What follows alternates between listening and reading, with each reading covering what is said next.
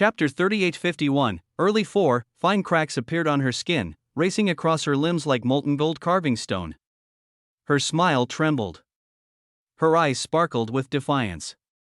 A massive, illusory crimson gold will burst into view high above the crucible, and then, boom, her body turned to ash, silent, glimmering ash that scattered in every direction, and yet, not even a breath later, boom, from the ash, she reformed, her body now tighter, more precise, far more luminous than before.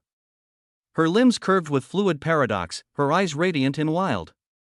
Still breathing hard, still kneeling before him, his hand never having moved from her head, it was a glorious and quick breaking, and she knew. She was capable of more ruin in her yet, her breathing quickened, her weavings of existence thrumming with acceleration from the festival. A millionfold growth. She could not afford to squander this chance, so she let her longing take shape once more. Ruin, her voice echoed like a broken bell, fractured yet melodic, it carried longing, to be of use, to be needed, to be held, to be worthy of standing by his side. Boom, another illusory wheel of ruin broke in the skies of the crucible. From the scattered cinders, she bloomed again, now brighter, now heavier with utter endings. Her hair shimmered with deeper crimson. Her figure moved with greater grace, still she did not stop. Still she had not yet given enough. She felt the gaze of her master steer as he began focusing on her, and, ruin, it came out a cry. Not of power, but of sorrow, of buried grief. Of silent dreams curled into herself that she did not even share with the infiniverse. How could she? The infiniverse never understood. She was too brilliant, always too complex. How could she understand the inferiority of ruination? But this time, she was finally close enough to touch him. She could not let that go. Boom, the fourth breaking, ash. Rebirth, and still, she tested her limits, measured the screaming threads of her complexity. Felt the rushing river of his aura fill her to the brink. She would not stop. Ruin, she called out again with every ounce of ache and want in her being. Another wheel, another bloom of ash, the fifth breaking of the wheel, the crucible shook with it, the air was heavy now with the scent of her weavings unraveling and reweaving. With dense clouds of raw ruin circling her resplendent form. And still, she looked up, meeting the calm, golden eyes of her master. She felt his touch. His unwavering gaze that now began to worry, and she whispered, not with weakness, but with resolve, ruin. Boom, the sixth breaking began, ruination carried it out without hesitation, her body vanishing in a blaze of crimson and gold as once again. The phantom wheel cracked in the skies of the crucible, and from the crimson gold swirling ash, she returned, her breath came hard, shoulders rising and falling in deep pulls as her body shining, resplendent, terrifyingly beautiful materialized in a dance of light and ruin. Ruin that now gathered thick around her in waves, a living cloud that burned her skin like reverent flame, but her eyes still burned, she felt the thunderous might in her chest. The cascading flow of complexity and purity now pressing against the very ceiling of existence. She felt her PQ and CQ hold at the peak 999, and yet, something within her clawed still. Ruin, she cried out, fervent. Unyielding, and again, her body ignited in solemn fire, the seventh breaking, ash. Rebirth, she returned with a shout, desperation raw, bleeding desperation coated her voice now. It was no longer merely power that drove her. It was need. It was a refusal to remain as she was. A refusal to be less. A refusal to be anything but worthy, not just of herself. Not just of the tower she had yet to build, but worthy of him. Not far away, there were two who felt her power most clearly. Who watched the fiery storms of her self-destruction, the infiniverse body, and Noah, the infiniverse, ever radiant, ever steady, stared at her sister, her reflection, her twin of existence as she currently had no words. She had not known. Well, she had known, but it seemed like not truly. Not to the full extent as ruination had hid it too well. She had not realized the extent of ruination's will. Of her burden. Of her loneliness. Her desperation, and Noah, for a moment, his golden eyes, wavered, they shimmered with a small sense guilt, and something far rarer, worry. He opened his mouth to speak, his words quiet but firm. Ruination, you do not need to go this FA-HUUUM, she bellowed out everything she held in her heart. Her scream cut across his words, fierce and mad, echoing with heartbreak and conviction. She was still blazing. Still beautiful. Still not done. Noah's face became stern. The towers of origin around him began to sing louder, the hymns rising in intensity as if they too feared for what came next. His aura surged, radiant lemniscate spirals of paradox spinning like a maelstrom around his seated form. Then, without waiting or listening, boom, the eighth breaking of the wheel was initiated by her even after her master had told her not to. His eyes snapped to her. Ruination, he bellowed with a stern rebuke, but it was too late. She was already gone. Ash. Gold. Crimson, but no quick return this time. The ash trembled, it scattered. Recoiled, and in those lingering seconds that felt like eternities, Noah's features blazed. The perfect stillness of his expression cracked. He felt how close she had come. The towers around him groaned with denser hymns, singing louder as if trying to call her back. As if mourning what might be lost. His early creature's aura surged out like a second sun, desperate to envelop her if she returned, and then, a low thrum, a blooming rose of gold and crimson, she reformed, she survived, the eighth breaking of the wheel, completed, and her body, her new form, floated before him like a transcendent crystalline relic untouched by time. She was ruin made manifest. Glorious. Fragile. Heavy. Quintessential, a transcendent treasure of shattered becoming. Noah stood without thinking, reaching out instinctively. Stop, he said it with finality. With command, a word sharp and unavoidable, because he could feel it. She was preparing, again, preparing to take the ninth step, preparing to throw herself into oblivion without guarantee of return. Ruination floated in space, a radiant bloom of crimson gold ruin. Her eyes turned toward her master, shimmering with stars of grief and longing. He stared at her. Stern, your complexity and purity have not changed. Forge your tower of origin, he said. Then, and only then, can you survive your ninth breaking? There is a nigh absolute chance of failure if you brute force it, he exhaled. Just like the Infiniverse, reach Originus Venerant first. Then you may transcend. The words were his law. An undeniable command of a master to his construct, and still. Ruination only smiled. It was not defiance, it was sorrow, was sweet, hollow sadness, the sadness of pulling ahead momentarily, being of use to him, but then that gap closing quickly soon after. That cycle had been ruining her. Noah's brow furrowed. The gravity in his voice deepened as he saw her expression. Will you disobey your master? The weight of his power filled the space. The force behind his gaze could have shattered weaker wills, but hers, held. She took his hand, held it.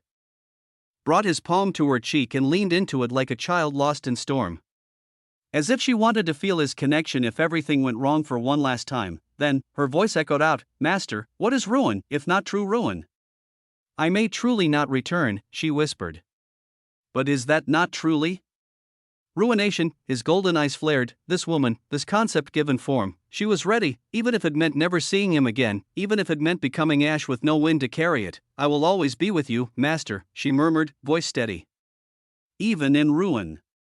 Even if you never see me again. And then, she said the word, soft, final, ruin. This time, it was different. It rang with quintessential and infinite longing, a longing older than time. A yearning steeped in shadow and ruin, and the moment the word left her lips, she vanished, entirely. Completely, no ash, no wheel, no him, nothing, nothing. Chapter 3852, Early V, silence, a long, heavy silence, and yet, around the Infiniverse crucible, the hymns still rang, majestic, terrifying. The towers Noah had birthed, each of them grander than Omniverse, continued to sing. Their voices were endless, filled with complexity and purpose, but for the first time since the festival of existence began, Noah Osmont did not move. The aura of an early creature still burned gloriously around him, glorious. Unrelenting, vast, but his figure sat utterly still. His golden eyes, now deeper than abyssal wells, stared forward with a calmness that was more dangerous than any fury, because in that stillness, there was absence. Ruination was gone, and not in the way she'd been before. Not into ash, not into light, not into the glory of the wheels breaking. Gone. There was no pull on the bond they shared. No connection to trace and pull from, no hum of her existence, no trace of her signature, no vibration of her mythos in the records of Huss weavings. She had vanished, and the link between them had severed, just like that. A low, tremulous reverberation echoed from Noah's body. His weavings, already unquantifiable, began to shimmer. The complexity and purity within him surged like boiling tides, his towers pulsing in unison as the hymns grew louder. Around him, the Infiniverse was silent. Her radiant face, usually majestic or proud, bore no expression now. Her multicolored crystalline hair flowed behind her in stillness as she floated beside him, and like him, she was staring at the same place, the spot where ruination once stood. Seconds trickled by, no glimmer. No ash. No flicker of a broken wheel, only absence, and that made it worse. Noah's thoughts stirred, slow and heavy, deep within. He remembered something, a whisper of a prophecy from his own mouth. Not long ago, beware the day when death sings in living tongues. On that day, the foldless ones shall stir, those neither bound by life nor caged by death. Their names will not be remembered, for they were never written. Their weavings cannot be unspun. Their will cannot be undone. In the end, the thread that was favored shall not be the one that remains. But the thread that learned to twist itself, the grave wake shall open. The 9 breakings shall echo. And in the silence after the final fall, only a single note shall endure, not a sound, but a choice. He had spoken those words as prophecy, he had lived many of them already, but now, the 9 breakings shall echo. Noah's voice came low, like a judgment as he looked around, and yet, no echo returned, no answer, no ruination, only the maddening, hellish quiet in the wake of her final cry, far beyond the null vein gravewake folds, across existences and beyond conceptual distance, the transcendent origin folds, a place few would ever glimpsed, a sanctum woven from the earliest strands of beginning. Here, overlapping folds of white brilliance sprawled like veils across an endless sky, fantastical landmasses, floating omniversal continents drifted across immense, radiant wheels of existence that shone beneath them, gliding through the firmament like ghostly ships on an unseen sea. And above them, rivers of white gold clouds meandered in silence, winding across light years, peace, stillness, until, boom, a blinding burst of crimson gold light seared across the horizon of white. One of the floating continents quaked. The endless lake of living origin authority it held rippling violently. From the depths of this lake, a form stirred, a majestic being, a living origin. She was feline in visage, coated in immaculate white fur that shimmered like starlight. 4 pairs of wings unfurled behind her, each one longer than mountains. Her massive tail flowed gently in the wind of origin, and 9 halos, each one the color of dawn, revolved slowly around her in perfect symmetry. She blinked her ethereal silver blue eyes, and turned toward the light. Her fur stood on edge. Her wings stilled, across the boundary of distance and fold, she saw it, 9 massive crimson gold pillars rising, a tower forming, an origin tower, but it was not like any other. What living origin? She whispered with surprise. What living origin is being born with such dense weavings of endings? No living origin had such a hymn, and yet, it echoed, a voice from the mythic living true signatures that emerged to support the new tower, a single line that boomed out and repeated, I herald. His coming, the living origin stood from the lake. Her wings flared, a second line followed, heavier, I herald his coming, and then, I herald his ruin. Boom, existential intermission number 2, subject, festivals of existence, classification, mytho-historical living existential phenomenon, verified source, records of the distinction of early creatures, description. A festival of existence is a rare and existential phenomenon that occurs when multiple early living towers of origin harmonize within a shared spatial fold, catalyzed by the aura of one or more early creatures. This convergence gives rise to impossible growth in complexity and purity for all nearby existences. Hymns from each tower form the spiritual and metaphysical foundation of the event, creating a domain where the weave of existence itself vibrates in acceleration, immediate effects, complexity purity surge, growth of complexity and purity for those entangled with the early creatures increases by 1,000,000%, region-wide growth of complexity and purity across the fold surges by 100,000%, existential mutation. Entangled beings have a chance to undergo mutation at the existential level. These changes can result in the sprouting of a living seed of existence, capable of maturing into a full living existence, paradox, elemental, origin, etc., but manifestation, early living panaceas of existence. During the festival, unique relics known as early living panaceas may spontaneously bloom near individuals closest to the early creature. These are not items, but embodied concepts made tangible. They are unforgeable and unchangeable, only found during a festival. Some rare types include Heartroot Panacea, allows one to temporarily bind to a tower of origin they did not forge, absorbing fragments of its hymn and authority as they begin devouring it. Infinitide Elixir, a liquid concept that, when consumed, generates a singularity within the user's being, replicating the complexity structure of a tower of origin and beginning to mirror that to one's own. Paracausal Tear, grants a one-time rewrite of an inevitability associated with one's existence, allowing one to defy a fixed outcome. Choir Seed, a panacea that sings the hymn of a tower not yet formed. Revealing a potential future true source that does not yet exist but could be claimed, cultural reverence ritual practices, in ancient records, living existences who were exposed to festivals created rituals to honor the early creatures that varied in many ways. Some are tower-bound prostration, a sacred kneeling performed before newly born early creature to align one's fate with their existential frequency, hoping to be bound to them, harvesting the breath, a controlled breathing ritual performed in groups to absorb ambient living existential authority for lineage refinement and expansion, mythic chant reflection, a meditative act of mentally repeating the hymns heard, said to etch new pathways of complexity into one's tower of origin. Entire civilizations and living existences once bloomed solely from the aftermath of a single festival, rising to prominence as different living existences societies built upon the mutated truths granted by the echo of a festival. Chapter 3853, A True Festival. In the transcendent origin folds, within a localized dominion of layered beginnings, countless floating continents the size of omniverse drifted through a haze of white gold wind, each mass hovered on the back of silent, radiant wheels of existence, monuments of beginning left for modern wonders. Amid this grandeur, a living origin watched. She floated in repose above a still lake of origin authority, its waters placid and clear as glass. Her figure was feline yet celestial as she observed the tower with rapt attention. I herald his coming, I herald his ruin. She narrowed her eyes, such words came and came again, slow and deliberate. I herald his coming, I herald his ruin. She tilted her head. Yes, I've heard it twice now.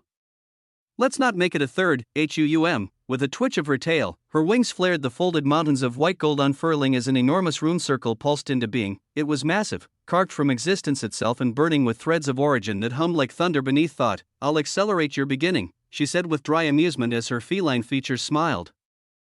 Let's see you born properly, then. The circle surged forward, it wrapped the crimson towering bands of white flame, pushing time, causality, and order forward in a spiral of blossoming acceleration. In mere seconds, the tower meant to take some time to construct formed completely. The winds howled, the skies rippled with origin. A tempest of authority surged all around as if the folds themselves were being pulled from living origin authority, being swallowed up en masse. The living origin blinked once more. Curious, she murmured. That's not the concentration of authority a common young origin should need, but she had no time to wonder further. Before her, the spirals of crimson gold lemniscates reached a singular, sharp peak. A burst of incandescent living origin authority erupted out, and then, the tower vanished. Boom, in its place stood a woman. She was resplendent. Glorious. Quintessential, crimson gold hair flowing like a halo of fire, cascading down robes etched with endless infinity symbols that shone with magisterial glory. Her wings, 3 pairs of them, rose behind her in white and crimson grandeur.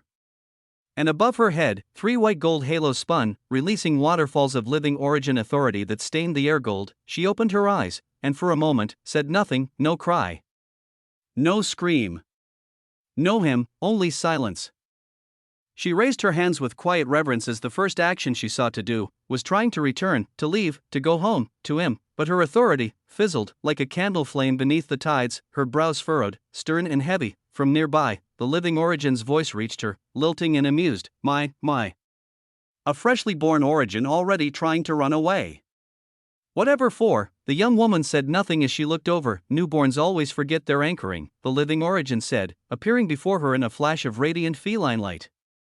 Her vast wings folded neatly. You need time to acclimate. These are the transcendent origin folds, darling. Even we must obey their rhythm as your beginning has to take some time to settle down here. She came forward as she didn't wait for a reply or anything else. With a casual flick of her wrist, living origin authority enveloped them both in a brilliant sphere, and in the next heartbeat, they vanished, far away within the transcendent origin folds, so far that distance meant little, tens of thousands of omniverse away, atop a colossal white pillar rising amidst a grand citadel carved from living origin weavings. The 2 beings reappeared, towers like spears of dawn rose into the sky space. White and gold light spilled across the area where only the highest echelons of living origins dwelled. The living origin extended a paw, tail twitching behind her. Her voice was melodic. Welcome to the Genesis folds of the transcendent origin folds, young origin. What is your name, by the way? You may refer to me as Lady Batet. The crimson gold young woman stood tall, her eyes scanned the city of light. The air here was thick with origin. So many beings. So complex, she could feel them moving. Thousands. Tens of thousands. As she looked at all this wonder, she answered in a calm voice filled with fire, "Ruination, WAA, I am ruination." Lady Butthead blinked. "Ruination, she echoed, slowly shaking her head. What a name to be born with. A shitty one in the eyes of Origin, but hey, who am I to judge? Her halo spun faster. Her tail danced. Welcome to Maze, little ruination, the transcendent dwelling of the Genesis living origins. Maze, the transcendent dwelling of the Genesis living origins. Lady Butthead spoke its name like an ancient song, each syllable a bell chime, and the moment the name passed her lips, the grandeur of this exalted domain unfurled before Ruination's wide eyes. The atmosphere here was thick with living origin authority and brilliance.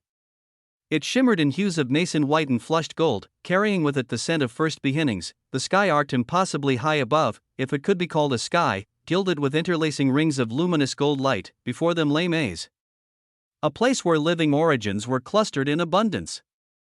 White gold towers soared in elegant defiance of gravity, their forms graceful yet unknowable, each one spiraling up in layered curves like woven braids of origin. Between these towers floated hundreds, if not thousands, of miniaturized transcendent wheels of existence.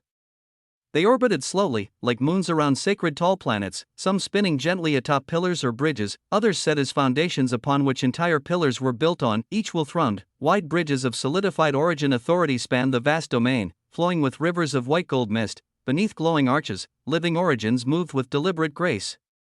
Their forms were diverse. Some walked on two legs with wings coiled behind them. Others slithered like serpents of light, while a few had no limbs at all, their shapes composed entirely of runes and bloom. The majority, however, were massive beings of humanoid majesty, foldless ones with wings wider than the towers, halos that revolved with their own gravitational pull, and gazes that saw across time. They moved without urgency, speaking to one another through cascading flows of existential authority. There are no common beings here, Butthead purred softly. Everyone you see is at least a weak Originus venerant or higher, and many have long surpassed the threshold. Chapter 3854, A True Festival. 2. Ruination remained quiet, her gaze catching on a particularly striking living origin whose body was made entirely of white-petaled vines. The being walked with slow, thunderous steps while celestial butterflies hovered around it, whispering concepts of restoration and reverence. Some of us take forms more poetic, Butthead chuckled, her ears flicking. I chose the shape that formed my body the day my tower was born. There are others like me, plants, animals, stars, even ideas that walk. This is Maze, after all. Overhead, a storm of white gold clouds of beginnings swirled around the grandest structure in all of Maze. It was the sanctum of Halo Rem, the central tower of Maze. It was so tall it vanished into the upper layers of conceptual fog. Surrounding it were dozens of orbiting wheels of existence, each larger than omniverse and small as worlds at the same time.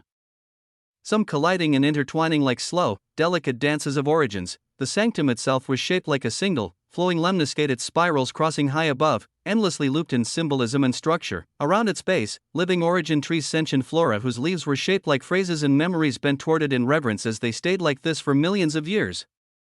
Lady Butthead landed before its massive arched entrance that was flowing with others. Here we are. Butthead said softly. The doors of the sanctum were already opened, and already, from all sides of Maze, beings were arriving, converging toward the sanctum of Halo Rem like pilgrims and judges alike. Some were clothed in armor made of lattices, others wore nothing but simple authority. It was a congregation of beginnings and purpose, and at its heart, one among them now stood newly born. Ruination, her wings softly folded, said nothing. She only looked up at the towering gate and wondered, when would she return to her master? With every passing second, how worried was he becoming, but at this moment, she could do nothing. Ruination followed closely behind Lady Butthead as they passed through the grand white arches rimmed with ancient halos of law. Stepping beneath the vast inner dome of the sanctum of Halo Rem, the air was saturated with living origin authority. It hummed against the skin like the breath of history. And Ruination could feel every part of her recently formed self resonate against it. Her three pairs of wings folded tightly as she remained quiet and solemn. Lady Butthead nodded in regal silence to the other foldless ones who floated near the wide corridors. A humanoid foldless one in robes woven of pale starlight hovered close beside her, his face stoic as he leaned in and whispered, almost too low to hear, "Did you hear? It's something to do with living paradoxes again, living paradoxes. Always the fucking living paradox, as if all of existence revolved around them." The moment the words reached her, Lady Bastet's steps halted, her eyes narrowed. The halos behind her hissed faintly. "Then let us hurry," she said coldly, her voice cutting through the thick atmosphere. We must know exactly what. They ascended into the sanctum, the central chamber opening like a white lotus of infinity. Above and around them, thousands of living origins had begun taking their places, floating on radiant white gold pillars that extended from the curved walls, or seated upon slowly orbiting thrones of origins, all orbiting 9 great gardens. Each garden spiraled around the sanctum's zenith like planetary sanctuaries, suspended in vast arcs of white and gold. Their surfaces were lush with vegetation, ivory Eden vines, crystalline dawnfruit trees, ether lilies of origin, and floating rivers that shimmered like liquid beginnings. In their centers, set atop massive thrones of origin script, sat 9 ancient living origins, their presence is unshakable. Ruination lowered her gaze slightly at the pressure these beings released. The entire chamber was filled with beings who, at a mere breath, could command the folds to twist. In the next moment, one of the 9 rose, from the 5th garden, a towering figure made of weavings so complex they defied anchoring. Lifted his hand, just the motion silenced the entire chamber. Ruination could barely breathe. The pressure was not directed at her, but it didn't need to be. His presence was stifling a mountain of purpose and beginnings from before the earliest cycles. Then he spoke. Many of you were called here to observe something. His voice was calm. It carried no emotion, only finality. This matter concerns the living paradoxes. It is best you all see it for yourselves. He waved his hand. In the center of the sanctum, an illusory veil of perfect memory record. Its origin was someone nobody here knew or would pay attention to. What it revealed was unmistakable, a vast, coffin-lined domain of paradoxical silence, a paradoxical prison, and within it a living paradox radiating white gold paradoxical brilliance. Standing before her, a stellar obsidian young paradox, an entity whose presence caused ruination to tremble. Ozymandias. The living paradox and the young paradox came in contact, and no inevitability bloomed. 2 living paradoxes. Contact. Yet, no bloom of inevitability. Once observed, the entire sanctum shook with quiet gasps, murmurs, and existential dialogues erupted. Impossible, it should not be. But just as quickly, the same being on the 5th garden raised his hand again, and like tides retreating from the shore, silence returned. Then he spoke again, this time slower and more deliberately. On this day, a living paradox that does not produce inevitabilities was born. This marks the beginning of a change. A deviation from all precedent. Since the earliest folds, all paradoxes have carried one curse and one truth. They bloom inevitability. He turned his head, gazing down at the crowd. Now, one does not. So the question becomes, what is to be done with him? The atmosphere became a frozen blade. Then, a voice rang out, clear, coursing with emotion. Unhesitating, of course, they must die. An explosion of authority accompanied the words. Ruination turned, stunned. Lady Batet had changed from her feline form to a half-human form and stood. Her eyes gleamed with righteous coldness. Her tail lashed in contained fury. Her gaze pierced the veiled illusion, as if seeking to erase Noah herself. If he cannot bloom inevitability, the living paradoxes will have a field day with him, believing they can change many things. So death is the only path for it. Ruination's weavings tilted. Death, death. These beings were talking about how to end her master, the same master who gave everything, and they were planning his execution. Tremors of origin authority bled from her wings. But then, the honored living origin on the 5th garden raised his hand again. Perhaps, he said gravely. But we know he will not be alone. He will be surrounded by living paradoxes, creatures who have, despite being lesser in number over the years, retained their dominion. Their power, as always, cannot be dismissed. We must speak with the other origins and even other living existences. To prepare for what this change may bring and what this being may become. It was too much. Ruination's heart pounded. She tried to remain calm, but her vision shook as she wanted to spread ruin towards all those here. But a moment later, in her veiled pulsing complexity, boom, white light erupted from her. She fell to her knees as the world around her momentarily dimmed, and within her, a series of words echoed, words only she could see, arose. Your main living origin has been anchored to the endless transcendent origin folds. You are capable of returning to the point in space and existence before your living origin, beginning in a manifested living origin form that has replicated 70% of your total weavings of existence. Her body shook with yearning, with the need to see him. To return, master. It had been a bit over an hour, but even this felt like forever. Her eyes burned with resolve, and without a whisper more, she called forth her manifested living origin form, ordering it to return to that very domain where she carried out her 9th breaking. To the time she left his side, to him, and his white gold origin authority shimmered around her, a portion of her soul fractaled away, becoming light, becoming speed, becoming homeward bound. A portion of her now raced across the folds, back toward the one they were all whispering about, the one they feared, the one she called Master. Chapter 3855, A True Festival.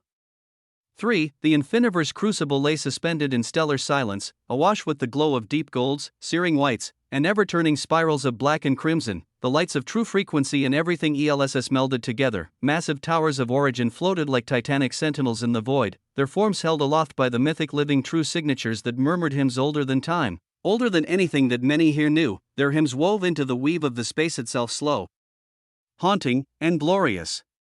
Yet even those ancient songs could not fill the silence that gripped this domain currently. For over an hour, nothing moved, the seas of living existential authority, thick as cosmic oceans, shimmered gently with unfathomable power, dense enough to birth more living seeds outright. The festival of existence had grown so potent that existence itself hung soft and malleable, like threads awaiting new stitchings. Yet still, no one dared move, not even him. Noah floated still. So still, his robes changed colors from white gold to blue, to black and gold, his hair trailing in slow motion around his body. His hands rested on his knees, fingers curled faintly, but not clenched. His breathing was so slow it seemed stilled entirely. The aura of an early creature burned around him. And yet his eyes had not blinked in an hour. They burned with quiet coldness and a resolve that gleamed with unbearable clarity as they remained locked on the empty space in front of him, the same space ruination had disappeared from. There was no ash, no trace, no broken lattice or melted signature, just absence. The Infiniverse body floated nearby, her posture mirroring his, her radiance softly pulsing but never rising. She, too, looked at that same spot as she had only been collecting and suppressing her complexity so far. None of the other beings in the crucible had asked questions. Not Adelaide. Not Romulus. Not even the great Beyonder. Their respect kept them silent. Their awe, perhaps. Or maybe, just maybe, their own complexity made them understand that what had occurred was sacred and terrifying at the same time. Then, after what seemed like an unbearably long period of time, a hum began like a ripple in the space where ruination had vanished. Soft at first, a low, breathless thrum that grew deeper and fuller until the air itself began to vibrate. Then, a singularity bloomed, a glorious, magisterial singularity, crimson gold and wrapped in white light. Noah exhaled for the first time. His shoulders relaxed infinitesimally. Even he hadn't realized how tightly wound his existence had become, how much of his aura had been pulled taut waiting for this single moment. The singularity unfolded like a lotus blooming in a still lake. From within it, she emerged, ruination. Her body was brighter than before, her outline more refined, more cut from the cloth of existence than ever. Crimson gold shimmered in a waterfall down her hair. Her skin a pale brilliance etched with lattice patterns glowing softly beneath the surface. The complexity in her form pulsed like a second heartbeat, and yet right after she returned, her eyes found him, not the towers of origin, not the vast crucible, just him. In the next instant, her body moved like a flash of purpose, slamming into his chest, arms wrapping around him tightly as she buried her face into his chest. Master. The word was whispered like a prayer. Noah didn't speak at first. He simply held her. One arm slowly wound around her waist, the other rising to cradle the back of her head, fingers weaving through strands of radiant hair. He rested his chin atop her head. Closing his eyes, she had not felt their connection for what seemed like eons. He had not felt her for what seemed like eons. For years they had been entangled. And for one long, unbearable hour, she had been gone. Their link pulsed again now, like something old returning new, a tether that was reforged, deeper and stronger. The silence within Noah finally spilled out slowly. Don't do that again, he said softly. Ruination let out a light hum and nodded into his chest. She didn't lift her head. Her grip did not loosen. And still the crucible remained hushed, all watching, none daring to speak. Around them, the towers of origin shimmered. Hymns resumed like choirs awoken. Dozens more towers of origin began to bloom as if Noah was holding them back until ruination returned. The already thick living existential authorities began reaching terrifying levels. The festival of existence thrived. But it was only now, truly beginning. Noah stroked her hair once more before speaking again, low and stern. I'm sorry. I shouldn't have placed that much burden and pressure on you. No matter how complex you become, no, Master. She pulled back just enough to look at him, her eyes fierce. They still had that longing, but they were decisive at this moment. Put pressure on me. Shape me. If my entire existence is to serve you, Master, then I want all of it to be for you. All of me. Everything. The words were blazing. Noah said nothing, his gaze steady as he wondered just what his expectations of others made them feel all these years. In these thoughts, Ruination moved. She stepped back slightly, her hands pressing to her chest. From within her, a storm began. Crimson gold light erupted in a storm of flame, lattice, and will. Her living origin authority expanded outward like a nova, behind her. Her crimson gold tower flared into full view, its patterns becoming visible lemniscates, intertwining infinity symbols, circling and rising as they encompassed not just her, but Noah and others nearby. The Infiniverse body watched softly, Noah's eyes narrowed. And then existence shifted. A unique living origin has been reborn through the efforts of Ruination. The declaration of living existential proliferation has been made by the living origin, Ruination, with its target set as the Festival of Existence. The effects, duration, and intensity of the Festival of Existence will be elevated and increased by a factor of 3. A festival of existence only possible from the convergence of extremely complex early creatures will now bloom. All around the crucible, living existential authorities exploded like tidal waves. Existence itself shimmered, blurred, and magnified. The festival had just begun, and she, the returned, had multiplied its bloom in an unfathomable manner. As if she wanted to say, "Look at me, what I can now do, witness me." Chapter 3856, A True Festival. For, in the Infiniverse crucible, where stellar skies bled black gold and symphonic light, a crimson gold tower of origin blazed as it was haloed by a storm of cascading origins and solemn hymns, glorious, quintessential hymns. It stood not just merely as a monument of power but as a pillar of glory, a defiant declaration of existence forged in longing and devotion, and because of it, the festival that had already brought the dwellers of the Fold's tremendous shock now bloomed into something far more dreadful. Towers pulsed, the seas of living existential authority swelled with new tides. All around, the hymns became louder, layered like the voices of countless titans whispering truths too vast for comprehension. Yet, amidst such beauty and power, silence still gripped the space around Noah. He remained there, the eye of it all. A stillness carved from conviction. Just a short span away, another figure hovered, the Infiniverse body. She stood illuminated by the reverberations of Ruination's triumph, her radiant strands of prismatic hair lifting serenely. Her gaze never left Ruination. Not since she returned. Not since she, glowing and trembling, had flown into their master's chest like one trying to return to its source. The Infiniverse was not meant to feel emotions like guilt or uncertainty. She was systematic. A construct, and yet, as she floated there, hands clasped before her, she did feel something clearly today. Ruination, someone she looked at as a little sister in these weavings of existence, had broken herself not once or twice but again and again, out of desperation. Out of love. Out of a longing to be useful. To be worthy. The sheer emotional gravity of it unraveled something in the Infiniverse. She had been silent through it all, processing it with the infinite breadth of thought that came from being a living wheel of existence. She, who had housed entire true frequencies. She, who existed as both concept and embodiment. She was a glorious being connected to countless life forms.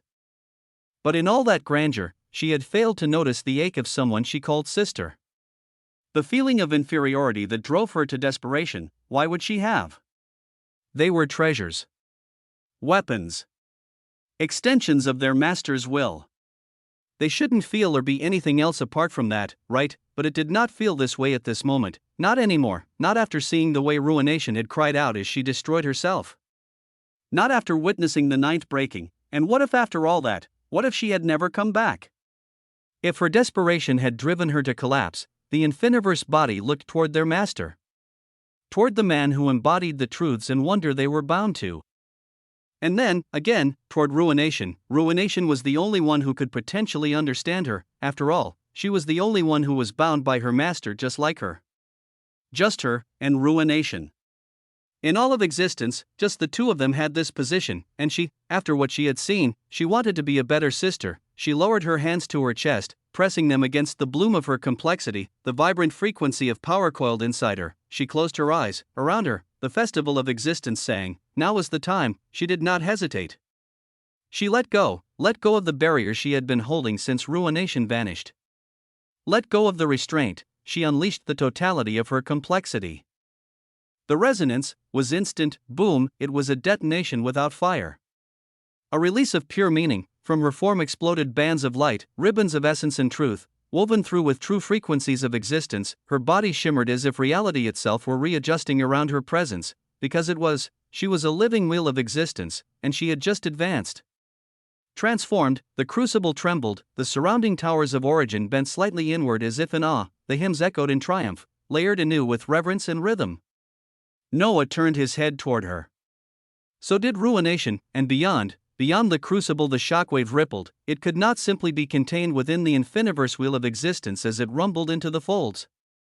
It tore silently across the null vein gravewake folds like a shockwave vibrating at frequencies none could fathom, across the veiled sunfolds, where primarchs bowed to destiny, knees buckled. Hearts clenched. Many looked around in shock as a booming shockwave passed over them. Across the manifolds, Originus Venerants paused in meditation, gasping for breath moments later as their waves of mana seethed. In the chronosect of threadbound folds, time twisted strangely for a moment, yielding to her impact. The hollow concords fell into silence, their rituals halted by a pressure they could not name, all of it the gravity, the devastation, the brilliance stemmed from her awakening. From her choice, a new hymn began.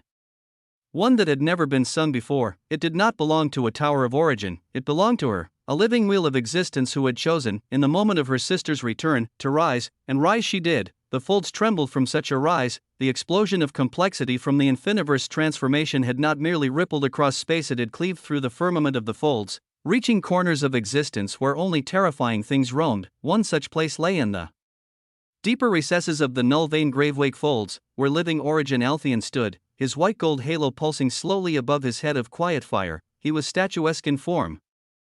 Wings of translucent white and gold folded behind his back as if in contemplative repose, his eyes narrowed and pinned to a single figure, Thoron. The creature had always been an affront to Altheon's sense of order. He laughed when nothing was funny, he spoke in riddles with glee. He defiled the silence of contemplation with the grime of chaos. But despite this, and it irked Altheon to no end, he had provided something valuable, information, that living paradox. That impossible thing born from contradiction. A being that defied the fundamental truths.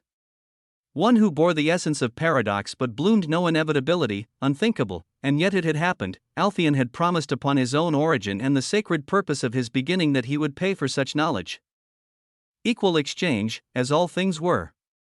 And now the hour of exchange approached. He was just beginning to weigh what would be fitting, a sealed concordance of final breath perhaps, or a mythic authority seed, when the shockwave hit. Boom, it was utterly heavy. Altheon's posture shifted as he straightened slowly, the lazy waves of his authority stiffening around him.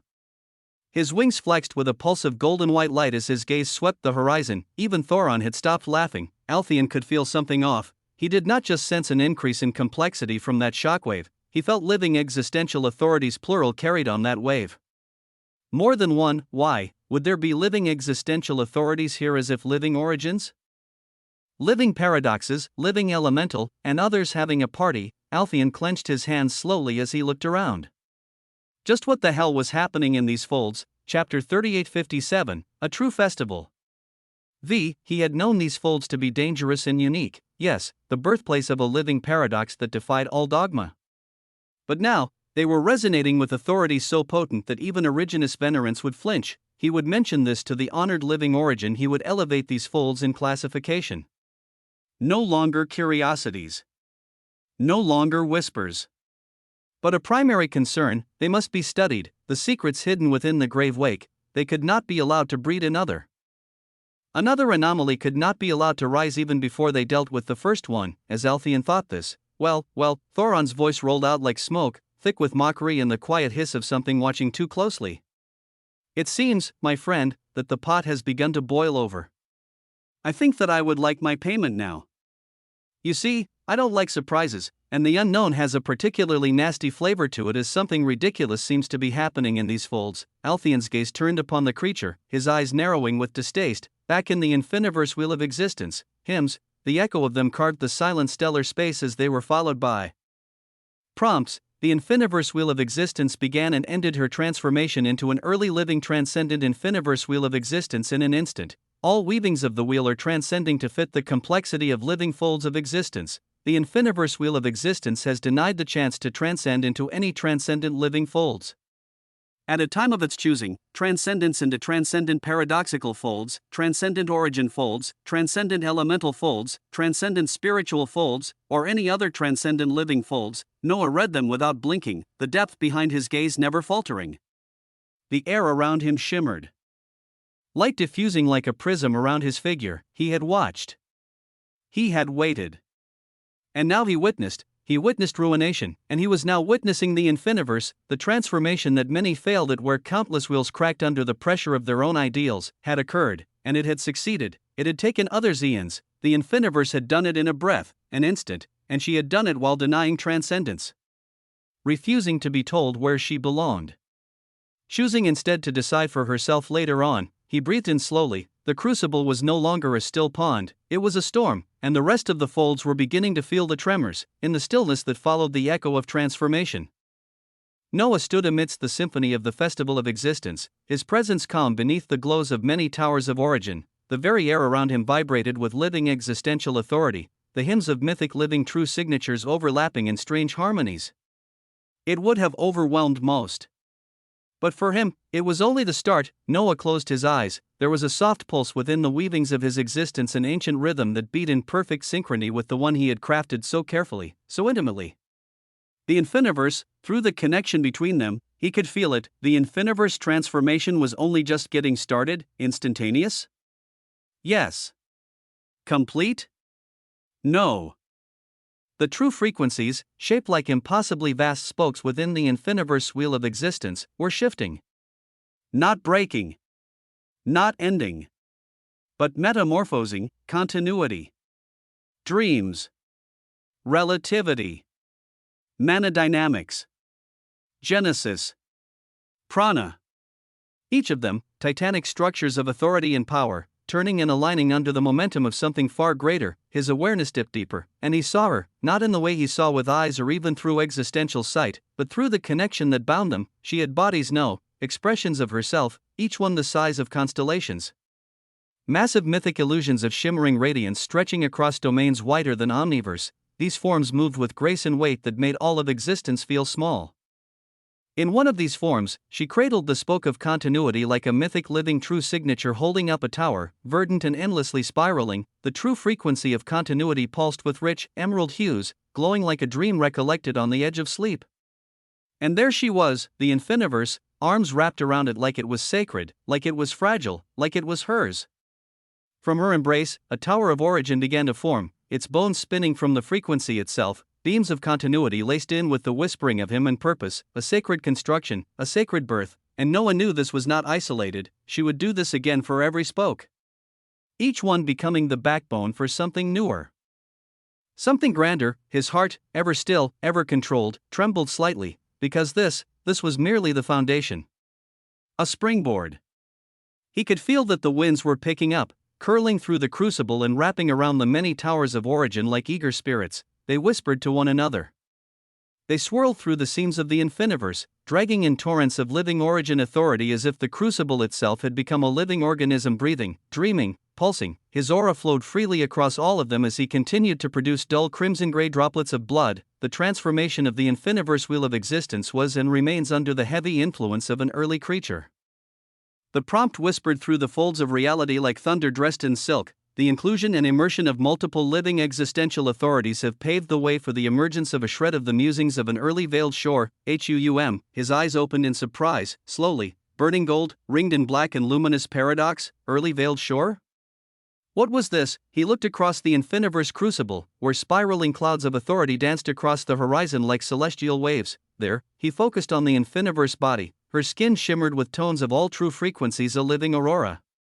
Her hair was no longer merely strands but rivers of temporal and energetic continuity, coiling around her like serpents made of starlight. She was not normal by any means. Not origin. Not paradox. Not just his. She had become something else, and still, her hand stretched outward at this moment, not to him, but to ruination. Ruination looked up, her golden crimson wings folding gently behind her. There was something quintessential in her gaze, a residual ache of loss and reunion not quite settled. But the moment her sister reached out, she understood. She floated forward, her hand sliding into the infiniverse bodies without hesitation. They clasped, and in that moment, resplendent crimson gold light bathed everything once more. Boom, the living origin, ruination, has made a declaration of living existential proliferation targeting the emergence of the shred of the musings of an early veiled shore. Chapter 3858, Early Veiled Shore. The Crucible shuddered. The entirety of the early living transcendent infiniverse wheel of existence shuddered. The prompt repeated again: the living origin, ruination, has made a declaration of living existential proliferation targeting the emergence of the shred of the musings of an early veiled shore. The hymns paused, as if to make room for something older. The moment that ruination joined hands with the infiniverse and enacted a proliferation, shreds have accumulated, shreds have been multiplied. Shreds have bloomed and turned into actualizations, the sky above them cracked with golden threads of forgotten purpose. Veins of paradox, origin, and more, through the hands of the living origin, ruination, the early transcendent infiniverse living wheel of existence, and your aura and distinction as an early creature, the most rudimentary and natal version of an early veiled shore, a budding shore, shall bloom at the center of the infiniverse. One explosive string of information after another came. At the center of the infiniverse wheel of existence, he felt the shift as something subtle and massive rooted itself like the planting of a world tree without trunk or seed. Noah's breath was steady. But his heart sang with quintessence. He looked at his companion's ruination glowing, clasping her sister's hand, and the infiniverse, floating gloriously, her gaze flicking toward him as if to say, "Witness us," because the two of them working together made way for the rapid emergence of something unfathomable. At the center of the infiniverse wheel of existence, where spokes once merely represented frequencies, now stood embryonic towers covering them, and from those rising bones of existence, light, raw, unfiltered light of continuity, of dreams, of genesis and relativity, and so much more gathered toward the wheel's very heart. It was not a gathering of stars. It was not even a singularity in the traditional sense. It was something older. Noah's breath pulsed as he felt his early living towers of origin resonate. Their hymns bled out in reverent chorus, pouring endless torrents of living origin authority toward that spiraling point at the wheel's center. The call was not forceful, but inevitable, drawn forward without resistance. Noah's body vanished from the crucible, ruination followed him with a pulse of crimson gold. The infiniverse body glided like a comet streaking behind, multicolored rivers of existence dancing in her wake. They left the infiniverse crucible. Together, they arrived at the center of the wheel of existence.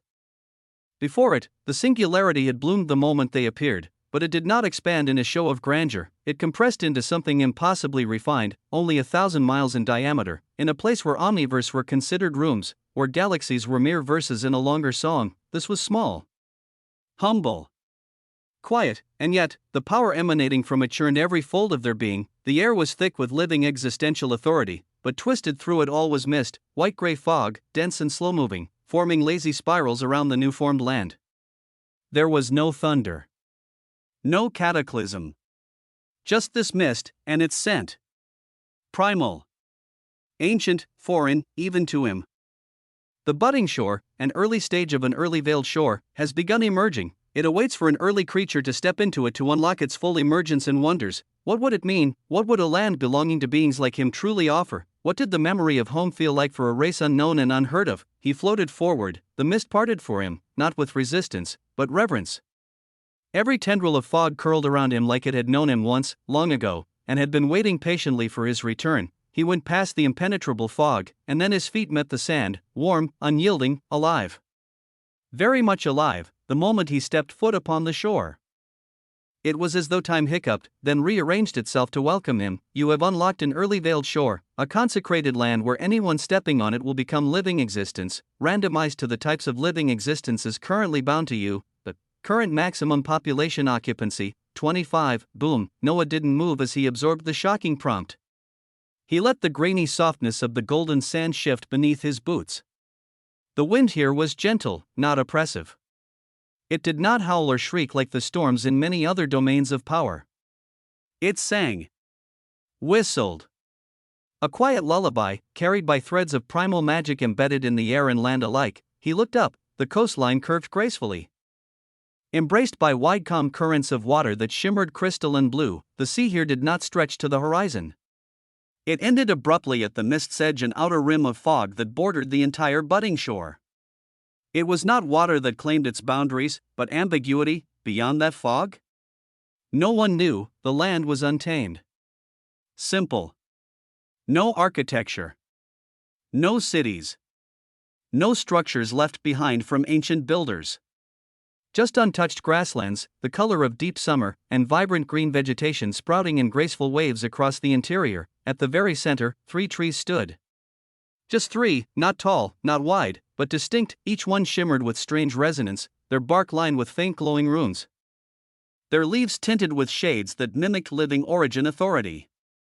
They stood in a small clearing, rooted in soil that pulsed slightly underfoot as though the land itself breathed. Noah felt the breath and air of this place that caused his living existential authorities to churn and cycle faster than even the deepest concentration of authorities in the transcendent paradoxical folds, denser authority than even the paradoxical Dyson sphere. He felt such dense authority rise to meet his own. Behind him, ruination touched the sand and gasped, the Infiniverse floated beside her, pausing mid-step as her radiant toes brushed the coastline. Noah moved forward, and as he walked, his gaze fell to the clear waters nearby. The coast sparkled with light that should not exist in such simplicity: pale blues, iridescent whites, faint golds, all dancing beneath the tide like stardust fallen into the sea. He knelt, touched the surface, the water rippled away, serene and cool. You have observed the early sacred water of the budding shore. Drinking it aids in rising one's purity, but one must not drink too quickly, else the early intoxication will slowly erase their sense of self and existence. 1 drop of the early sacred water is enough to raise one's purity from nothing to originus venerant. Noah froze. 1 drop, a single drop, and a normal human could attain the purity of an originus venerant entity. And the cost, if one drank too much, was the loss of self. The fraying of who you are in pursuit of what you might become. His fingers remained dry even while playing with these waters. He turned his back to the sea and faced the heart of the budding shore. The trees. The soil. The mist. A sanctuary born not just from authority or power, but from a convergence of far too many quintessential possibilities. He felt the weight settle on his shoulders: responsibility, possibility, belonging. The budding shore pulsed again, and the mists thickened ever so slightly, as if something unseen within the fog had begun to stir. Chapter 38:59. Early veiled shore 2. The mist curled gently against Noah's feet as if the land itself exhaled through soft fog. The sky above the budding shore was quiet and unfathomably peaceful in this primitive, primal-looking landscape. He stood still for a long moment, his gaze fixed on the gently rippling waves of the early sacred water. The clarity of it was unreal. It shimmered with hues of pale sapphire and translucent silver, each ripple reflecting back not just light or beauty, but waves of immeasurable existence. His eyes narrowed, he reached out with his will. A thin hum of his authority pulsed forth, living existential authority wrapped in the frequencies of wrath, of paradox, and of infinity itself. Normally, this would be more than enough to reshape swatches of existence, and yet, bzzzt, the water didn't budge. A single line of white text bloomed in the air before him. The early sacred water of the budding shore cannot be altered or influenced by authority, with actions needing to be taken manually. His brows lifted. Even with everything he had become, after everything he had shattered and remade, this place still demanded simplicity. He let out a soft breath, and for the first time in a while, he smiled. It was a quiet smile. A recognition of the absurdity and humility in this. Behind him, a soft rustle stirred the sand near the shore. The Infiniverse body knelt beside him. Her features glowed with a luminous silver hue, her hair flowing like multicolored rivers of molten existence. She didn't speak initially as she just stared at the radiant waters with him. Then, softly, throughout this whole early veiled shore, authority does not seem to affect it much. Not its water, sands, or anything else. Her voice was calm and almost reverent. But beneath it, a note of surprise lingered. Of understanding dawning in silence. This place, she said, more to herself now, even though it bloomed within me and sits at the centre of the wheel, it feels like something immensely isolated. Deeply connected to you. Noah said nothing for a heartbeat. Then, slowly, he nodded. He dipped his hands into the water, cool and bright, cupping it until it filled his palms with a soft glow. Since he could not use an authority to draw it, he would do it manually, and so, he raised his hands up and drank. And, it was not just a taste, it was immersion. The moment the water touched his lips, a current of fire and frost alike flowed down his throat. It passed through him as if seeping into his very weavings of existence as his very lineage hummed. He gasped softly, "You have consumed 100 units of the early sacred water. Your early living towers of origin drink up its nourishment of extreme purity and expand in their growth rapidly. His eyes fluttered shut as he felt it, a bloom. No, a surge. His purity rose like a sun breaking over a frozen horizon, sharp and blinding. The complexity within his towers surged madly, lattices shifting like living constellations, growing in density and strength. This is. He whispered, his voice trailing in disbelief. Mad, it was more than what the paradoxical Dyson singularity had granted. That had been dense with living paradoxical authority, layered and strange, but this was clean. Sharp. Pure, and the water was just the beginning. Another prompt rose before his eyes, clean and white against the misty air. Having consumed the early sacred water, you have gained the knowledge that within the shore, early living marine life forms occasionally appear. If you are capable of catching one, their nourishment can range from 100x to 1,000,000x more potent than the nourishment of the sacred water itself. Early creatures used to fish in early veiled shores to build up their purity and complexity. As a budding shore, the frequency and rarity of early living marine lifeforms appearing is low. Another ridiculous set of prompts bloomed. He stared into the depths, now aware of what could stir beneath. Fish that could make this water seem like child's play, as it stated. If one was capable of catching one, just by stepping into this land, one became a living existence, as they would have originous venerant level power just from drinking its sacred water. And even such beings may not be capable of catching the fish in these waters. It made Noah curious of what would come out. A deep hum of amusement stirred in his chest. Because he knew what he'd become. He knew what he was now capable of. He closed his eyes once more, and with a single thought, brought forth his own internal status panel that changed ever so often. Noah Osmont, early creature 81 drops of blood, complexity quotient, CQ1 655,000, 2,150,000, SU, current purity quotient, PQ1 750,000, 2,250,000, SU, true absolute existential resistances, paradoxical resistance, 100%, temporal resistance, 100%, elemental resistance, 100%, conceptual resistance, 100%. Origin resistance, 101%, law resistance, 100%, dimensional resistance, 100%, emotive resistance, 100%, elemental resistance, 100%, spiritual resistance, 100%, true sources with towers of origin constructed, 104, lattice quantity per tower, average 1 million, notable towers. Early living singed tower of origin, 1,150,102 lattices. Early living paradoxical tower of origin, 1,597,339 lattices. Early living infinity tower of origin, 1,422,445 lattices. Early living quintessence tower of origin, 1,689,201 lattices. Early living wrath tower of origin, 1,113,229 lattices. Early living relativity tower of origin, 1,152,336 lattices. Early living protagonist tower of origin, 1,416,999 lattices. Total existential dimensional lattices, 125 million. Collective total resistance, 1,001%. He opened his eyes slowly. He felt glorious. He felt mighty. The wonder of having multiple true sources would only show itself more and more over time, as while other originous venerant entities had a million or a few million existential dimensional lattices, he had over 100 million and counting, and he would spill over 150 million soon enough, if he faced another common originous venerant entity. If he were to meet Master Hannibal now, or even another originous venerant who lacked a foldless identity, he would not just merely fight, he would erase. His fingers curled loosely at his side. Not out of arrogance, not out of pride, but out of an ever-deepening understanding of what he was becoming. The thought came unbidden, smooth as the mist. He was once a man trying to understand existence. Now, he was the paradox threading its center. Chapter 3860, Early Veiled Shore 3. The light in this place was a dream, soft, golden, and persistent. It threaded through the gently swirling mist and kissed the verdant shorelines with a tender gleam, casting shadows that danced slowly across the untouched sands. Master, Noah turned his head as Ruination called to him, her voice distant but clear, laced with excitement and awe. She stood near one of the 3 towering trees at the center of the budding shore. Her arm gently extended toward its trunk. He began to move toward her, each step sinking slightly into the soft, warm earth.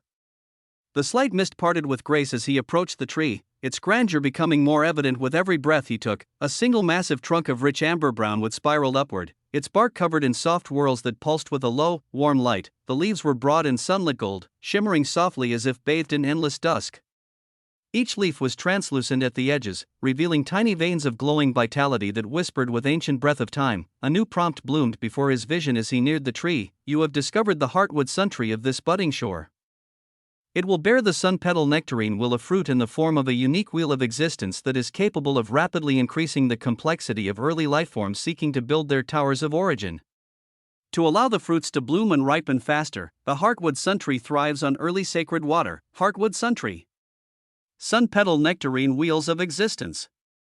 Wheels of existence that one could eat. Just how uniquely had the early creatures lived that they were eating wheels of existence budding from trees. Noah became ever curious about the story of the earliest folds, and what occurred after the living paradox was locked away while the creature left with all other living existences. Did early creatures bloom thereafter? Where were they now? Where was the creature himself that had given its everything? Many questions buzzed in his mind as it seemed like his other bodies with Moraine and Sigrid would have to get more of this story soon. Noah's gaze lingered back on the golden leaves of the tree, each one fluttering with a rhythm that felt synchronized to the very beat of this early land. Of course the trees would be just as extraordinary as the water. He moved closer and placed his palm on the tree's trunk. It pulsed beneath his skin, its surface warmer than he expected. There was a quiet, humming song to it, not in sound, but in feeling. As if it recognized the hands of an early creature and welcomed him. He turned, eyes narrowing on the other two trees rising in the mist. The second tree was strikingly different. Its bark was silvery black, not reflective but dense, like starlit obsidian pressed into shape. Long needles hung from its branches instead of leaves, and each one shimmered faintly with molten streaks of red and blue, like veins of early magma woven with spirit. As he neared, another prompt danced into view. You have discovered the ironroot vulcan tree of this budding shore. Once every cycle, it sheds iron petal shell fragments, materials imbued with early existential weight that can be forged into early armor and weapons. The resulting creations are permanently inscribed with the resonance of your true source, gaining unique properties based on its alignment and resistance. The shedding cycle accelerates drastically with proper watering of early sacred water. Noah shook his head as he reached out and caught one of the falling fragments, a petal-shaped shard of dark silver etched with living runes that shimmered faintly in his hand. It was light, impossibly so, and yet he could feel its authority pressing down through his palm. His fingers trembled slightly under its weight. His fingers trembled under its weight as just who hell was he for a falling fragment to cause his finger to tremble? He could create something terrifying with the products of this tree, and then he turned to the final tree. This one was the smallest of the three, though still monumental by mortal standards. Its bark was smooth and pearlescent, almost translucent. Strange blooms formed at the joints of its branches, fleshy orbs of glowing pastel blues and pinks that pulsed faintly with slow breaths. You have discovered the breath bloom whisper tree of this budding shore. It bears whisper pods, early fruits that when consumed will bloom a single existential insight within the eater, a flash of understanding capable of granting the comprehension of a lost forgotten principle. Their effect is unpredictable, but exponentially powerful. As with the other trees, the ripening process is accelerated through the nourishment of early sacred water. Lost, forgotten principles. Noah closed his eyes. Sun petal wheels. Whisper pods. Iron petal fragments. Each of these alone would be beyond comprehension in any other domain of existence, and here they were, just waiting, each one filled with boundless possibilities of what could be. He exhaled slowly, his hands resting at his sides. Everything in this place responds only to effort, he said quietly. Nothing can be taken with ease as one truly has to move and live like an early primitive being. Ruination and the Infiniverse had bright eyes as they looked around to see what other wonders there could be. As if an answer, a new pulse of light shimmered in front of Noah. This time not from the trees, but from the ground itself.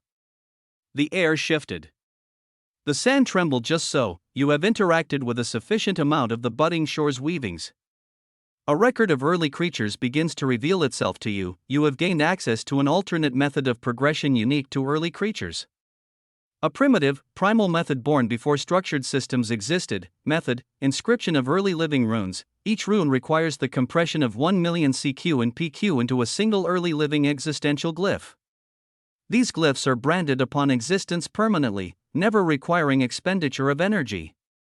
Movement, breath, and action become the medium through which authority is expressed.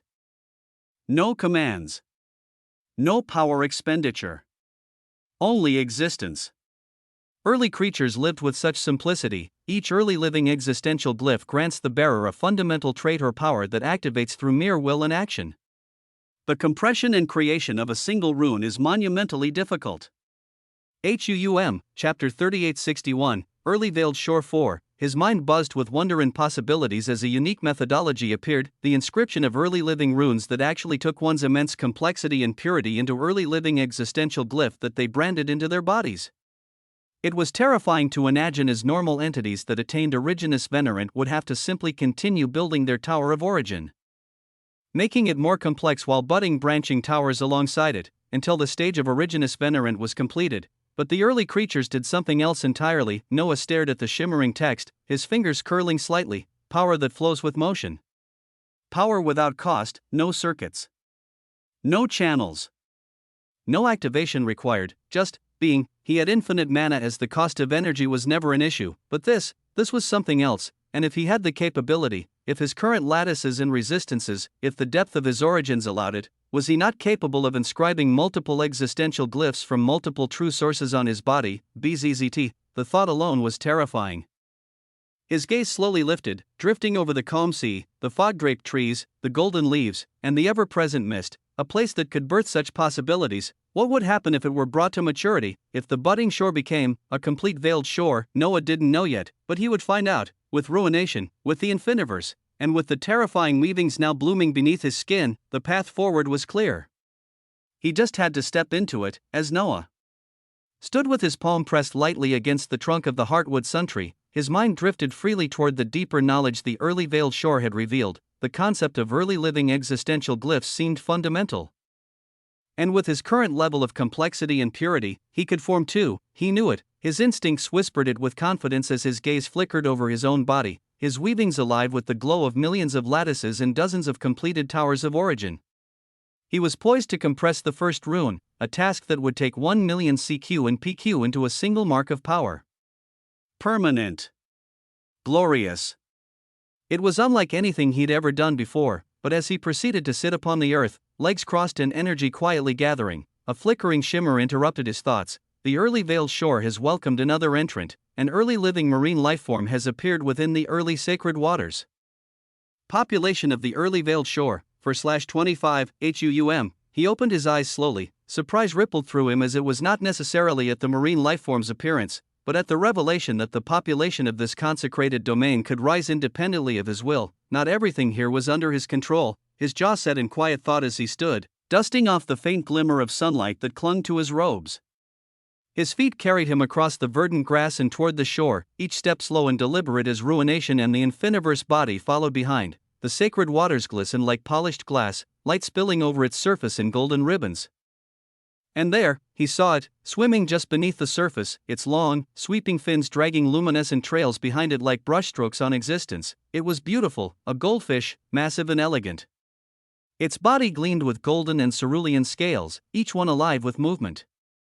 It hovered in the water with regal confidence, like it belonged here more than anything else. Its expression was one of returning to a place that felt light as it breathed the early sacred water freely. As his gaze fell on it, new prompts bloomed. Name, Oriamundus. The crown scale glimmer. Type, early living marine lifeform. Authority type, living water. Early living existential glyph, water, 1 compressed rune.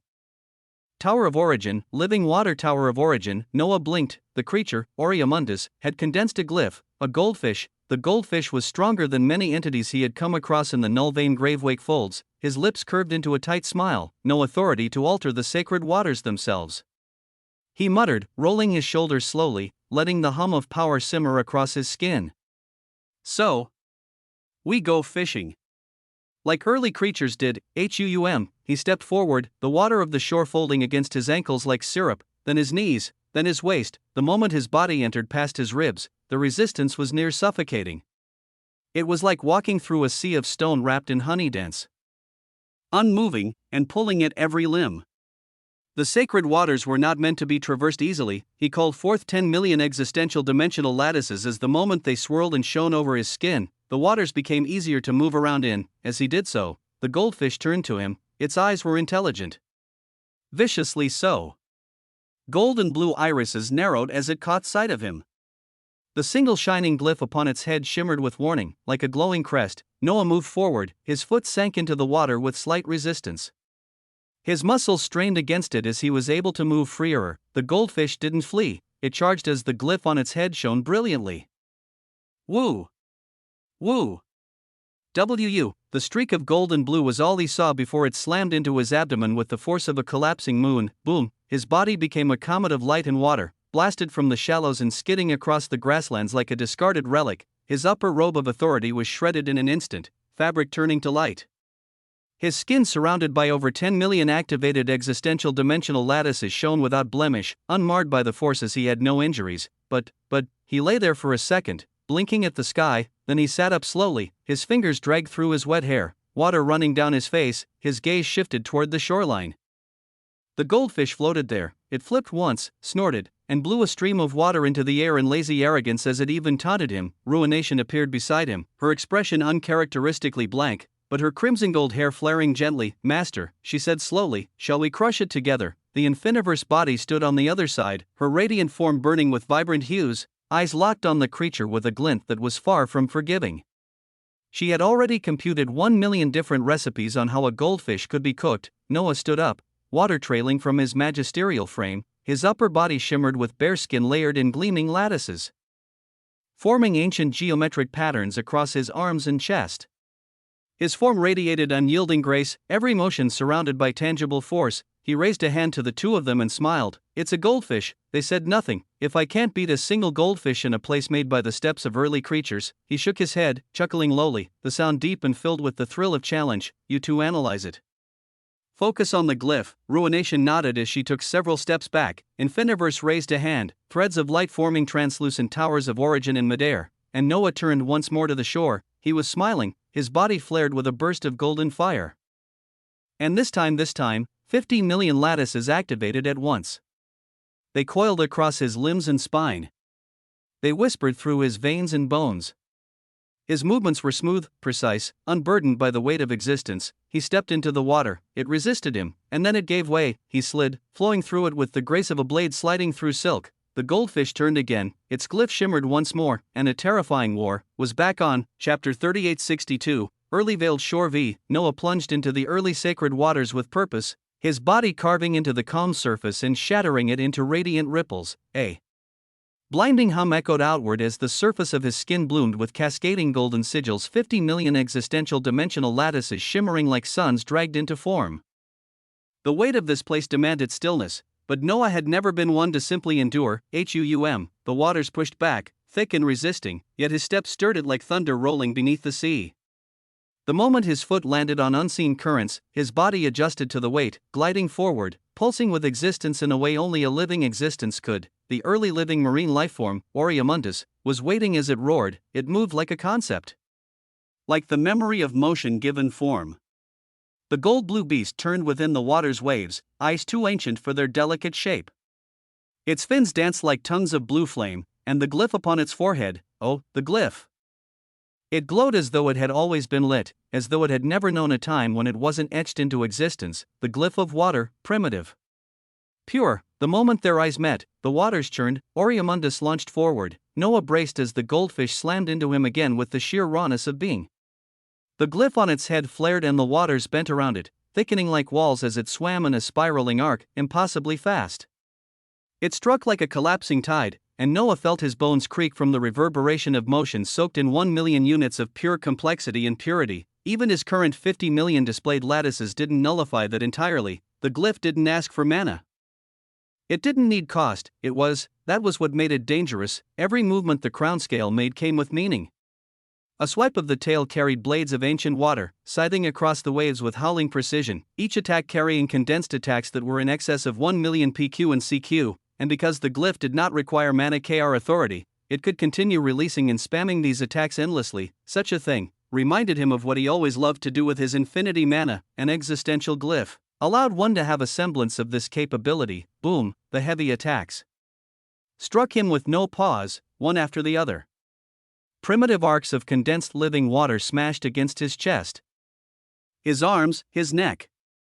They cracked against the armorless brilliance of his skin, each one echoing like war drums against the walls of a primal temple. He swam, twisting through them, slipping under the gouging force of hydromantic bursts.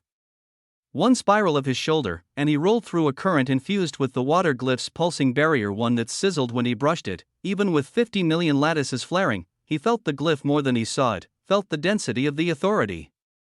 The purity, it was everywhere, and for every brilliant strike Noah dodged, another followed. Another tail whip. Another spiral of condensed seafoam bursting with living authority. For a moment, Noah smiled underwater. His body felt like a brand new item just now being put to use after his elevation. His eyes were alight with something primal. This is what it means to just exist, HUUM. He whispered into the currents, his voice lost but felt in the vibration of his being. The glyph burned again, slamming another wave into him. He flipped backward, catching himself in the curl of the misty tides, floating above the goldfish as he appraised it once more. Oryamundus glared, puffing out a burst of bubbles that shimmered with the glow of a storm. Its arrogance radiated through the sacred silence of the waters, and Noah nodded once, his hand trailing backward. "All right," he said quietly. "I've had enough fun." The air shifted, the water shifted, his lattices surged, one by one, their golden silhouettes multiplied. The resonance of his body deepened.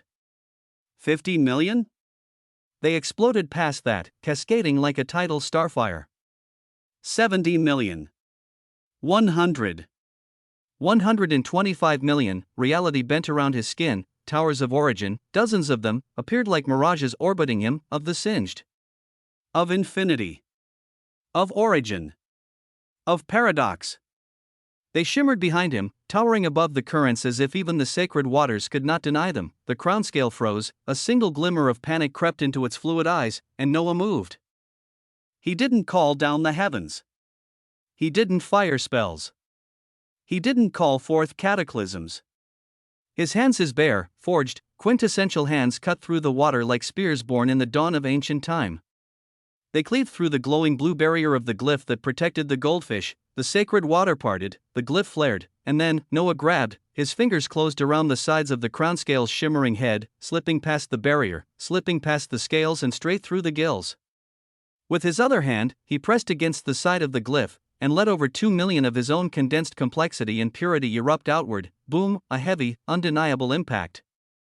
The glyph flickered as the barrier it had shattered, then it dimmed, a breath passed between them, and the water stilled. Oryamundus stopped moving as his hands, akin to spears, pieced into its body with a life of ending everything. Its body gleamed dimly in the sacred light, and Noah gently pulled it toward him, his expression unreadable.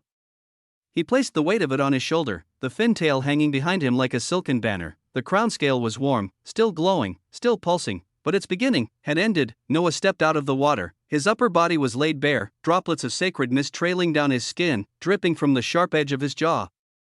From the carved lines of his chest and shoulders, his muscles, adorned in glimmering etchings of lattices, caught the light of the sacred shore with a terrifying beauty. He carried the goldfish like a prize, like a symbol, and in the haze of radiant existence, with mist curling like reverence around his ankles, he looked every inch the early creature this land had asked for. Noah Osmont, an early creature.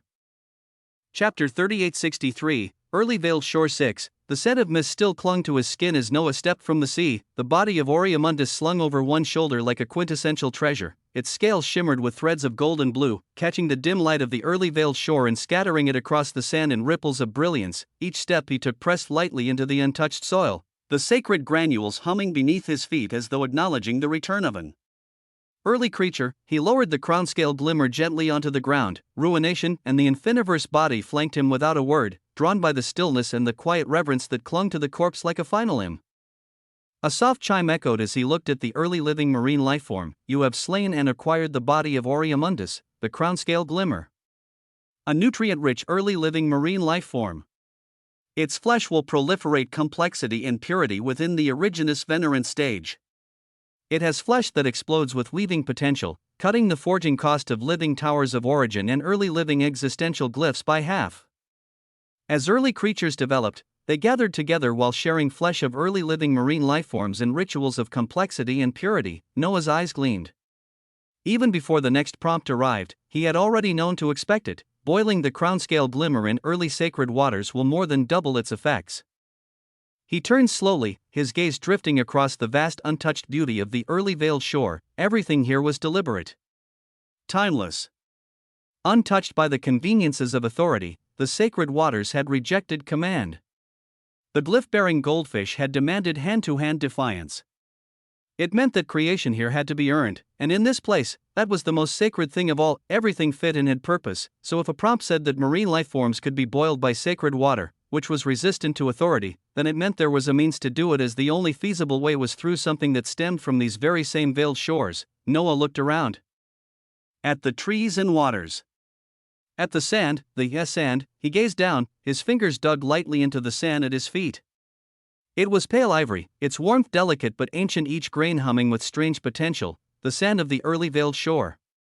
Unique in nature, but malleable for a myriad of uses, he smiled and thought about how he could utilize this to make a tool for the purpose of boiling the early living marine lifeform. And an answer was glassification, he muttered. WAA. The Infiniverse tilted her head with quiet curiosity, and Noah motioned her over. Come. Let's shape the first tool of this place. The Infiniverse body nodded silently as radiance burst from her.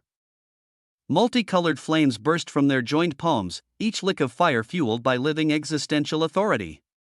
It melted the sand into thick molten threads, glowing like starlit syrup, and then cooled it slowly with precise infusions of compressed continuity. They shaped it with careful strokes, drawing from memory and instinct until something beautiful was gradually born. It did not take too long. The shore trembled. You have created the first artifact of the early veiled shore. Item name: Walk of the Primordial Bloom. Description: a vessel born from sacred sand and shaped by living existential authority. When subjected to heat, it emits early sacred flames capable of cooking any entity originating from the early veiled shore. It was nearly twice Noah's size, its wide crystalline belly glinting beneath the veil of sacred light, the curved edges swirling with faint sigils of purity. He nodded once, satisfied. The Infiniverse carried the glowing wok to the sacred waters and, with gentle reverence, filled it with a scoop of that pristine liquid.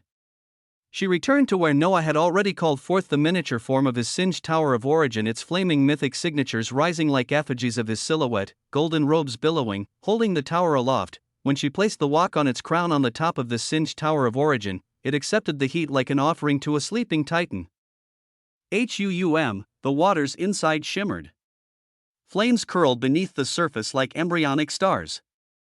A bloom of aurora spread across the surface of the wok, washing the sands in glistening color. Noah exhaled deeply. He turned then, just in time to see Ruination kneeling beside the fallen Oreamundus, her hands pressing down gently against the creature's scaled head. Her eyes blazed, her face soft with purpose. Crimson gold brilliance erupted from her palms, flowing into the corpse like threads of celestial silk. The living origin, Ruination, has made a declaration of living existential proliferation targeting the corpse of the early living marine lifeform. The light twisted, condensed, and split. When it faded, two new bodies lay beside the original, each the same size, slightly different. Their glyphs pulsed quietly beneath scaled skin. Noah approached, placing a hand atop her head as her eyes closed with contentment. Well done, she smiled faintly, her pride silent but tangible. With glory, he lifted the original crown scale and placed it into the wok of the primordial bloom. The moment its flesh touched the warming sacred waters, a sound like soft bells rang out like chimes of a forgotten age. From the bubbling surface of the wok rose the most intoxicating aroma he had ever known. It was sweet, yet deep. Rich, yet light. It shimmered with notes of purity, of complexity, like essence itself had been distilled and folded into steam. The scent swirled with living origin authority, wrapping around them all like a blanket of early memory. Ruination and the Infiniverse moved closer, their expressions growing solemn. Noah sat, legs folded, bare chest still glinting with drying sacred droplets. The firelight danced along the lines of his body, casting his form in a warlike serenity. He asked, "Have you both studied the glyph formation method?" They nodded in unison. "Then let's begin. If we get stuck." He gestured toward the steaming wok, his smile edged with silent wonder. "We'll have a little help here soon." He closed his eyes. The world narrowed to the rhythm of his breathing, the methodology to form an early living existential glyph, each one requiring 1 million PQ and CQ. Inside him, his lattices shimmered like stars caught in a net. His complexity and purity rose, coiling, converging. He summoned it all toward a single point above his brow, and there, a singularity began to bloom, a seed of something old. Something lost. In the background, the early sacred flames continued to burn, and the scent of divine nourishment deepened. Sitting in the midst of it, Noah could not help but feel a sense of fulfillment and happiness, as if a level of peace he always sought was being achieved in a way he did not expect in this early veiled shore. As wonders bloomed in the center of a wheel of existence, in another corner of the null-vein gravewake folds, in a certain prison, Thoron was returning towards the wriggling inevitability that he had left to devour prisoners, his expression that of many complex possibilities as he had received shocking boons for his information about Ozymandias. Now, if they also knew of his identity as Noah Osmond, if they knew this other part of him was likely in these very same folds and not protected by living paradoxes, but he would not give them everything. Well, maybe not now, he smiled gleefully as he went forward. In the distance, the wriggling inevitability was silent. Still, in the depths of its being, common silent eyes were watching the coming Thoron as he had no idea, eyes that at this moment had a living seed blooming as they fed from an inevitability allowing for impossible things to occur as a silent aura of living was blooming, an aura of purpose and beginning as at this moment, it would strike to change everything. Chapter 3864, Glyph. In the paradoxical prison, the silence was always a horror. The coffins had been torn wide open, their bindings unraveled, and the entities once trapped within were nothing more than vapor and digesting resonance. Mighty beings, some marked by the gleam of primarchy, others holding the flickering grandeur of originous venerant distinction, all gone. Consumed, what remained of them pulsed like distant echoes clinging to the moist walls, and at the center of the room, it writhed, the inevitability, a mass of ever-churning tentacles, multicolored and immense, pulsing with the vibrant horror of finality. It shifted with slow hunger, each limb glowing in impossible hues, feeding upon the residue of power it had been given. Scraps of titanic existences torn from their chains and devoured as if they were nothing more than broth. Through the broken arch of the prison's gateway, Thoron entered, his eyes sparkled with wild delight, dark robes tattered and dusted with particles of golden matter. He floated lazily forward, his mouth stretching into a smile as he approached the wriggling mass. "Miss me?" he asked, voice light, almost fond. He extended a hand toward the throbbing surface of the inevitability, fingers glowing with a faint obsidian light of finality, but the reaction was immediate. Boom, a light blazed from the inevitability, pure and monstrous, and in the next instant, thousands of tentacles erupted. They wrapped around Thoron like lovers lost in longing, like a creature reclaiming its own. His expression turned to stone, but his lips still moved in cool brilliance. From within the mass came a voice. Low. Steady, yes, it said, it has missed you greatly. The words were soaked in layered meaning. Each syllable crawled like worms over flesh. So much so, the voice continued, that from now on, you will never be separated again. Thoron stilled, then, slowly, he turned his head and narrowed his eyes. Little Bobby, at the center of the inevitability, something began to rise. A silhouette formed in the heart of the tentacles, light and shadow coalescing. A figure emerged, stepping out of the wriggling heart. Bob, his form now shimmered in stellar obsidian. A celestial presence cloaked in restrained sorrow. Behind him, wings of shadow and starlight unfolded, four pairs, black and white, stretching with the dignity of glory. Halos hovered, dense and quiet, orbiting his head like ancient judgments. You shouldn't be aware, Thoron muttered with a sense of confusion. You shouldn't be this. Bob's voice was soft, yet it carried like a glorious hymn. You're right. I shouldn't. He turned, fully revealing himself as the one who had forced the exchange, switching places with Thoron, who now found himself being pulled deeper into the core of the inevitability. But I discovered something. He paused, eyes simmering with weary wrath. Inevitabilities crave living existential authority more than anything else. Thoron's face twitched. For the first time, true surprise glimmered there. That's impossible, he said flatly, sharply. You had no pathway, no weavings left. There's no way you could have attained any possible authority. Much less living existential authority. That approaches foldless ones. You cannot just have randomly gained a power I have been chasing long before you were born. A sense lividity now burned in Thoron. Bob stood calmly. I didn't obtain. Not the normal way. He turned his gaze back toward the inevitability, its tentacles now tightening around the writhing Thoron, the mass quivering with delight. You used to speak about little fish and big fish, Thoron, his voice cut sharper now, but there was one fish you and I both misunderstood. One that didn't belong in your web of definitions. One that paced the path freely, and left something behind. Thoron opened his mouth. But the words were swallowed by the rising sound of the inevitability's hunger, its roar vibrating through the walls of the prison. You don't know, Bob whispered with venom. how many sleepless moments I spent looking for a way. For her. For my Leora, his feet moved with purpose, passing the writhing cocoon of the inevitability, his steps echoing on cracked stone. At the far end of the inevitability, resting within ruins, it lay, a wheel, obsidian. Massive. Faint and flickering, a dead wheel of existence. Bob approached it with reverent silence, kneeling slowly before its immense bulk.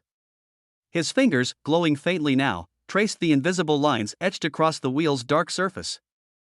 Every ridge was familiar. Every fracture carved into his soul. He stared into its center, into the void where a soul once danced. Leora, his light, broken. Gone. Dead, and yet, he could feel her now. He had kept the wheel hidden. Even as the inevitability devoured all else, he had preserved this. And now, he had what he needed. His hands rose, living origin authority pulsed out. It radiated with warm desperation and boundless power, flowing into the wheel's dormant core. A golden hue surged where the black had once ruled. Within the stillness, something stirred. The remnants of his daughter's soul, for so long unreachable, flickered. Her broken self trembled in the wake of the authority washing over her. Bob didn't dare breathe. He only let it pour out his power, his love, his hope, living existential authority. When it came to dead things, the only thing that could give them life was that which was truly living. He was always looking for a solution, as he thought Noah Osmond would have the key to it. And while he was not led to the loom or anything that terrifying, he was given living existential authority through him, through his entanglement. So at the end of the day, he truly did have the key. A second passed, then another, and slowly, softly, the soul began to shine. Her existence began to return. Tiny sparks glimmered like stars behind clouds, and Bob saw her face forming. No longer a memory or a phantom. A budding spark of real presence. Waking to the warmth of his authority, he let out a breath, knees hitting the floor, tears spilled from his eyes and streamed down the sides of his cheeks. His shoulders shook, and a laugh broke free, quiet and broken, but real. Finally, he whispered, his voice hoarse with reverence. Finally, he leaned his forehead against the edge of the wheel, tears dripping onto its surface, evaporating in golden light. I can save you, little light. His voice trembled again. I can save you, my daughter. The inevitability roared louder behind him, its tendrils tightening around Thoron in ecstasy, as if in exchange for the flood of power it now craved. But Bob didn't look back. His eyes never left the forming light at the heart of the wheel. Chapter 3865, Glyph 2. The dead wheel trembled. Living origin authority streamed into its ancient spokes, flooding through fractured channels like a river reclaiming the veins of a long-dead creature. Bob knelt before it, his body bowed, his eyes unwavering. Each breath was heavy. Each heartbeat carried strain. He was giving living origin authority to what had known only death, but the cost bled through him. His authority was vast, newly bloomed, still unfamiliar in its scope. But it wasn't infinite. It burned hot, radiant with intent, but he could feel the edges fraying. It was not enough, not when what he aimed to awaken had slept for what felt like eons. So he gave more, more than authority. More than essence. He even gave some of the seed of himself, the bloom that had started it all, that singular beginning that marked him as something more than he had ever dreamed. He gave it to her. The inevitability roared behind him, a sound of wrath. A sound of hunger betrayed. It knew, the price Bob had promised was slipping from its reach. The mass of multicolored tentacles writhed violently, slamming into the walls around Bob as it sought what had been denied. But Bob stood firm, his ragged figure shining dimly, barely a silhouette before the towering wheel. Half of his weavings as a newly born living origin were gone. He could feel it. As if his own soul had been torn in two, one part beating gently in his chest, the other pulsing within the obsidian wheel that now shook violently. Then, boom, existence trembled, light spilled out in an incandescent bloom, weaving through every fracture in the wheel of existence. The spokes screamed, then sang, and from the center, she came. Waves of light shimmered into form, and out stepped a figure with tan, caramel skin that glistened as if freshly forged. Her hair, dark and long, rippled with strands of starlight. 3 broken white gold halos floated solemnly above her head, and 6 torn wings, tattered and translucent, fluttered behind her. Her eyes opened. Bright. Piercing. White gold like dawn breaking after endless night. She looked at Bob, and in that instant, an ever-present ache in her chest gave way to a flood of tears. Daddy, the word fell like a whisper, then shattered the silence of the paradoxical prison as she rushed forward. Bob caught her. He staggered but stayed upright, wrapping his arms around her. His trembling hands buried into her hair as she clung to him tightly. her body light but real. Her presence undeniable. A few times, his chest heaved up and down as he squeezed to confirm all of this was real. It was real, right, his daughter. His light. I'm here, he whispered hoarsely. I'm sorry. I'm so sorry. My light. For being weak. For taking so long. Bob felt countless years of pain and death flash before him, and her voice broke as she shook her head, her cheek pressed into his chest. No. I saw it all. I heard everything. You never gave up. You did everything. His fingers trembled over her back, clutching the pieces of her like a father who feared she'd vanish again. The warmth of her soul settled against him, anchoring him for the first time in countless ages. This was it. Everything, but the moment of stillness broke with a hiss. Bzzzt. They pulled apart in instinct as Bob's eyes snapped down. Writhing tendrils had slithered silently, nearly touching Leora's frame and wrapping around her. The inevitability had found her. Its hunger was absolute, its need insatiable. The strands curled hungrily toward the living origin power within her. Bob snarled, his foot slammed down and his hand flared with raw authority as he pushed the tendrils back. No! Not her. The tentacles recoiled, then struck again, but he stood firm, bound. That was the deal. He'd given his power to the inevitability in exchange for its help. It wanted more now. It wanted what lived within her, but how could he allow for that? I made this deal, Bob whispered bitterly. And now, I pay it. To have you alive again, to have you living is more than I could ask for. Leora looked up at him. Confusion and fear trembling in her golden eyes. You can't mean to stay. I'm already tainted, he said softly. Bound to a poison I can't let touch you. You're pure now. You're born again. He looked into her eyes, memorizing every line of her face. You can't stay here. You must go. Tears slipped down her cheeks again. But I just came back, he smiled, a shadowed thing filled with pain and pride. Tired. Weary. But happy, and that's why I can finally let go. Bzzzt. More tendrils snapped, and Bob's hands glowed as he forced them back. His words came quickly now. There's someone. The one responsible for all this. The one who made this possible. He can control this madness.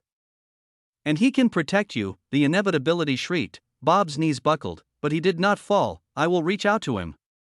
Find him, and he will find you, he breathed.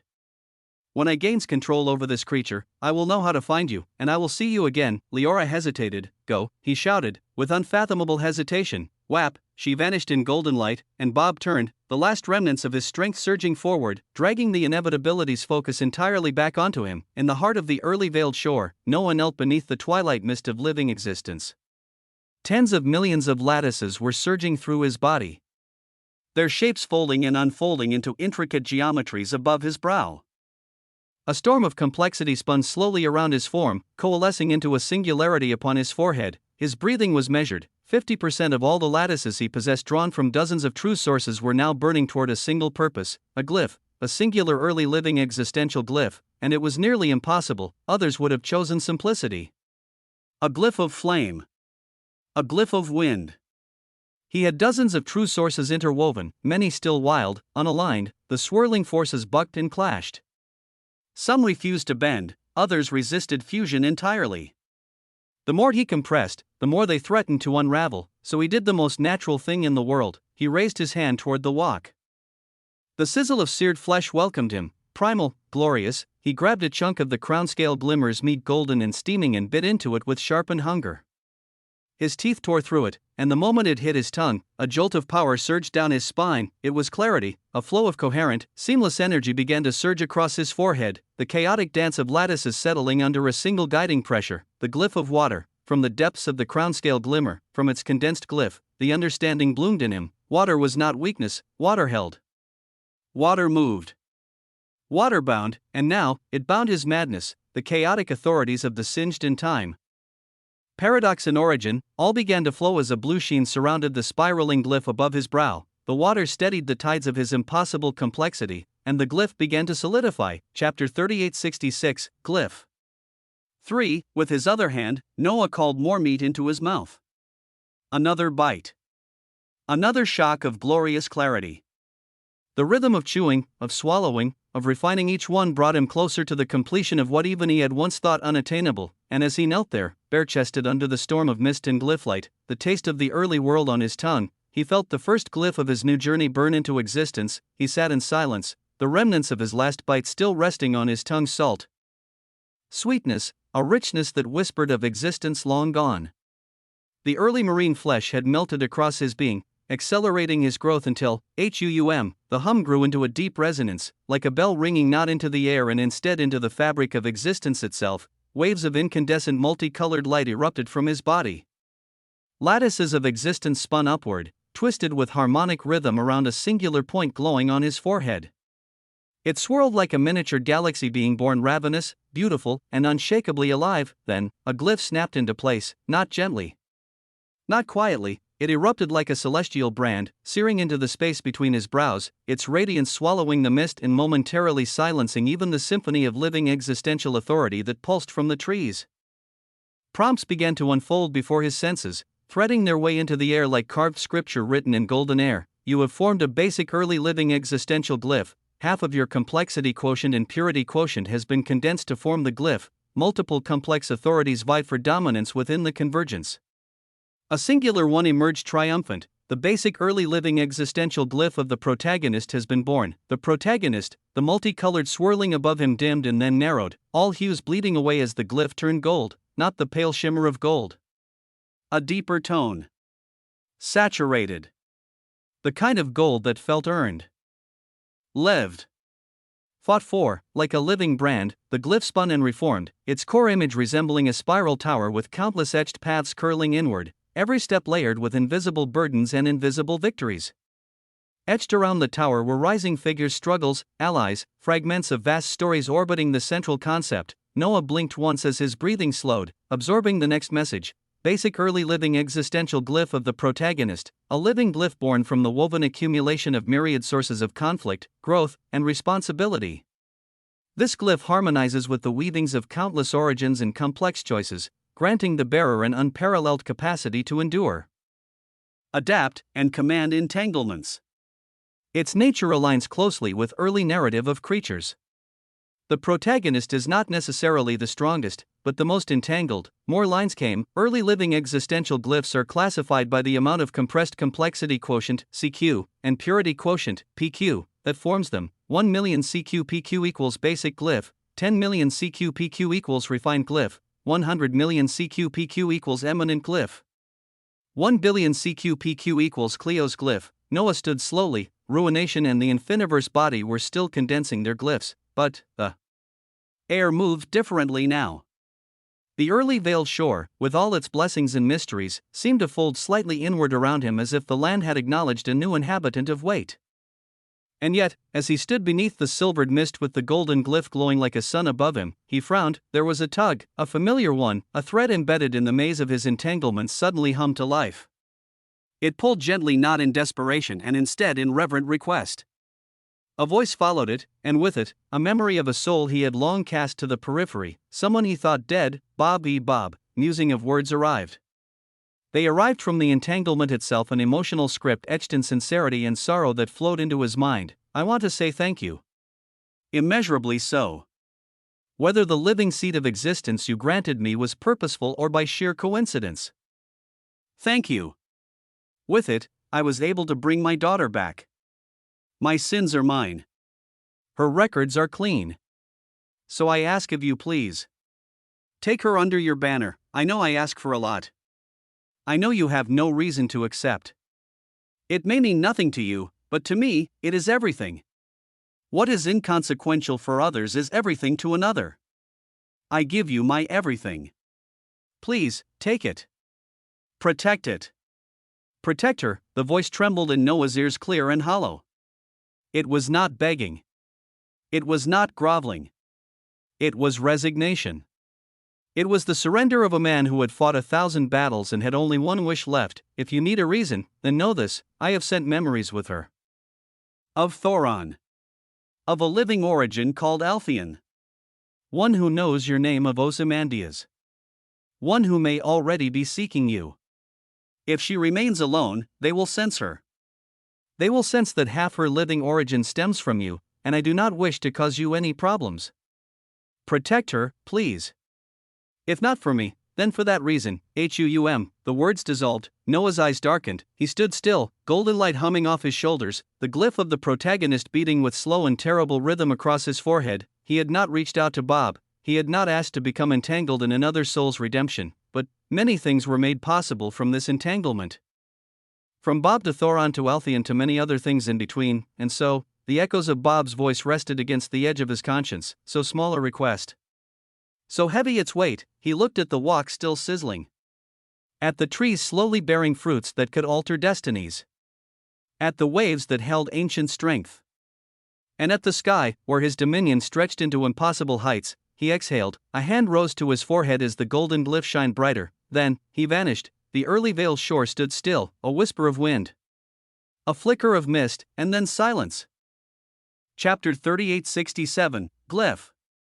4. The null vein gravewake folds stirred with unrest, whap, a crack, subtle but precise, echoed as though space itself had torn at the seam. A ripple of paradox unraveled across the gray-black weavings of the gravewake folds, and from the rent in reality, a single figure emerged, a young woman, tears traced lines down her cheeks, trailing across skin tinted caramel by warmth long lost. Her dark hair shimmered with a sheen of black starlight, and yet her posture held no fragility. Her form was steady, spine straight with quiet resolve as the echo of her voice broke into the folds, Noah Osmont. It was barely a whisper. But it carried through the abyss like a prayer. Her hands curled tightly into fists. Her eyes closed not in defeat and instead in concentration. She wasn't here for mourning. She would not mourn because her father was very much alive. She was here to find him. Noah Osmont. Through the threads of what her father gave her, through the living seed of existence, she would reach him, but as her consciousness turned inward, a deep vibration surged across the fabric of the folds, the vibrations became a drumming pulse. A wave of burning light swept across the tangled gravewake. Her eyes shot open in horror as she felt the pressure behind the light familiar from the memories she was gifted, memories of a living origin that had appeared before Altheon, who was now at the center of an inevitability. Memories of Altheon, her expression became one of resigned and hateful horror, the white light tore open the folds like paper. It was pure, structured, and unyielding. It rejected paradox, repressed instability. It was the authority of a being who stood above the chaos, who considered all else as lesser. No. Leora's voice trembled, but her feet held steady. Not now. Not after all that. She hadn't anticipated this. Her father hadn't anticipated this. She was supposed to find Noah first, but existence rarely aligned with hope. Often, it twisted it, when things worked out the way one wanted them to just because they wished hard enough. No. Existence was often disappointing. A shadow loomed. No, a hand. A hand too large to belong to a man, stretching out with fingers longer than omniversal systems. A hand that could cup an entire wheel of existence and crush it without effort. It reached for her. Altheon had not yet arrived fully, but his influence was already warping the region. The light curved, collapsing reality inward. The folds screamed as temporal compression wrapped around the moment. Leora braced, and then, boom, a golden brilliance collapsed the scene around her. It did not scream and nor did not roar. It simply appeared an illusory hand of resplendent gold, interwoven with faint traces of paradox, time, and spiritual threading. It plucked Leora from the folds as if she were a petal in a storm, and she vanished, not displaced. Not moved, gone. As if she had never been there at all. Altheon arrived half a breath later, his vast form coalescing into the fold with celestial fury. Where his hand grasped, there was only emptiness. His senses searched, and he found nothing, except a lingering shimmer of gold, a whisper of unfamiliar power, living temporal authority, a flicker of paradoxical and spiritual weavings interlaced into it. His expression darkened. He roared with a soundless authority that shattered nearby cradlings of space. The light of his body swelled in madness. He sensed it. A brief flash of complexity. How could something so feeble, so pitiful in its complexity outmaneuver him? What is in these folds? Boom. He flung his voice into the grave wake, but silence answered him. Cold. Dismissive, he clenched his titanic hands and sent ripples through countless layers. You cannot hide. You cannot remain unseen, but even as his authority reached out, the truth remained: she was no longer there, far away, in a sanctuary hidden from the watchful eyes of foldless ones, in the very center of the early veiled shore. Boom! Noah Osmond arrived like a story being written into the present. His body spun with bands of gold and silver, his form glowing from the mark etched upon his forehead, the basic early living existential glyph of the protagonist. He had not searched for coordinates, he had not calculated her location with analytical precision, he had simply given a command: bring her to me, and the glyph had obeyed with glorious authority. It twisted the narrative threads of time, pulling upon Chronos and the living temporal authority. It entwined with the flow of living paradoxical and spiritual authority, all bound to his protagonist glyph. The glyph didn't teleport through space, it rewrote it. Prompt after prompt had surged in Noah's mind as he had moved. The set target is about to be locked by a foldless one, far beyond our current strength by a factor of at least 100 times. Combat was inadvisable, a foldless one. They could not match such a being, and so, the glyph of the protagonist pulls upon the living temporal authority, living paradoxical authority, and it pulled from complexity of many things within it with absolutely no cost. The glyph altered time, it altered paradox, origin, and more. It declared that Leora had always been absent from that fold, just a breath away before the foldless one arrived. She was already gone. It rethreaded her story. The protagonist rewrote everything. Noah's fingers reached forward through shimmering gold, and he had pulled. There, softly glowing in his arms like a piece of fragile dawn, was a young woman trembling, eyes wide. Tears fell from her stunned face as she stared up at the figure who held her. And then, target retrieved successfully, all weavings now safely returning to the early veiled shore to prevent any observation or retaliation from a force currently too strong. WAA, the golden glyph pulsed once more on Noah's brow, and the fold unraveled around them. The storm faded, they returned to a world that accepted them. The hush of sacred mist welcomed them back. The radiant walk still shimmered faintly in the distance, its fire undisturbed by the chaos that had erupted elsewhere. As if Noah had never left, he stood with Leora still held gently in his arms. She looked up at him, breathless, crying, and filled with pain. Her mouth moved slightly as if to speak. But Noah, calm and unreadable, met her eyes and gave the faintest nod. The gold faded slowly, and the glyph of the protagonist, still glowing dimly on his forehead, silently affirmed: things were just getting started. Chapter 3868, Glyph. The mist of the early veiled shore clung to Leora's skin gloriously. She stumbled as her feet pressed into the warm, untouched sand, the scent of salt and blooming nature flowing into her lungs with her first true breath as a living existence. The sky above was awash with a dim haze of light that glimmered softly across the water's edge, the entire shore glowing like a sliver of memory, and her body, it thrummed. Her core surged with unbearable warmth and power. The remnants of her father's essence, a gift forged from living origin authority, suddenly uncoiling as her limbs shook from the sheer force of it. Her hands clenched as waves of invisible pressure wrapped around her chest, and in front of her eyes, golden blue prompts began to rise like sacred echoes. You have arrived in the early veiled shore of a consecrated early creature. Due to your distinction as a half-living origin and the nature of this consecrated land, your transformation into a full-fledged living origin is now underway. Your complexity and purity are rising rapidly, blue-bordered words expressing themselves as information?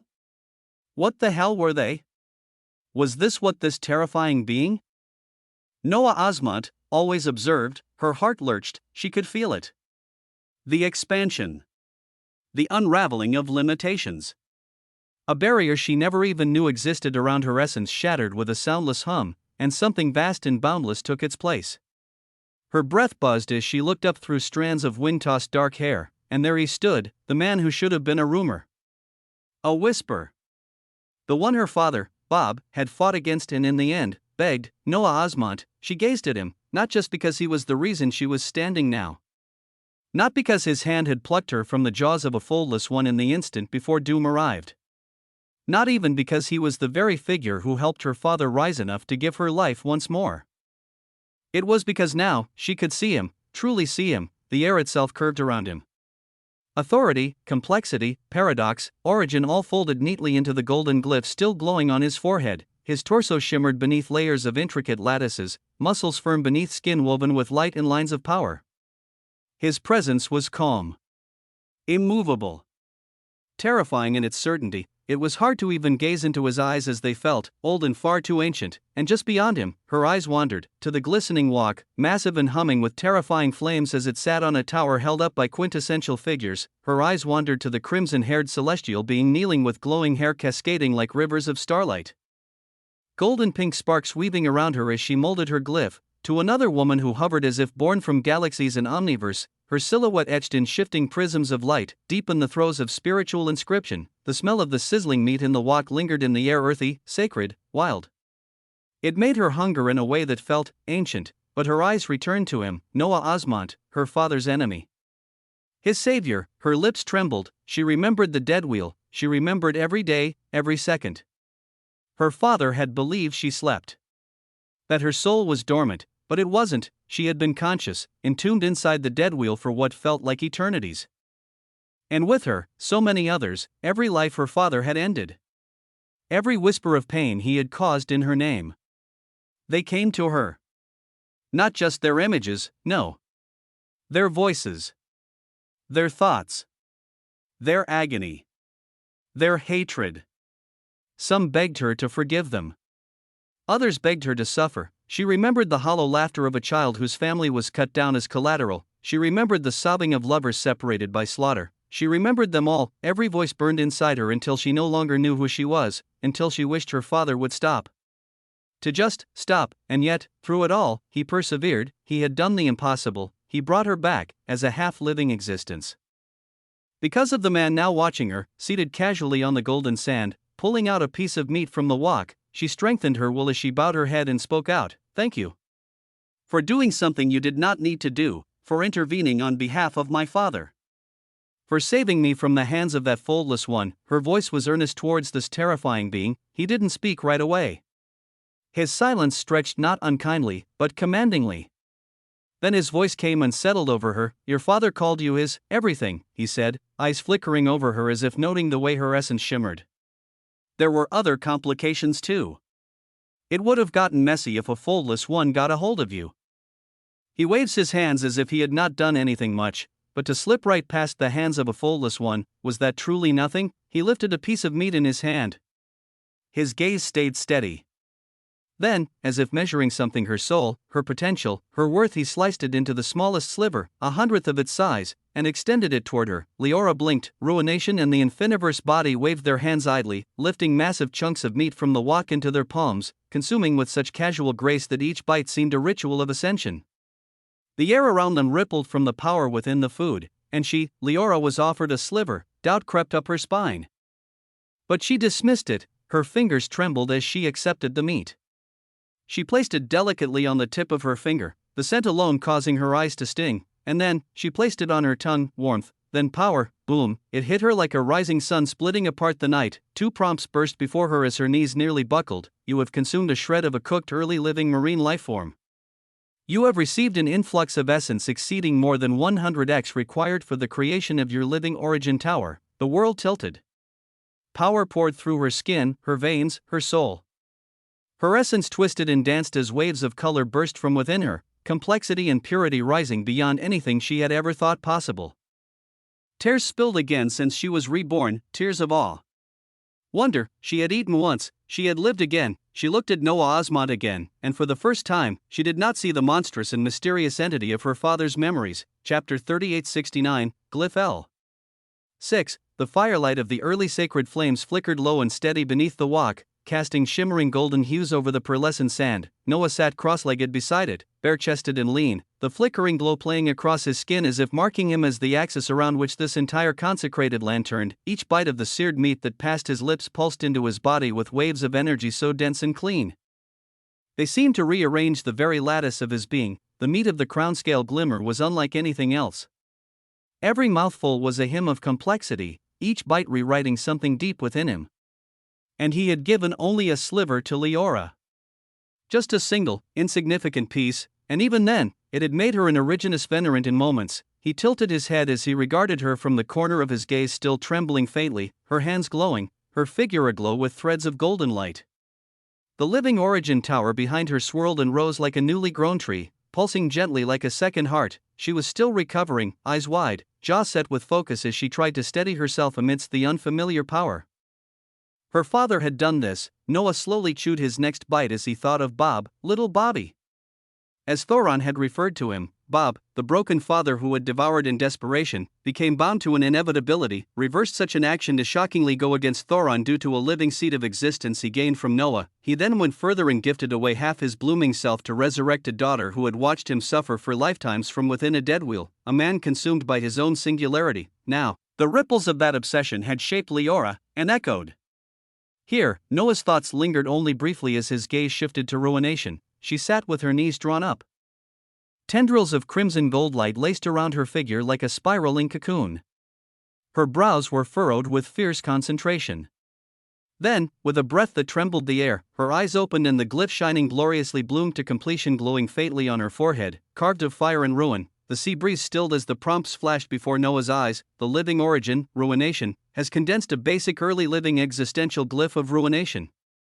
The basic early living existential glyph of ruination draws upon the source concept of total collapse. It emanates living origin ruinous authority at all times, allowing the bearer to unravel the weavings of opposing sources, hasten the decay of lattices, and affix minor ruination traits to actions, speech, and movement. Weavings of ruination are simple but absolute. Destruction, unmaking, collapse, all from mere words, gaze, or simple actions. Noah let out a soft exhale as he observed her. She stood calmly after, the glyph shimmering like molten metal on her forehead. Her presence was darker now, deeper, more settled. There are more avenues opening now, Master. Ruination said without preamble, her voice quieter than before, the gleam in her eye more lethal. My existence is aching to enact living existential affixes, but I want to confirm a few things first. She looked at him like a child asking for permission. Noah gave her a simple smile and nod, a motion that carried all the weight of his attention. Take your time, he said. Nothing here is going anywhere. His voice trailed off as he turned toward the infiniverse body. She remained seated beside the waves, her knees resting in the sand, her hands open and glowing. Her form shifted through colors like liquid refracting starlight. Lattices blinked into and out of existence across her skin, and Noah could feel the weight of her glyph still forming. Like him, she had too many threads. Too many sources vying for expression. She simply needed a little more time, and then, slowly, his gaze drifted back to Leora. She was kneeling now. The storm of her transformation finally waning as the tower behind her solidified into radiant, golden white columns with shifting halos of origin authority. Her skin shimmered with health and exhaustion, her eyes wide and watchful. When she bowed once again, it was less rigid. Thank you again, she whispered. Then, hesitating just long enough for the weight of her next words to build in her chest, she added, I know I'm in no position to ask this. But as a daughter, I must. I know what my father has done. I know how you see him. But if there is any way at all that you could help him. If you could, free him from the inevitability he is bound to. It's a dreadful and horrible thing to be near. She faltered, her voice trailing off, her jaw tight. Noah listened in silence. He did not blink. He simply looked at her. Then, he turned his eyes back to the wok and casually lifted another piece of meat. His voice, when it came, was quiet and steady. He spent years using any means to reach you. Now that you're saved, he said, lifting the meat to his mouth, you're trying to use any means to save him. A pause followed. What a pair of father and daughter. He murmured. Leora swallowed hard. She didn't speak. Not because she didn't have words, but because she knew none of them could stand against what he was saying. None of them could justify what her father had become or did all these years. Noah shook his head slowly. Your father doesn't want to be saved, he said. Or maybe he does, but he knows he cannot be. Not anymore. Not from the memories he shared. He bound himself to that inevitability irreversibly. The flames under the wok flickered higher. The only way I've seen an inevitability end, he continued, voice quieter now, involves its collapses because of that irreversible bond. He turned his head and met her eyes. That collapse would kill him. You would be asking me to kill your dear father, Leora's eyes widened. Her hands clenched around her knees. But she did not cry. She merely nodded, as if her soul had been expecting this answer. Even if her heart prayed otherwise, Noah shook his head and sighed when he looked at her. existence was truly never fair, and always held unfathomable disappointments if one did not take the proper steps. As he thought this, bzzt, a prompt appeared. The number of complex lifeforms within the budding shore has increased. With the emergence of early living existential glyphs in some lifeforms, the frequency of high-grade early living marine lifeforms being drawn to this consecrated land has increased. Noah raised his brows, he then smiled, faintly. Of course they would come, like moths to flame, drawn by the weavings of primordial shores. His eyes drifted upward toward the edge of the shore. Where the mist curled tighter, let them come. He wanted to uncover all the secrets of this place that seemed to hold endless possibilities. Chapter 3870, Arrival of Living Existences. Noah opened the small panel floating quietly before his eyes. The glyph on his forehead pulsed gently, a beacon of gold that hummed like a second heartbeat. As he studied the familiar lines, a small breath slipped from his chest. Noah Osmont, early creature, 81 drops of blood, early living existential glyph, protagonist, basic, 1x, complexity quotient, CQ 1,680,000, 2,370,000, SU, purity quotient, PQ 1,860,000, 2,580,000, SU, approximate collective complexity and purity, 3,900,000, inclusive of CQ. PQ, glyphs, true sources with towers of origin constructed, 135, total existential dimensional lattices, 164,583,094, collective total resistance, 1001%. He tapped his fingers against his knee thoughtfully. The numbers didn't lie. To forge his glyph, he had drained 1 million CQ and PQ, half his total power, and wrapped forehead with 50 million lattices just to keep it from collapsing. And now, his lattices had returned. His CQ and PQ had surged. Not only had he recovered, but he had grown. By consuming the roasted flesh of the crownscale glimmer carefully, patiently, in addition to the terrifying power that the early living existential glyph itself brought, he had recouped his losses and then some. The glyph had not weakened him, it had elevated him. Even more staggering was the number of his towers of origin. 135. Each a spire of conceptual resonance, a monument carved from the true source it embodied. His will is glorious atlas, spun with completeness, its many spokes shining with unquestionable glory. He exhaled slowly, the warmth in his lungs spreading like a slow tide. This growth wasn't just power.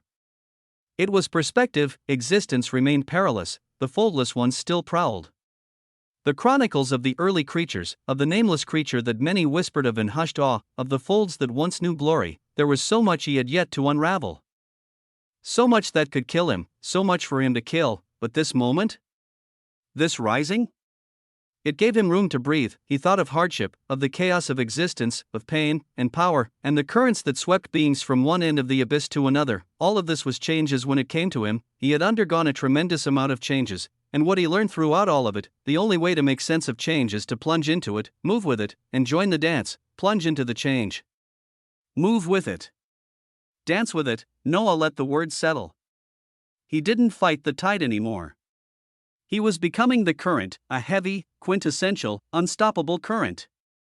In the Nullvein Gravewake folds, the silence was far from still. The folds rippled like breathing parchment, lightless and bottomless. At their center stood Altheon, his body resplendent and towering, radiating an authority that bent time and existence itself. His 6 white gold wings beat in slow rhythm, the halos above his head spinning soundlessly, yet even he, for all his might, could not grasp where she had gone, the girl with the scent of a living origin. Taken from beneath his gaze like a mote of dust whisked away by sunlight, it was impossible, and yet, he clenched his jaw, frustration simmering beneath his celestial skin. If she was still in these folds, and she had to be, then whatever had taken her had done so not with overwhelming power, but with an artful sleight of hand. He, a living origin, had fallen for a sleight of hand of someone whose complexity was incomparably weaker. Living paradoxes, no, if they were here, they wouldn't hide. They would burn the folds apart to announce their return. Then what? The air trembled. Reality shuddered as folds cracked and parted, 8 streaks of iridescent light cascading downward like falling stars. Altheon looked up, his wings folding slightly in a gesture of respect, because he was looking at the grandeur of living origins. The first to land shimmered with an otherworldly intensity, its form that of a great turtle. Its shell gleamed with layered runes of white and gold. 9 heads craned with solemn wisdom, each bearing 6 halos. Its movements were glacial. Measured, Varelian, Altheon said softly. The ancient living turtle of 12 epochs dipped its many heads, acknowledging the gathered power. the others arrived in measured strides and flares. Sheinara, Alfion's companion from the labyrinth, stepped forward, her starlit hair flowing behind her. Beside her came others, some in humanoid form, some clad in scales, others simply radiant ideas clothed in temporary shells. Alfion didn't waste time. He relayed what had occurred. The flash of golden light. The presence of corrupted living origin authority. The disappearance, and more quietly, what he had sensed with the wild activity of existential authority that made all weavings of the folds even now vibrate with activity. Varelian's 9 heads stilled, each one turning ever so slightly toward the silent folds. He spoke, his voice emerging not from any single mouth, but from all of them at once, a harmonious resonance. Spread out. Take your stations. Search every wheel of existence. Living. Dead. Dying. Forgotten. Unwritten. Discover how a paradox such as the one we saw had emerged. The wind grew heavy. Trace the steps. Understand the source. And if living paradoxes are present, do not engage if you cannot endure. Call for aid. But know this, his heads rose, eyes like dimming stars, they will come. The fact they have not yet is concerning. The gathered living origins nodded. Some disappeared in streaks of light. Others in silent inversions. A few in spirals of conceptual collapse. Soon, only Sheinara remained beside Alfion. She studied him. The tension in his shoulders. The tightly drawn wings. The shift in his gaze. What is it? She asked. Alfion did not answer immediately. He stared into the dark, into the place where the girl had vanished. In that moment, he remembered what he had felt. Living temporal authority, living spiritual authority, living paradoxical authority, together. Bound not in struggle but in harmony, he closed his eyes. He would understand this himself before speaking it aloud. The implications were too vast. Too unmoored. It's nothing, he lied, and turned away. Chapter 3871, Bloom. When change came, one needed to move alongside the change and dance with it. That was how Noah chose to exist now, not in defiance of the current or submission to it. Instead, he had to be in that in-between place where motion met mastery. Where understanding bred direction. The wind across the early veiled shore was soft and wide, like breath rising from the lungs of existence itself. He stood still, feeling it, letting it rustle his wild hair and settle against his bare shoulders, eyes lingering on Leora. She still knelt where he'd left her, face furrowed in the subtle pain of rapid change. Her tower shimmered behind her, young, beautiful, trembling beneath the weight of a newly awakened origin. She didn't speak as he approached, but the worry in her eyes said enough. Your father will be all right, Noah said. He's one of the most obsessed existences I've ever seen. As I'd say, he'll eventually find a way to overcome the inevitability. Maybe even master it. Leora's brows pulled inward as she listened attentively. You were lucky, he added, tilting his chin toward the shimmering blue mist surrounding them. Very few even glimpse a place like this, let alone step foot in it, and here you are. If you want to be useful, help it thrive. She looked at him now, unsure. He met her gaze calmly. Use the sand, he said, being more direct as he pointed to the ground. Turn it into glass. Make a few tools. Then use the tools to take the water you see in those shores and feed the 3 trees over there. He pointed to everything as if he just got a worker who would tend to this glorious garden, and Leora, Bob's daughter, hesitated only a breath before nodding. There was something soothing in being given a task. A direction to move. As her tower settled and the living origin within her weavings began to solidify, she turned downward to face the sand. She raised her hand, white flames flickered from her palm, delicate at first, then brighter, hotter. The sand did not yield easily. Its grain shimmered with dormant authority, dense with the residue of early time. It pushed back. It resisted, but Leora pressed forward. And Noah left her to it. He turned toward the edge of the mist, toward the place where the shore dissolved into that strange, persistent fog. He lifted his hand and tapped against the veiled membrane. The fog twisted aside like a curtain, a narrow pathway forming in its wake, and from its end was the scene leading out to the infiniverse wheel of existence. And at this entrance, a familiar warmth poured through. She walked slowly, as though unsure of what she was seeing. Golden light behind her and clear sands before her. Just what have you found now? Amelia Osmond whispered, stepping barefoot onto the sand, onto the early veiled shore. But the moment her toes kissed the surface, her body trembled. Light burst from within her. Noah was there instantly. His arms caught her as her knees buckled and her weavings bloomed. The living seed of existence that had slept within her bloomed in response to the land itself. Just by stepping into the early veiled shore, she was granted the distinction of a living origin, and so would all others that followed. The prompt floated before his eyes. The population of the budding shore has increased to 5/25. He smiled at it, gently helping his mother into a seated, meditative position on the sand. The mist behind him still shimmered, and soon, one by one, others began to appear. First, Adelaide. Her glacial hair danced like wind-stirred snow, her hand fitting easily into Noah's. When her foot touched the shore, she gasped. The transformation began again. Her body flared with waves of shimmering resonance as the process of becoming a living origin overtook her. Noah held her steady, guiding her down beside Amelia, his fingers brushing her wrist with silent reassurance. Behind her came Henry, then Barbados. Then the other queens of the Infiniverse, then Kazuhiko, the great beyonder, and even the prideful Emperor Penguin, waddling forward with silent curiosity. Each one was changed the moment they arrived, each one became something greater, each step into the shore shifted their existence fundamentally. The prompts came in waves as they passed: population, 6/25 population, 10/25 population, 20/25 population, 25/25, and when the maximum number was reached, the land responded. The trees shook gently in the distance, leaves brightening from deep emerald into translucent golds and ambers. The sand pulsed faintly beneath their feet, a steady rhythm like the beat of a distant heart. The sacred waters rippled outward even without wind, reaching for every new form of life that had joined the shore. The early veiled shore welcomed them, and Noah, standing at its center, smiled quietly. The mechanism was clear now. The more complex beings he brought, the faster the shore would bloom. He stood still as the prompts bloomed before his eyes soon after, each one cascading in layers of radiant script, each pulsing line a ripple across his mind. The number of complex lifeforms within the budding shore has increased. The maximum number of individuals that can occupy the budding shore has been reached. He didn't need to glance behind him to know that more were transforming. The golden light suffusing the sands was enough. It reached the trees, the walk, the sacred waters themselves, and as he observed all of these, another grandiose prompt came: a required condition has been triggered. Subsequent conditions to advance the budding shore of the early veiled shore to become a blooming shore are now known. Noah exhaled with quintessential glory. The gold-lined prompts that followed THR1 before felt heavier. As if the words themselves carried weight in their curvature, they dealt with conditions to advance the early veiled shore. To elevate to the blooming shore: 1. Reach the population requirement, 25/25. 2. Obtain and defeat an early living marine lifeform holding a refined early living existential glyph.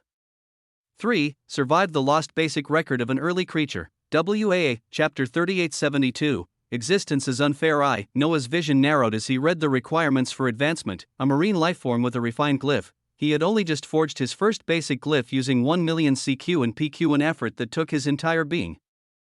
A refined one would require 10 million. And that was just to form.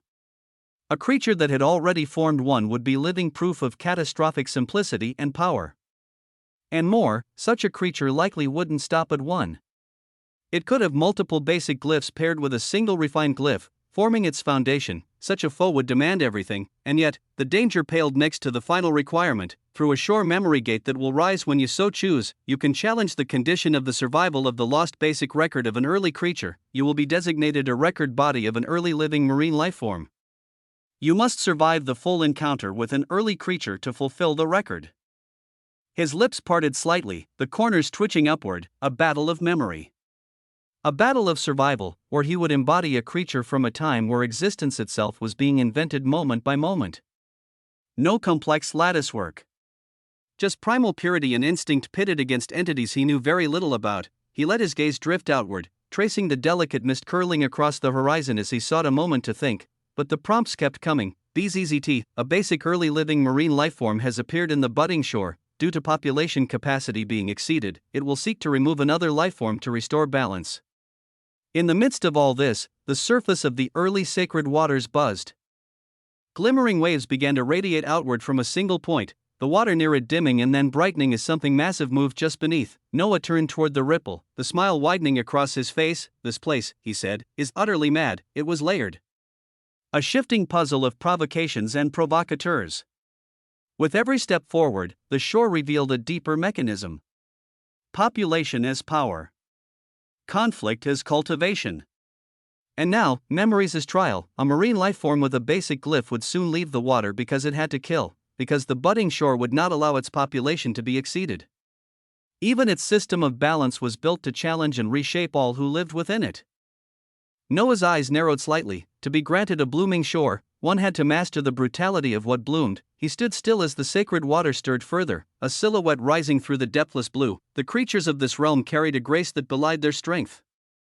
Their intelligence shone not in language, but in precision calculated strikes, terrifying defense, and unwavering tempo. And this one would be worse. He could already feel its glyph. He would clash with it soon, but not just yet. Instead, he looked up, far past his infiniverse wheel of existence, far past the null vein gravewake folds, toward the golden strata of the transcendent paradoxical folds. And nestled there, within a Dyson singularity, was her, Moraine, a terrifying foldless ones of power and knowledge exceeding his by a lot. If he was going to survive the lost basic record, if he was going to stand against a refined glyph marine lifeform, if he was going to take the budding shore and force it to bloom, then he needed to understand the early creatures, from the story of the earliest folds. The gold folds pulse like a heart filled with paradox, within the Dyson singularity, beneath lattices of paradox and layered impossibility. A gathering unlike any other had formed. The figures of Etheron and Arizarak stood tall among thousands of other living paradoxes of all kinds arrayed in concentric layers.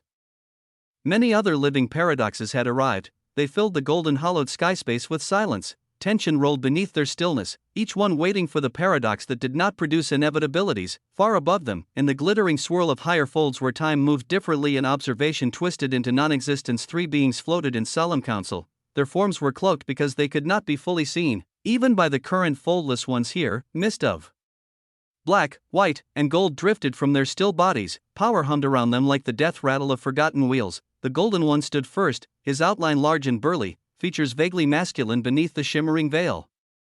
His voice, when it came, was unfathomably heavy. "Honored Davidicus," he said, eyes fixed upon the mist-wrapped woman who floated at their center. "Are you certain of this?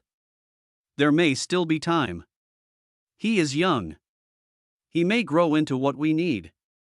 Must we snuff him out now by devouring him, when he may yet be the salvation we lacked?" Horrific words echoed out. His words drifted out like prayers, beautiful, hopeful, and already fading. The figure wrapped in white mist did not move. Her voice was sharp, cut from resolve and cooled by eons of silent reasoning. "Honored Gold," she replied, "you and I both watched as countless paradoxes failed. We saw what came of placing hope in long-dead young seeds. They all knew the path. We know power. We are power. How can we hand over such an important distinction to another?" She turned, her voice laced with something mournful. "Now that a paradox has arisen who does not produce inevitabilities, do you truly believe the others will nurture him? Do you truly believe they will not devour him in silence? It is like a child appearing with a bucket of water that can put out a fire, but they cannot even walk yet. They cannot even talk or understand. We understand. We can take and shoulder that bucket of water. We can begin putting out the fire right now, so why put our hopes on the baby maybe growing up after eons? Not stumbling? Not being eaten by the wolves?"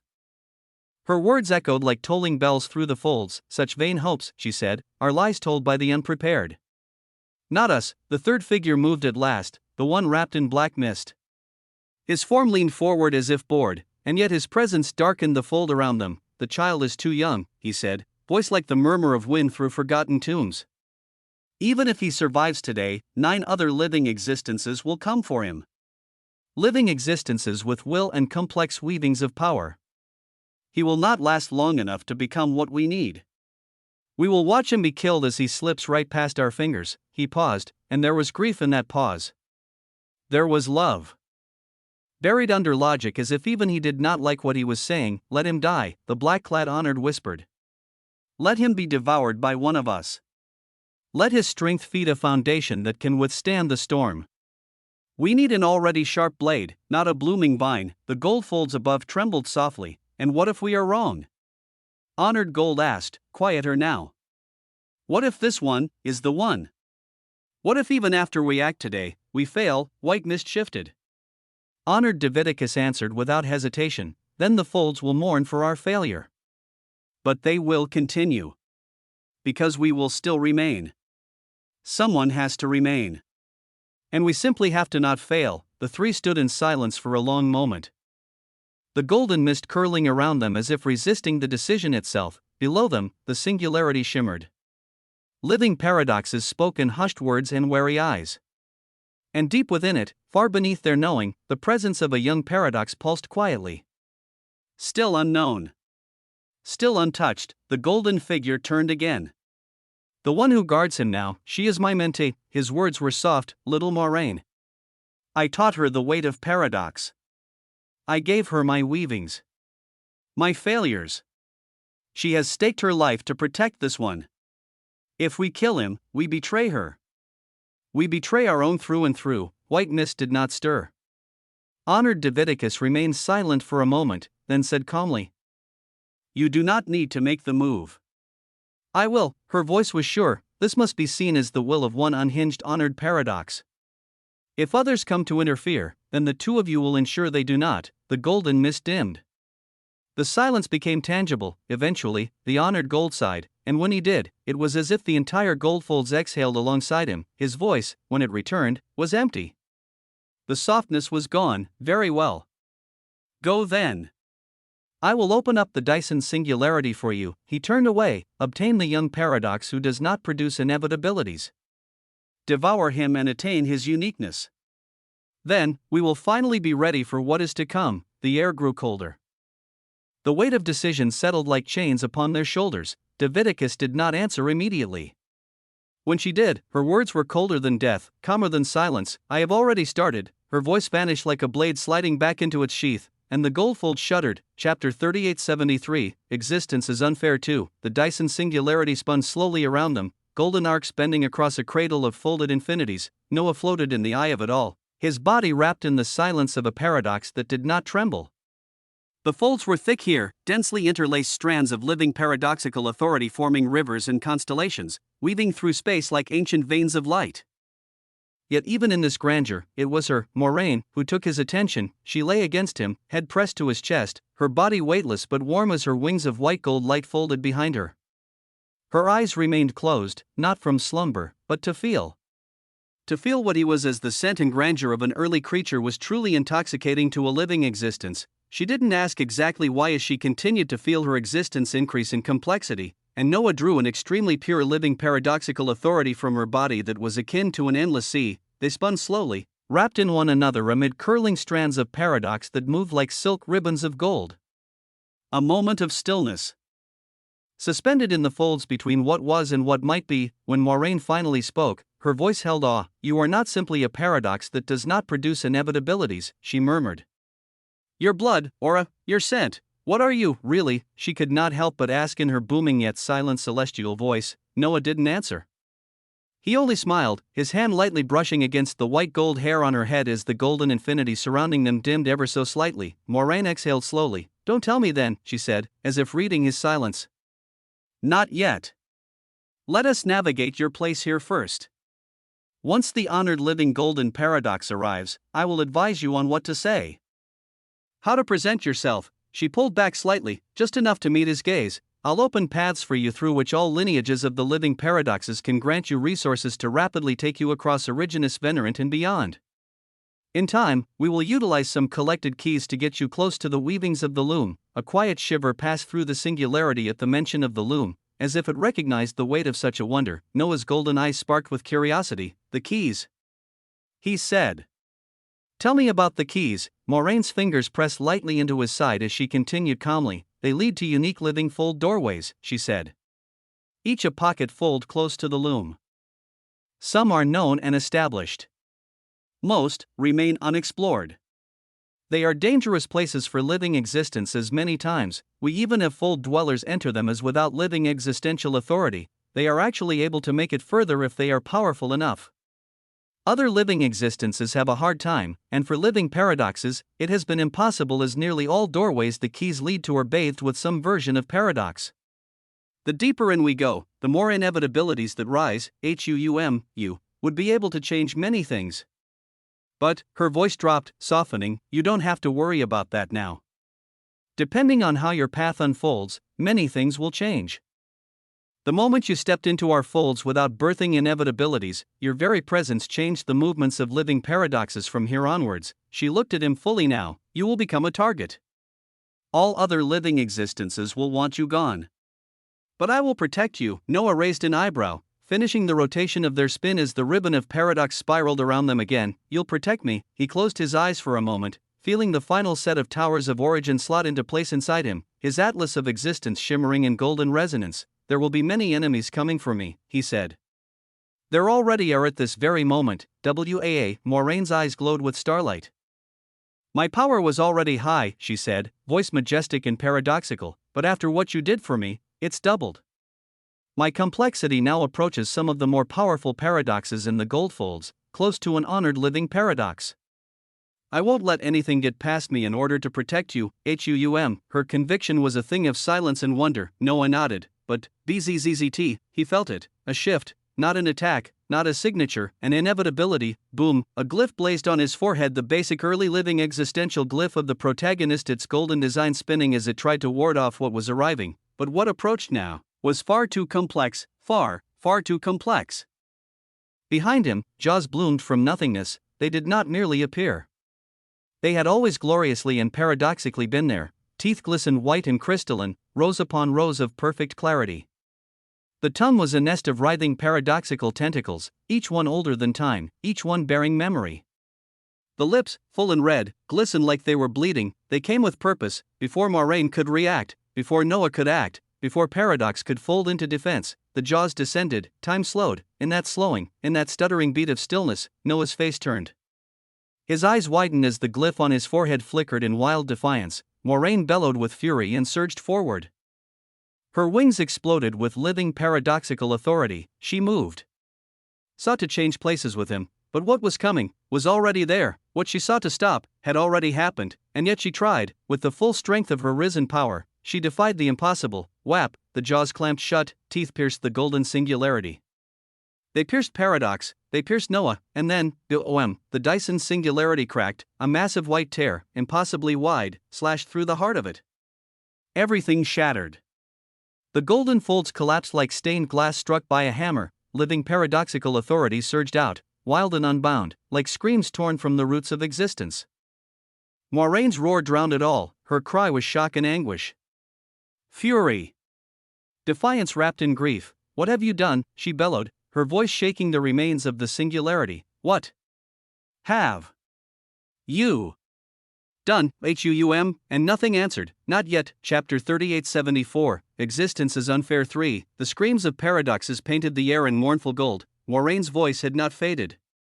Her fury pulsed through the Dyson singularity like the snapping of old omniverse. Her bellow rolled again, not as an echo and instead as a wave, untamed, raw, and resounding. The light of her authority flared in jagged arcs across the fractured folds, gilded strands of paradoxical essence trembling as her silhouette hovered above the devastation. But her figure was broken. Where her lower half had once shimmered with elegance, only white gold flames now danced, licking upward in sorrowful, radiant wisps. She floated half-torn, yet held fast to what remained of him. Noah, cradled in her arms, was a body that barely resembled the one that moments ago had spiraled through folds of golden infinity with her. What remained was little more than a charred chest and his head, the rest, devoured. His expression was frozen in a calm, calculating rage, his golden eyes open, burning like twin furnaces beneath the ruined arcs of his brows. Blood, paradox, and light dripped in tangled harmony where his lower form once began. The air around them wept paradox. Wept, then, boom, waves of howling fury descended as dozens, then hundreds, and thousands of living paradoxes blinked into existence. Their forms spanned from elegant humanoids with flaming halos to beasts of swirling fog and monstrous wings. They formed a circle, vast and unbroken, around the shattered epicenter. All of them stared forward. The white paradox stood among them with a gray, pale expression. Then came the gold. From the folds above, a radiance of complexity descended, a halo of golden mist swirling with purpose, trailing behind it an obsidian flame of equally complex authority. One shone like the sun's judgment, the other like a quiet death that had always been waiting. And they were furious. Well, they seemed to be, anyways. The golden one boomed out, his voice splitting the stillness like a judgment that could not be appealed. Why did you do this? Honored Davidicus, the mist cleared, the attacker stood revealed, a woman cloaked in light too sharp to look at directly. Honored Davidicus, her beauty blinding, her hair a curtain of starlight and snow, her wings, pure white, crackled with paradox. Golden blood lined her lips, which parted only slightly as her tongue ran over them, savoring something none could understand. Her eyes were wide. Dazed, not in remorse, in awe. In astonishing, fervent awe. Around her, white paradoxical fire blazed, spiraling upward in a hurricane of complexity so refined that many of the gathered paradoxes instinctively recoiled. Noah, what remained of him, stared forward, his breath steady, his rage silent. 90% of the existence of Ozymandias has been paradoxically devoured by a type of complexity far exceeding known parameters. 77 towers of origin have been annihilated. Half a drop of the blood of an early creature has been consumed, each prompt etched deeper into his burning gaze, and at this time, more living paradoxes came. A white-scaled serpent slithered through the folds, its body wrapping the void, 9 halos spinning above its head. A tree wreathed in golden leaves descended gently, its branches glowing with wisdom. A man cloaked in obsidian light appeared beside them, his single wing and 9 spinning halos making his presence unmistakable. Honored living paradoxes, they had come in judgment of what had just occurred, and yet even they paused. The fire around honored Davidicus was still growing. Moraine's arms clutched Noah's body closer. Her flames tried to resist the cold of what had been lost. You've gone mad, she spoke out coldly, but her voice rose with every word. Do you understand what you've done, Davidicus? This is the first paradox that does not produce inevitabilities, and you could not see past your own greed and hunger? You, an honored living paradox? Her cry cracked the air. And for a breath, all stood in silence. A golden dome encased the ruin of Noah that she protected. It would take a nanosecond for even an honored living paradox to breach it, and at this moment, the honored living golden paradox floated over. He hovered near, his wings curled in caution, his expression unreadable. He tilted his head as if wondering why Moraine would enact a protective dome around herself at this moment. So he asked, Little Moraine? Her eyes never left Davidicus as she replied to the honored living golden paradox coldly. These are your gold folds, she said. Voice as steady as stone. No other honored paradox may act freely here. I know this better than anyone. Tension coiled like a bowstring, all eyes turned toward the golden one. He sighed, shaking his head. The motion was slow, as though burdened. Moraine's voice echoed again, why? Her gaze trembled. Why choose such a path? There was no answer, only the buzzing of Noah's fragmented weavings, and the steady glow of the protagonist glyph upon his half-devoured brow. Then, Davidicus floated forward, every movement radiated grace and violence. She stood as one born for command, her presence silencing even time. Her voice rang out, slow and low, smooth with ice and steel. It echoed like an undeniable law. Why did I do it? She asked, looking directly at Noah with a gaze that sliced deeper than any devouring flame. Because it had to be done, because, paradoxically, it had to always happen. Her hand rose, flames dancing upon her palm. She looked at Moraine, then back at Noah, her voice tightening with the weight of certainty. I did this, because we cannot entrust the future of all living paradoxes to a child. I did this because none of you here had the will to do what needed to be done.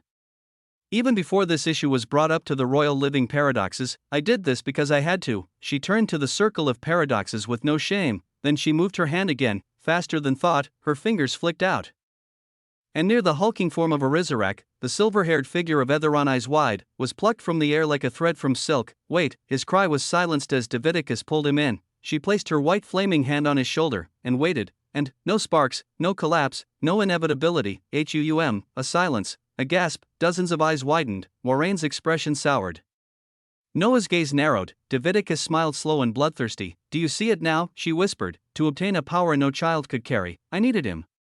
And now I have it. But I need more. Her gaze fell on what remained of Noah. She didn't blink. I need all of him. Her voice turned cold. Tyrannical, AMD undeniable, stand aside, Moraine. Give him to me. Chapter 3875, Existence is Unfair. 4. Moraine didn't move, not when the golden seas of paradoxical authority began to surround her, not when every single living paradox present began to shift in demeanor, not even when the 1,000 protectors that once encircled them with authority pulsing, suddenly quieted and turned still, their complex weavings flickering with unspoken weavings as their eyes turned to Noah. She only stood there, half broken, half blazing, holding what little remained of him. Her arms tightened, her flames trembled. You all do not understand. Someone as old as you should easily see the bigger picture. The rising golden sea churned gently now, but beneath its placid surface was a current of so deep it made her insides burn. The cause: one woman, one voice. Honored Diviticus stood tall amid a storm of reverence and tension, the lick of her white paradoxical flames casting light on all who beheld her. Her wings were unfurled in glory. Her lips curved in the slightest smile. She didn't flinch beneath the weight of so many eyes. If anything, she grew sharper under their gaze. You asked? Diviticus echoed, the words clipped like they was beneath her. You asked why I did this. You say I do not see the bigger picture. She turned slowly, white flames curling off her skin in lazy trails as she held her hand aloft. A single drop of dull gray blood slowly rose and hovered at her fingertip. I give you answers, she said coolly, her voice cutting across the golden ocean like a wire. Little Moraine simply chose to keep them to herself. A pity, really. The drop of blood floated in silence, and then right after it WSS brought out, every living paradox here felt it, a terrifying intoxication, a pull. Deeper than need.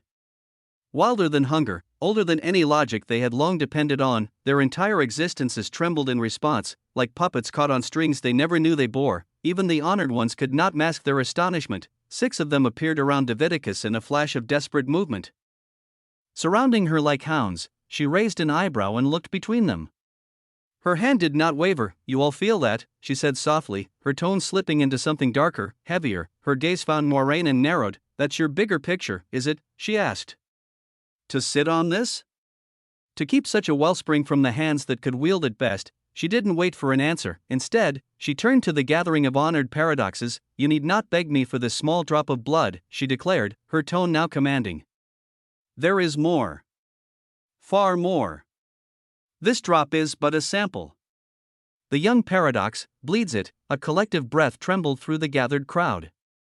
Moraine felt the silence thickening. The shift in loyalty that always came, subtle as a knife. Diviticus continued, voice low but insistent. This is logic, she said. He was a child, barely capable of surviving a single attack from living origin not too long ago.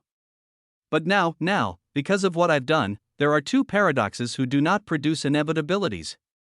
2. Do you know what this means? We are no longer dependent on the uncertain rise of a single impossible anomaly. She raised her chin, her tone deepening into steel. No more waiting. No more gambling existence on the survival of one boy. We can grow now. Multiply. Spread. She turned her gaze to honored gold, her tone sharpening. And with each drop of his blood, we become more. Silence. Again, until honored gold stirred, the golden waters glowed softly around him as he hovered before the paradoxical dome Moraine had crafted in desperation. His expression was calm, unreadable. Only the faintest flicker in his eyes betrayed the storm he carried within. Moraine, with golden eyes burning with flames staining her cheeks, held her silence as the honored living golden paradox spoke. My dear student, he said gently. Little Moraine. If there was ever care in my weavings for you, I ask now, let us see the full shape of this. You say there is a bigger picture, his voice echoed with reverence, but also wait. I have enacted my authority over these goldfolds by spreading out this golden sea. None here can utilize their paradoxical authority but me. There is time now. Time to speak. So speak. Help us understand why you think honored Diviticus is wrong. Moraine's grip on Noah's remains trembled. He continued, you brought him here. You sheltered him. Promised him safety. And now, he gestured to the broken form resting in her arms. This is what remains. It's not fair. I know it isn't. But existence is not obligated to be fair to everyone. Especially when the unfairness of one can mean salvation for the many. His gaze drifted to the white fire dancing around Diviticus, still pulsing with rising complexity. She has become stronger. 25% more complex so far from what I can see.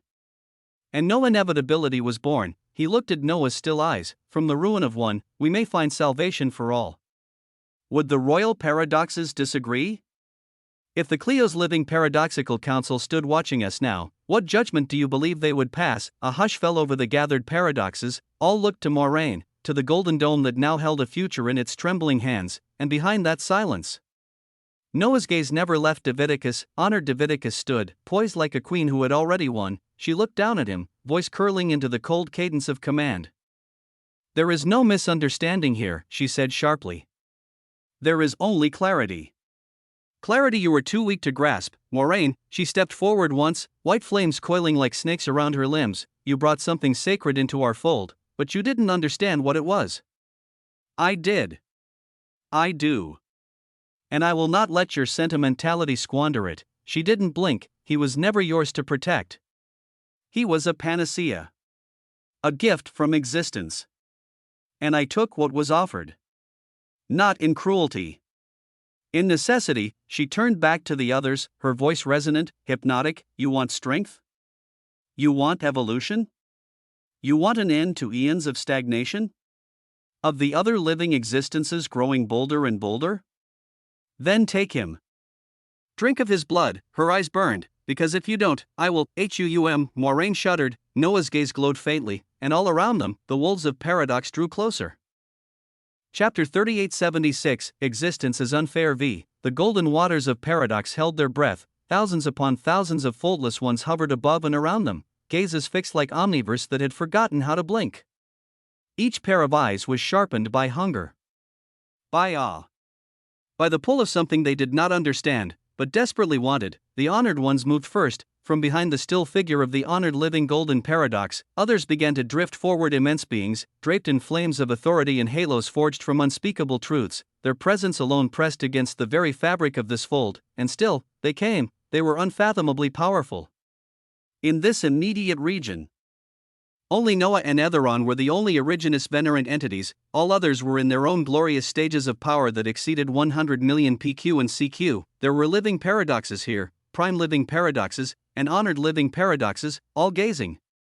The honored ones coming, but as they neared the dome of paradox where he remained, Noah began to laugh, a heavy, booming laughter. It wasn't a sound born of joy, it wasn't mad, it wasn't meek, it was deep and whole. Even with most of him gone, the laugh echoed softly, and yet it rang clear through the hush of the foldless ones, through the golden seas, through the lingering sparks of blood and betrayal.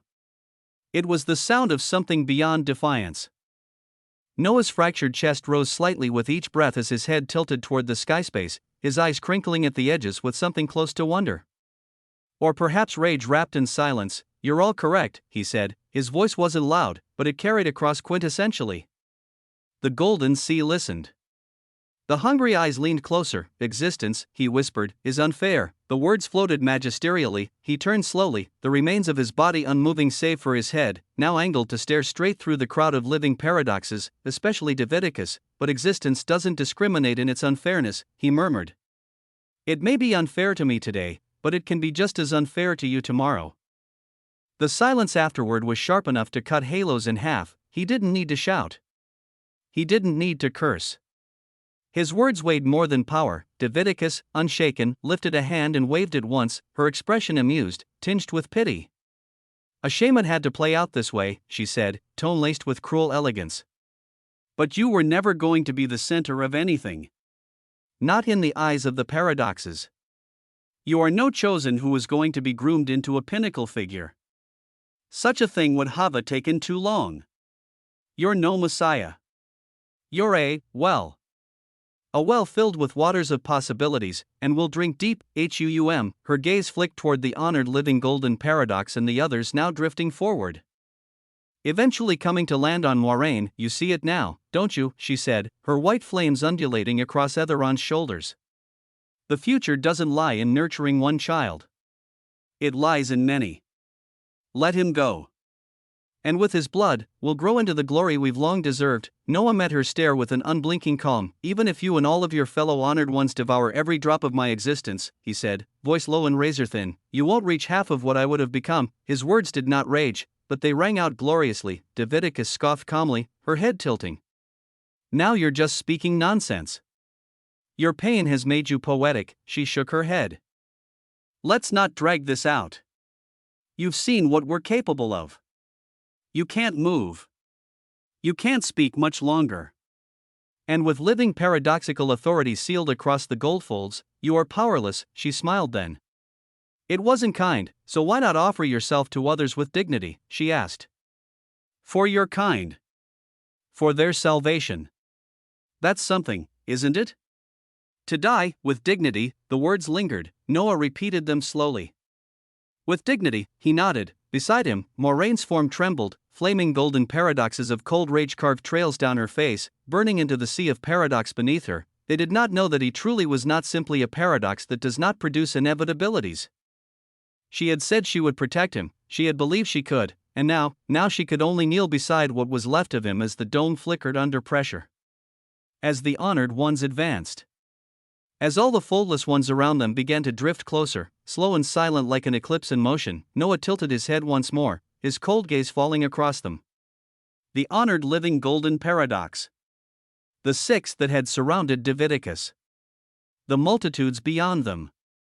All of their shapes burned into the void behind his eyes. I will remember this, he said. Every single one of you. I will remember, Moraine's voice boomed calmly as she rose up beside him. This is not the way. You don't understand what you're doing. WAA, but her words were swallowed by silence. No one answered her, no one stopped. They had already made their choice, and so had he. At the end of the day, it all came down to choices, those damn choices. Noah's final words carried not as a plea, but as a curse wrapped in understanding. Today, existence was unfair to me. But I hope you remember this moment well when it is your turn. When existence becomes unfair for you, and then, a soft chime, living paradoxical authority was not usable under the domain the honored living golden paradox released, but he never had just that. The glyph on his forehead flared, not gold. Not white. Not crimson, silver.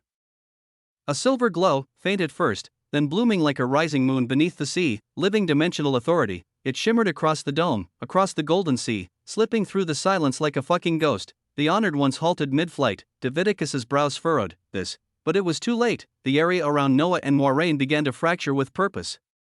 A soft collapse of folded dimensions, layer by layer, peeling back like paper burning in reverse. The golden sea rippled once, and then, pop, they were gone. No eruption. No explosion, just a breath, and then absence. Before the tens of thousands of foldless ones could even begin to react, there was nothing left where the young paradox had stood.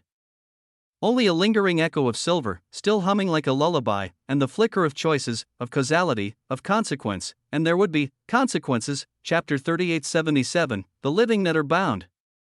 The goldfolds had an unfathomably heavy silence, in a dominion ruled by the will of the honored living golden paradox, where golden seas of paradox stretched out like a glorious commandment. A single truth had always reigned: no living paradoxical authority could be used unless by the honored living golden paradox himself. That truth had been a pillar of control, of order, and of certainty as this heavy ordeal occurred, and then Noah disappeared, the paradox they wanted to completely devour.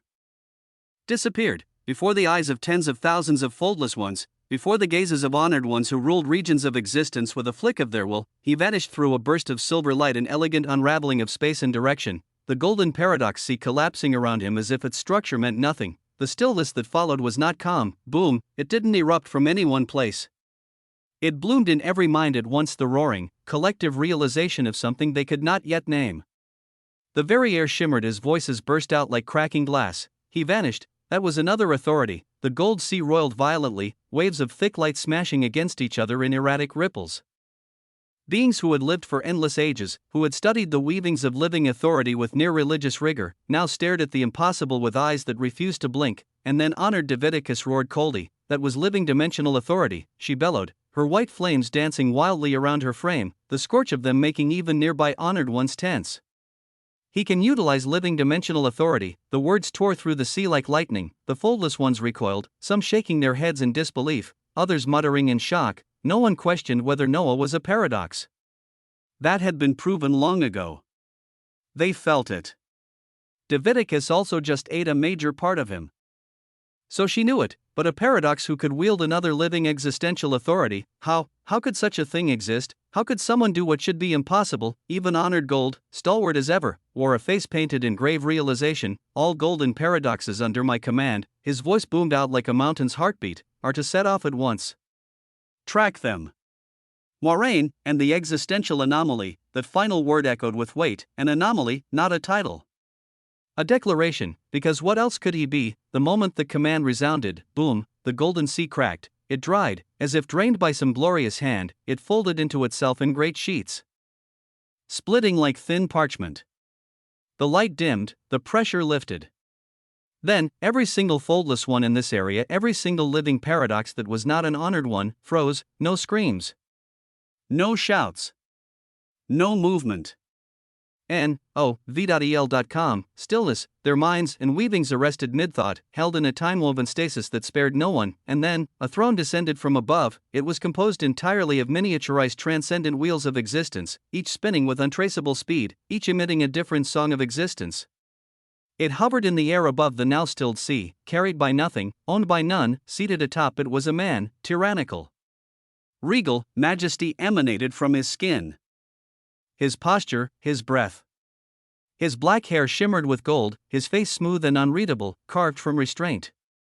Robes of black and deep crimson trimmed with white light adorned him, and above his brow hovered a three-pointed crown etched in the shapes of folded infinities. It was a royal living paradox, not merely powerful. Revered, he was flanked by 5 honored living paradoxes robed in gold, the sigils of infinity blazing on their chests like brands of glory. Behind them, 100 prime living paradoxes stood in silence, their white robes marked with smaller sigils, their halos dimmed in deference. All of them were still as Diviticus called out, Duke Elagabalus. A simple call of respect that others also followed, and the paradox on the throne nodded as he moved, his fingers lifted in the air, and his shimmer passed through the frozen foldless ones like a brushstroke of dawn. In the eyes of each, a golden sheen flickered. He saw everything, 1,000 lifetimes of vision condensed into a moment. Then, softly, he tapped the side of his crown, a young paradox that can use both living paradoxical and living dimensional authority. His voice was low. Measured. He turned his head, gaze falling to the honored living golden paradox. Gold, he said, continue as you were and use everything at your disposal. Find them, a command given like a whisper from a throne. A whisper that moved mountains. Honored gold bowed low, then Elagabalus turned again. His eyes rested on Diviticus, whose white flames still flickered like the rage of creation incarnate. Honored Diviticus. Now a paradox that does not produce inevitabilities, your status is about to become even higher than mine were the 81 dukes of paradox, HUUM. The pause was heavy. Come, Elagabalus said. Let us take you before the Clio's living paradoxical council. With you by our side, those old things will not sit still any longer. He saw what occurred through the eyes of the living paradoxes here. He didn't ask her about the drop of blood she had shown others here, and Diviticus did not freely display it as she seemed to understand something. So, Diviticus bowed low, her mouth curved in something between triumph and quiet hunger. With a lazy gesture of his hand, Elagabalus rose from his throne as it shimmered, turning translucent, then gone.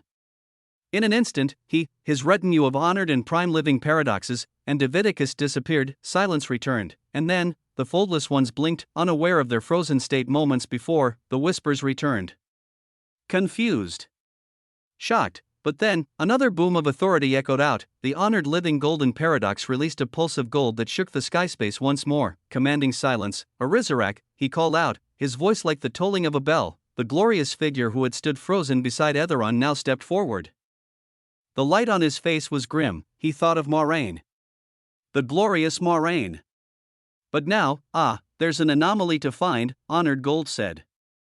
Let's begin where he came from. He turned slowly, the weight of his eyes heavy. Let us go to the folds that paradox stemmed from. Chapter 3878, The Living That Are Bound.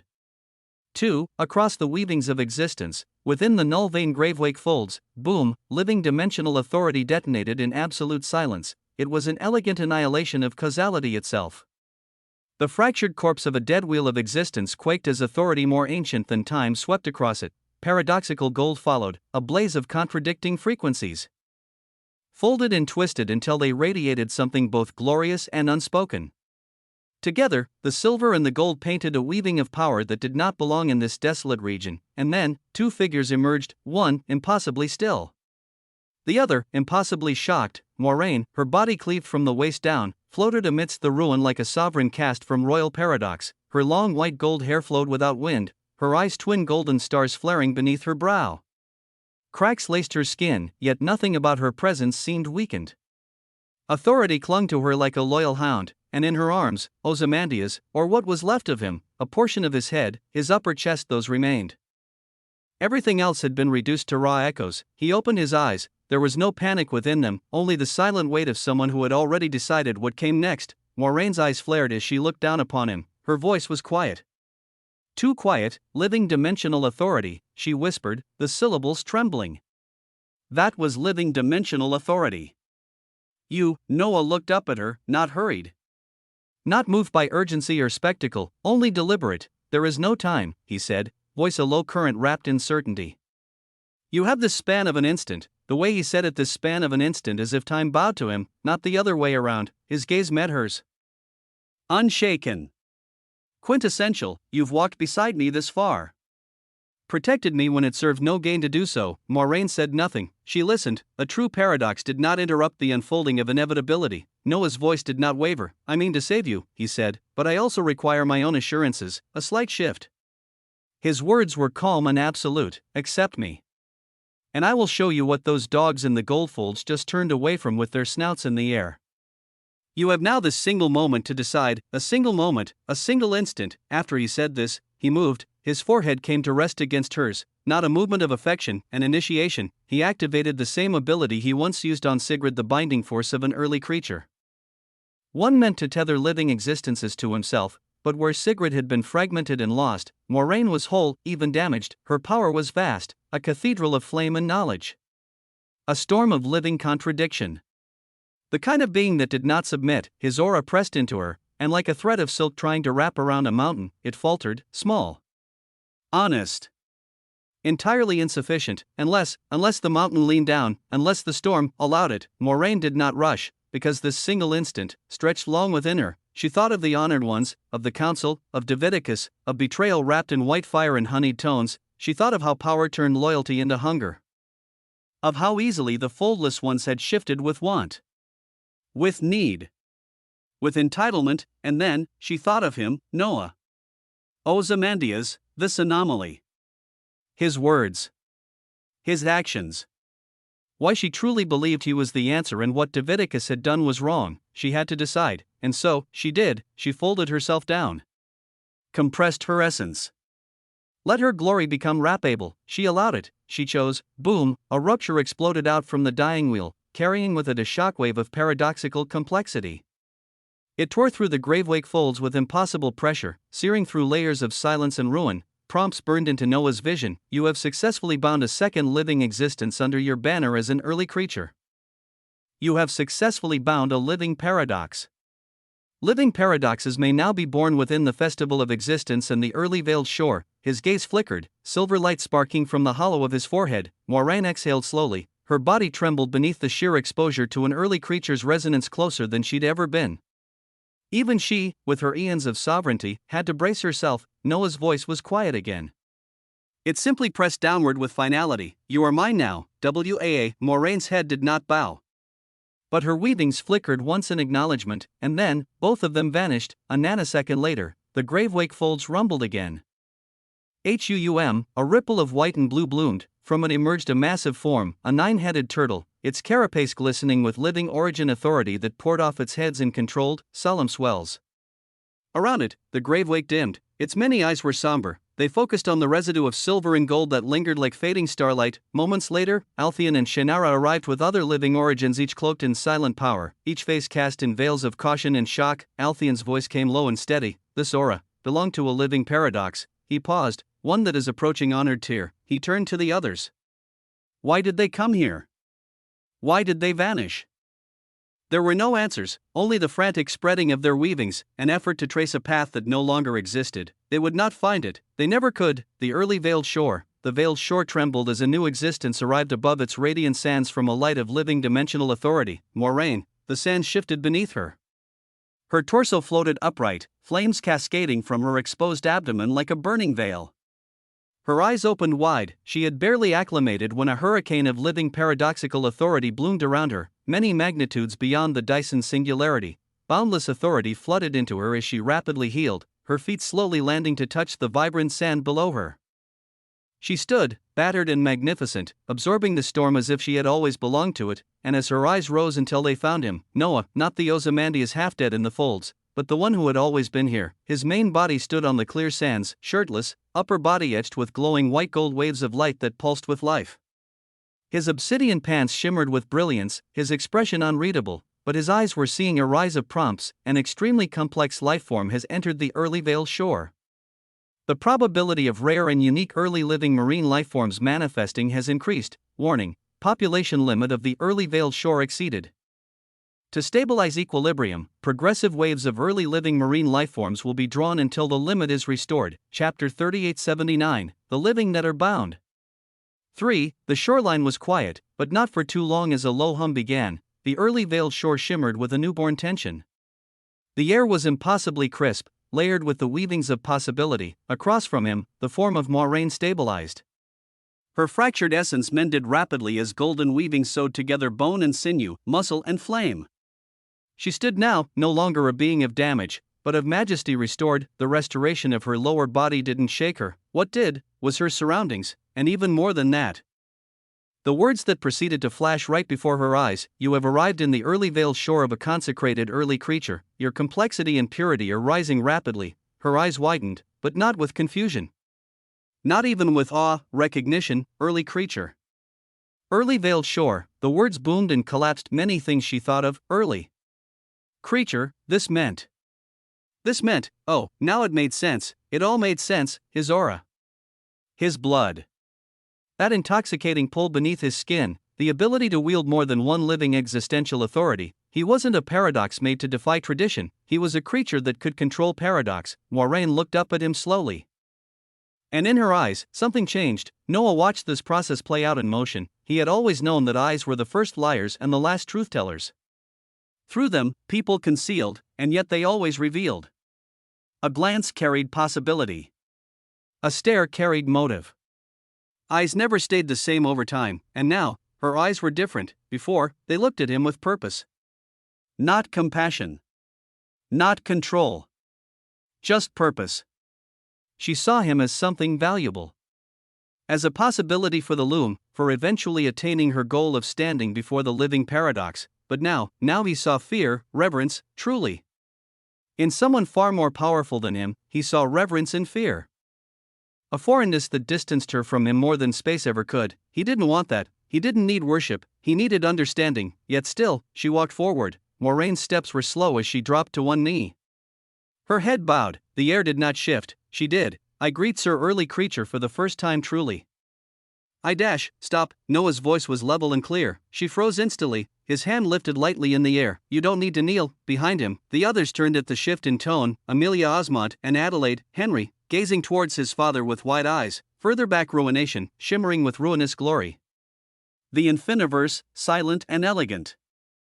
Leora, cradling a forged glass bucket she had finished forging, all watched. Noah looked back down at Moiraine. "Get up," he said, more softly this time. "You don't need to change how you speak. Talk to me as you did before you knew anything," he told her, and yet, Moiraine remained where she was, unmoved. The golden light around her flickered once more. Her voice came quiet. "But sure, you don't understand. Early creatures haven't been seen in existence for countless eras. Not one." She raised her face slightly. "In the earliest folds, it was from your kind, born of the blood of the creature, that many types of living existences came into bloom. To be here before you is an honor I cannot desecrate." Her eyes grew solemn. "And for you to have held me. To have spared me. To have chosen to bind me." She lowered her gaze again. "For what the living paradoxes did to your other body." The flames behind her surged as her tone tightened. "I will get retribution with all my existence on your behalf. They made a mistake I warned them of. One they cannot comprehend.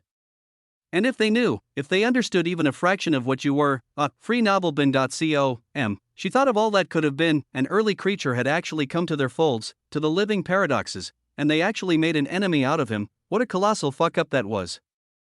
The golden flames crackled around her shoulders. Then, she lowered herself further, her knees pressed into the soft glow of the shore. Her voice was calm now, with no tremble, no hesitation. "Sir Early Creature. As in the earliest folds, I stand as a living existence under your disposal.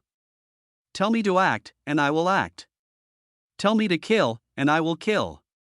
Tell me to die, and I will die." Her eyes lifted once more, and they were different now, not the eyes of Moiraine, the stoic, powerful, enigmatic paradox of the foldless ones, these eyes of a being with deep reverence and fear of the identity of an early creature and what they represented. Noah stared at them in silence. He didn't feel triumph.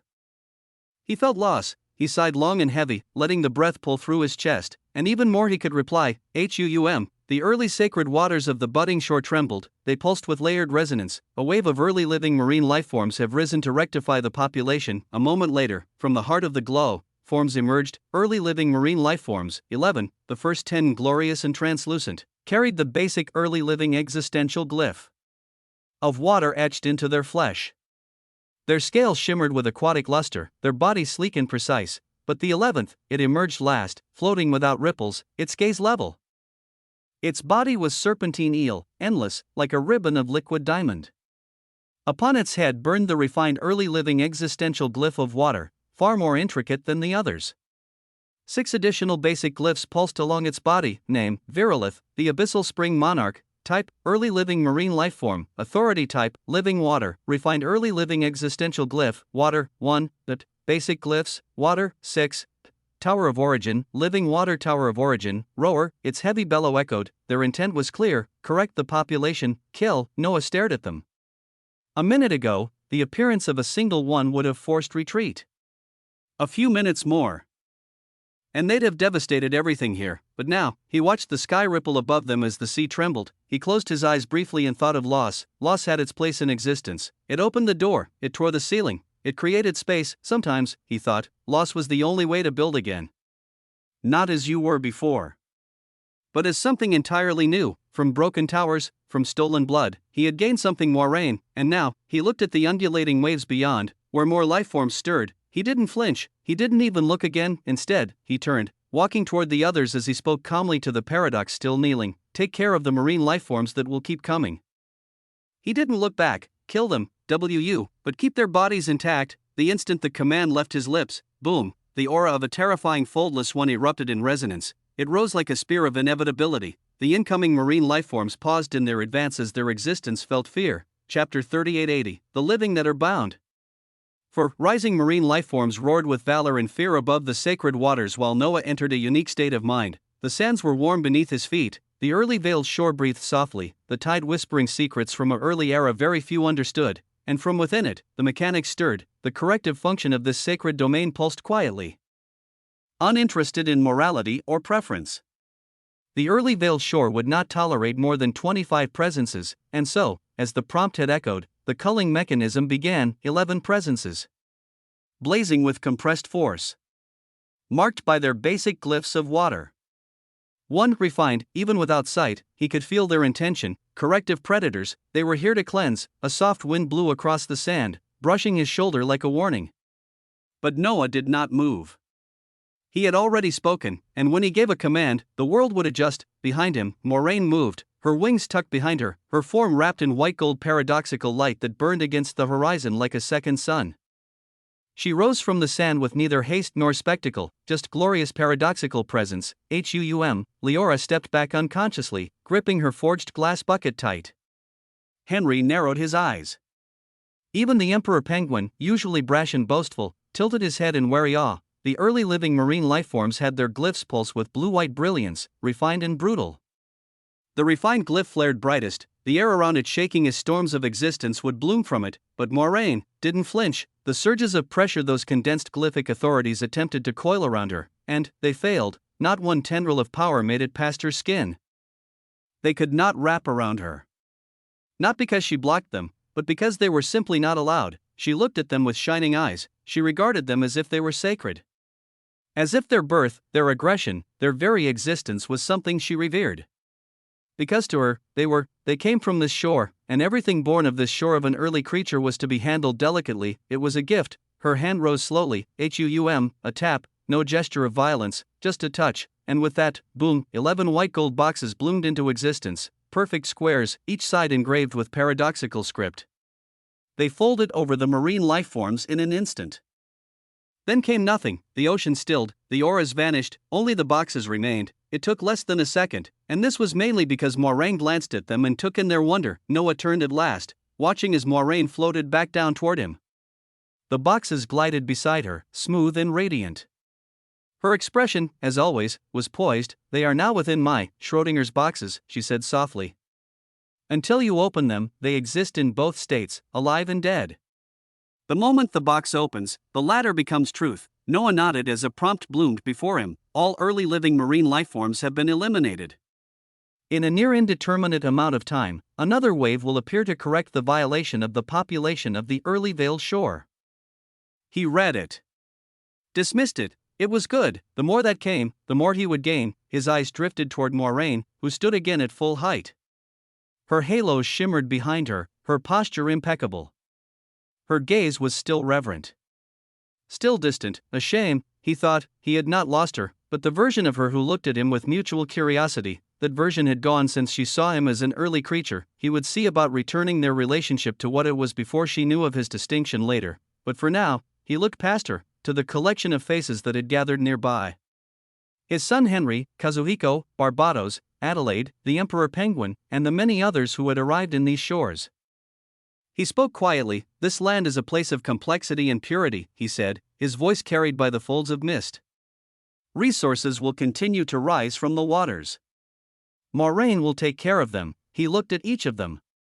They waited, and the rest of you, he gestured toward the great black rock embedded near the center of the shore, the Oriamundus, the crown scale glimmer, still sizzled within, its scent curling through the air in a glorious allure, can cook. His hand moved through the air once, and from the sizzling flesh, chunks of glistening meat sliced off, flying gently into the open hands of each person there, and eat. The aroma was already making their existences buzz. But the moment they bit and devoured, boom, it happened all at once, an eruption of purity. Of complexity. Of memory and potential blooming into one, those from the infiniverse wheel of existence who were arduously working for their complexity, their towers of origin began to form at this moment. Hundreds of thousands of lattices of origin emerged within them, their foundations taking root right away. Their auras grew brighter. Sharper. The birth of new originous venerants had begun from a single bite of meat. Moraine, who had taken a single piece of meat with clinical precision, paused mid-bite as her gaze turned to him again in marvel and respect. She chewed slowly, eyes never leaving him. Noah turned his head, voice smooth. When your realms stabilize, he said, use the sand. Forge glass tools. Water the 3 trees at the center of the shore. He motioned toward the glowing trio of crystalline trees that pulsed softly near the heart of the shores. Some of you can cook. Others can do these other tasks. If you want to test yourselves again, early living marine life form, just let Moraine know. After he said this, his gaze went toward his mother. Amelia Osmond stood tall, her presence now flickering with her own rising resonance. As he spoke of cooking, her smile came as she walked over as if she understood. All right, she said softly, brushing a hand through her vibrant hair. I'll make meals out of these fish for my son. The words were mundane, the moment was anything but. Noah nodded towards his mother before he turned around. He sat down, finally, on the sands of the early veiled shore. The waters continued to pulse, the mist circled quietly beyond. He gazed forward, where silence met sea. He had lost many things, but now, it was time to rebuild. And the rebuilding would be magisterial and unfathomably quintessential. Chapter 3881, The Living That Are Bound. Noah sat alone on the sands, his back straight, shoulders still, eyes fixed on the slow rhythm of the mist-veiled tide. The others had already begun to move, ruination drifting like a crimson whisper through the haze, Moraine a celestial blade glowing faintly. Yet Noah remained as he was, still, watching. The sea lapped in distant silence, but the air around him was dense.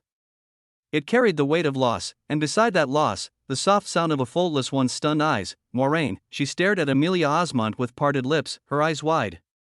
Her form stiffened when she heard the words from Amelia's mouth referring to the early creature. Sir Osmond, as her son, Moraine, right? Amelia's voice was kind and direct as she walked over.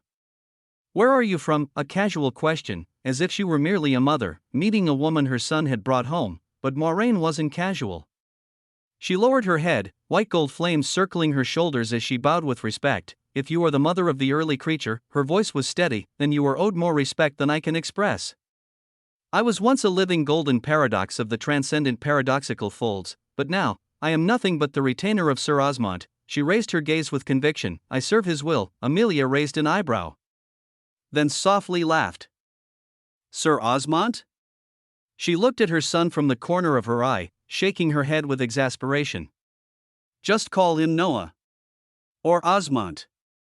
He'll prefer either. She knelt beside one of the Schrodinger's boxes and patted the top with one hand. Come, she said gently. Help me with these. Moraine hesitated for only a moment before moving forward, her hand lifting to press on the etched runes of one of her boxes. A white gold light flared, and with it, the soft hiss of release. The top shimmered, and from within, a limp white eel floated upward, its basic glyph of water dim and still. as the boxes opened, another figure walked over, Ruination. Her crimson gold form shimmered with tight restraint as she walked toward the pair. She bowed her head lightly. "Mother," she said respectfully, also, her voice gentle.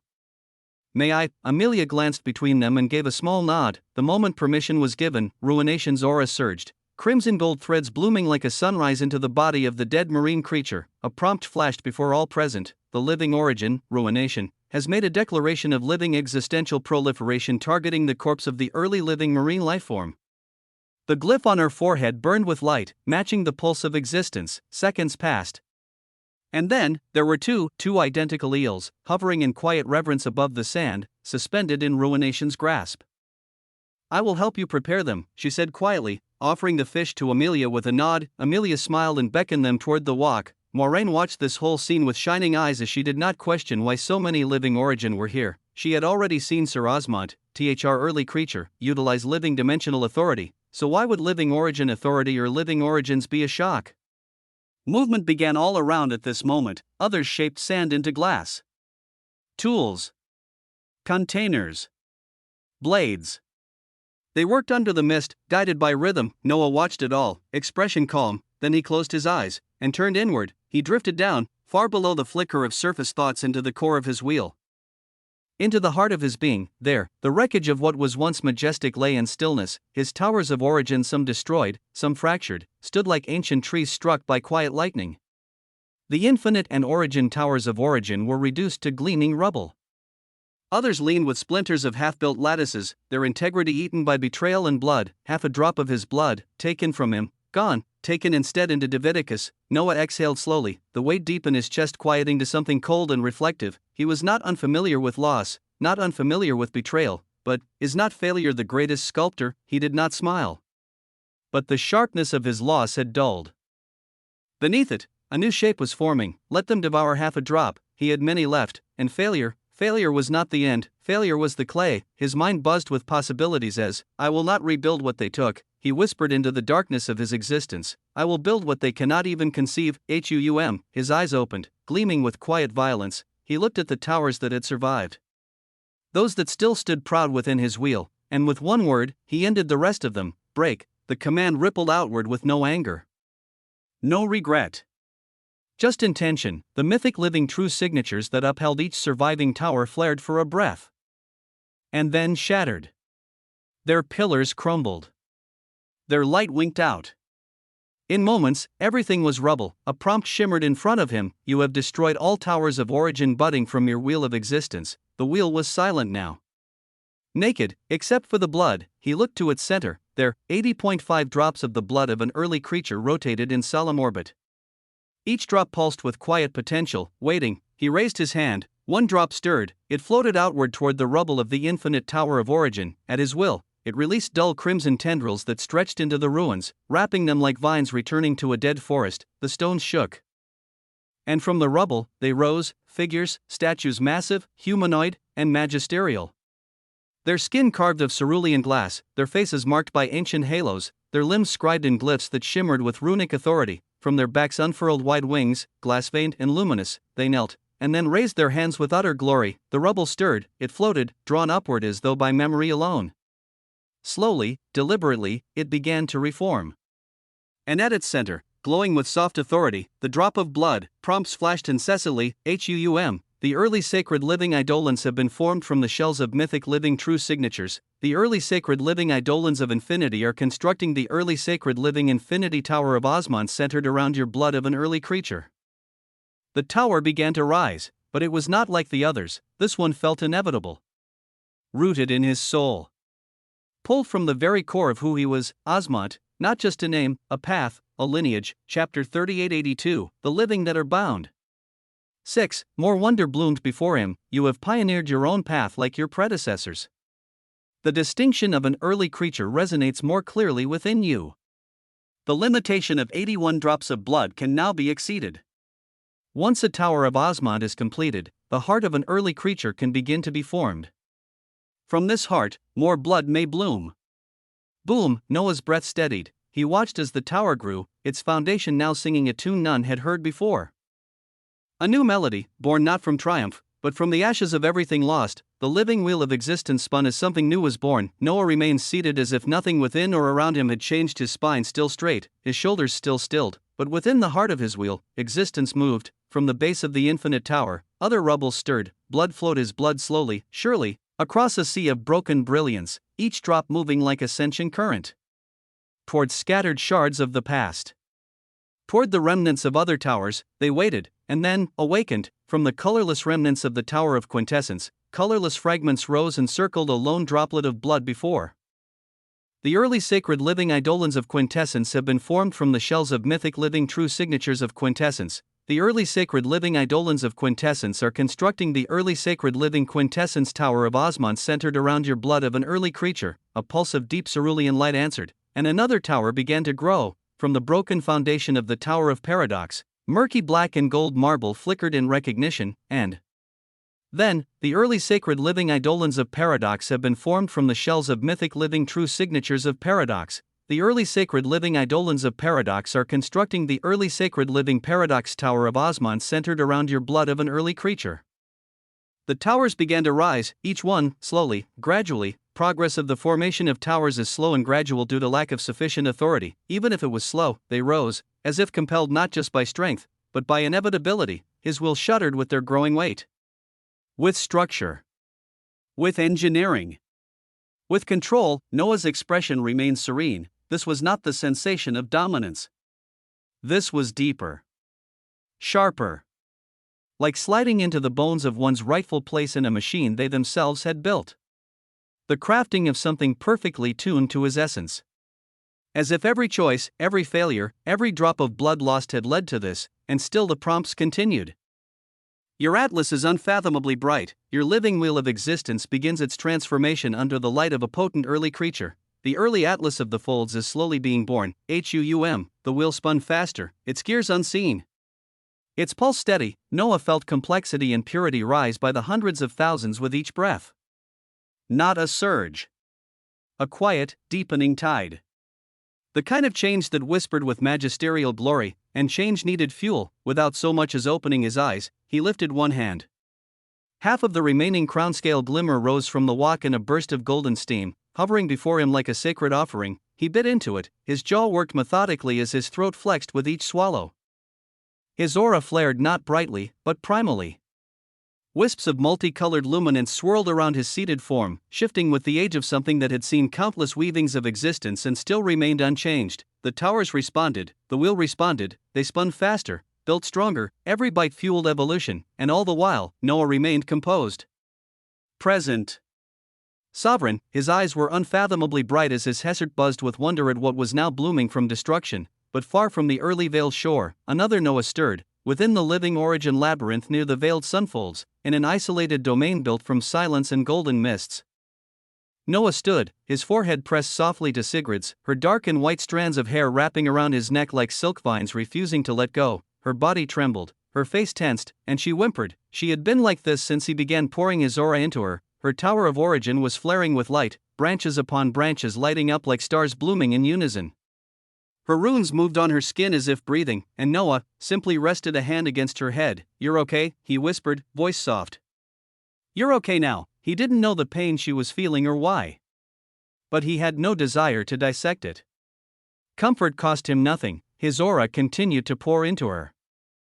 And after doing so this whole time, from the core of her tower, a new area lit up, a section surrounded in densely packed glyphs. The moment it bloomed, boom, white light, not warm, not harsh, but living, it roared out from her forehead, a beam bursting upward into the golden ceiling, tearing through the veil of the domain as though existence itself had cracked. It wasn't origin, it wasn't paradox, it wasn't quantum, dimensional, emotive, temporal, law, conceptual, spiritual, or elemental. It was not any of those, it simply was. The pressure of it was terrifying. It pressed on existence like the memory of a song not heard in 1,000 lifetimes. Something so old it felt new. Noah's eyes flickered up to the ceiling, drawn to the point where the beam had pierced the air. As there, he saw something else. Multicolored light shimmered, and from that bloom emerged a small creature, fairy-like, wings crystalline, translucent like the first frost of dawn. Her form radiated living origin authority, but her expression was shaken as she looked downward at Sigrid. Noah, still connected to her, felt the white light as though it were part of him. Felt its breath. Its intent, its loneliness, a prompt bloomed before his eyes. You have come in contact with a remnant living existential authority that had long collapsed from the existence of even the earliest folds. His eyes pulsed in genuine shock. Chapter 3883, What Was Once Lost? The white light had a hum. It was subtle, like the resonance of an ancient chord struck once and left to echo for an endless age. Noah's eyes narrowed as the glow danced across Sigrid's trembling form, her runes alive with flux, her aura rising higher still within the confines of the labyrinth. The white light pulsing from her head wasn't like anything he'd encountered before. It had weight, not from raw power, but from clarity. A cleaving brightness that silenced uncertainty. The moment his existence touched it, he felt stability, not rigidity, not stillness, but the subtle, ever-correcting breath of a system that knew where to place each thing. A framework. A silent blueprint. It was order, order. He felt it in the depths of his understanding. Order was not a force that commanded. It was the one that balanced. The invisible architecture behind continuity. Behind causality. Behind reason. It wasn't always seen, but it was known. It reminded him of breathing, of direction, and now, it was blooming within her, his mind sharpened, memories flashing. The living order. The authority said to have vanished in the chaos of the earliest folds. The one that once helped seal the living paradox itself with its death. How, and why, would its remnant live within Sigrid? It wasn't whole, but it was, at the same time. Even living order seemed paradoxical as it presented itself from Sigrid right now. He felt the runic mark she'd placed on him shift on his forehead, as if responding in real time to the emergence.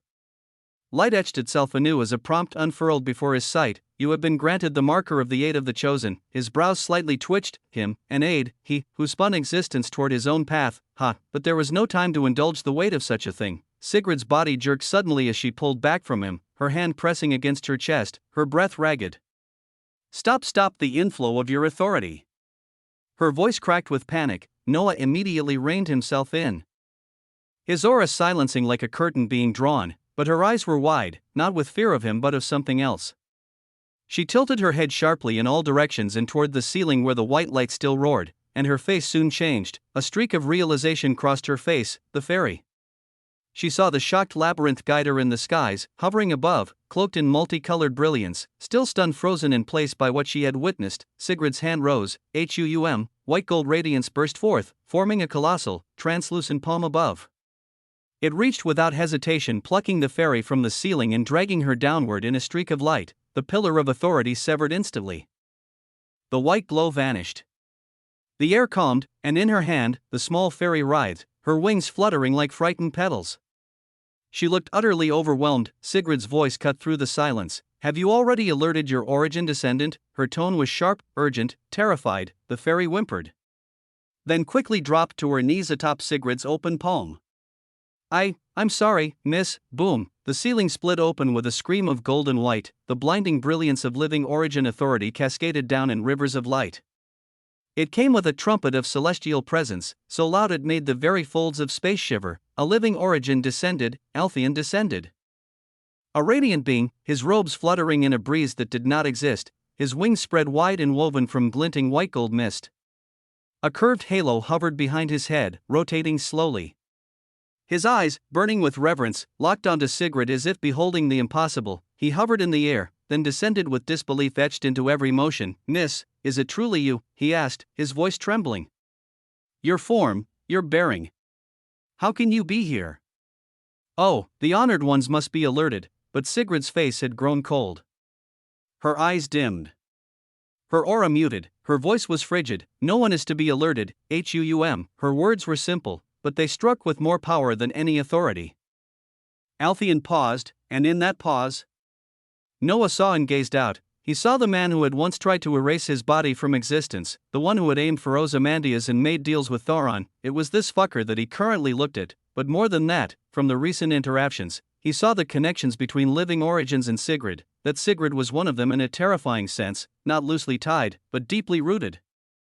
A foundation they seemed to worship, and she had left them, wiped her memory due to an event that was too painful, hidden herself, and now they found her not because of searching, but because of him. Althean's expression soured slightly. Tension forming at his jaw, Sigrid repeated herself, no one is to be alerted. There was finality in the air. Althean stood still in the suspended light. Eventually, he gave the smallest nod, yes. Mississippi, then Sigrid turned. She looked at Noah, her expression cracked by two opposing forces, pain and gratitude. She stepped close, wrapped her arms gently around him, and her words barely brushed his ears as she whispered, "I wish you had not awakened me." Her voice shook, "But I'm thankful that you did." He said nothing, he only breathed, and above them, Althien watched, his expression twisted subtly at first, then more overtly. As if witnessing something that should not be. As if watching sacred pages being burned, he took a step forward in the air, his tone darkening. "Young miss, other existences cannot desecrate you like this." The air went cold, Noah's eyes opened, slow and sharp. The light within them didn't flare, it narrowed, and when they turned to Althien, they were quintessential blades. "Does my existence alone desecrate her?"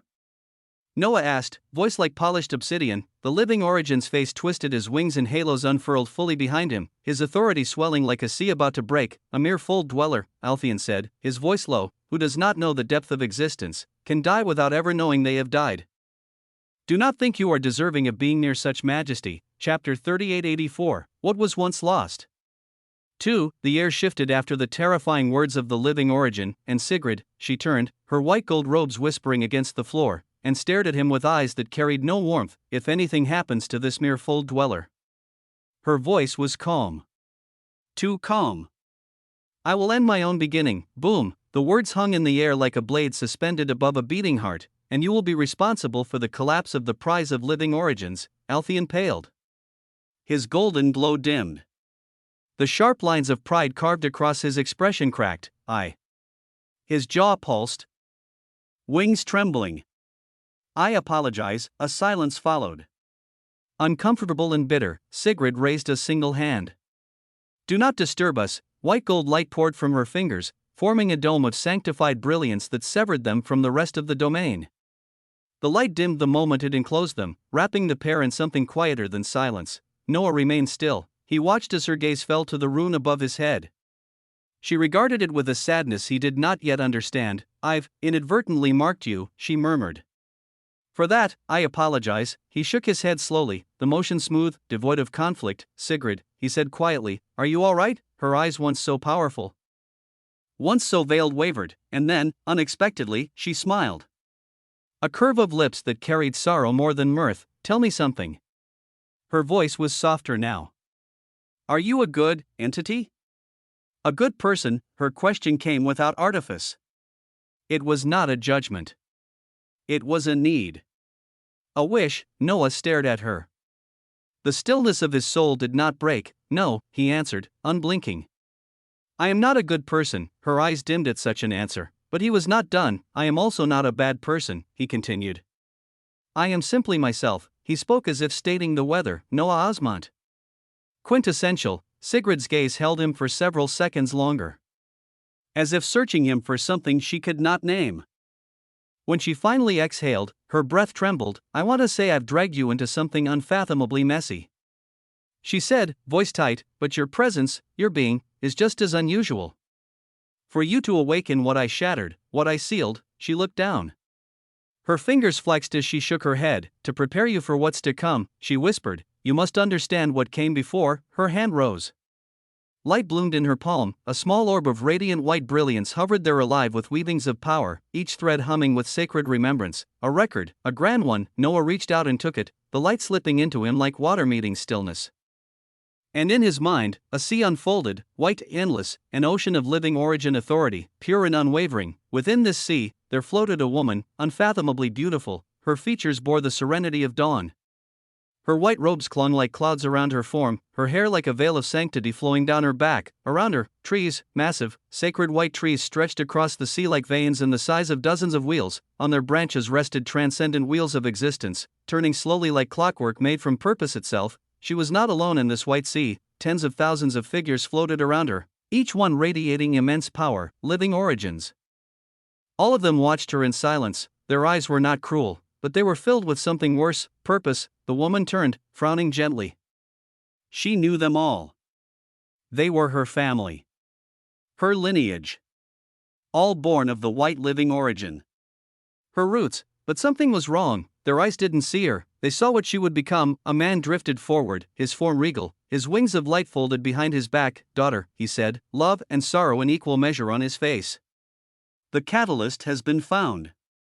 "It is time," she blinked, a chill brushing her spine. "The catalyst?"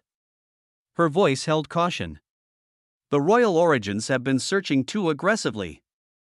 I don't trust their judgment." Her father shook his head. We are doing everything for a reason." She narrowed her eyes. "A reason for our beginning." He drifted closer, placing a hand on her shoulder. "Through you, we will reclaim it. You are the seed. Through you, order shall be awakened again." Her heart skipped. "Order?" He nodded. "The Royal Origins have seen all outcomes. There is only one catalyst that awakens the remnant of order sleeping inside you." She stepped back. "What is it?" Her father's eyes glowed. "An ending of your entire line, flowing through your beginning." His voice deepened, as if reciting an ancient rite. "You must inherit our beginnings, little bundle. The beginnings of our entire lineage." A tremor of dread shook her limbs. "That's madness. Who offered such a solution?" "Order," her father shook her head and whispered, "comes from endings. From chaos. From destruction, if it is guided and complete. Its destruction all those years ago by the living paradox was only a matter of nature, a prerequisite before it was instituted again. Order was always meant to return from that destruction. His voice became low and reverent. "And we will guide it." "No," she whispered. She turned. Her feet drifted toward two figures in the distance, her mother and her twin, her sister. Her mother smiled, warm, knowing. "Mother, please," she said. "You don't have to listen to them.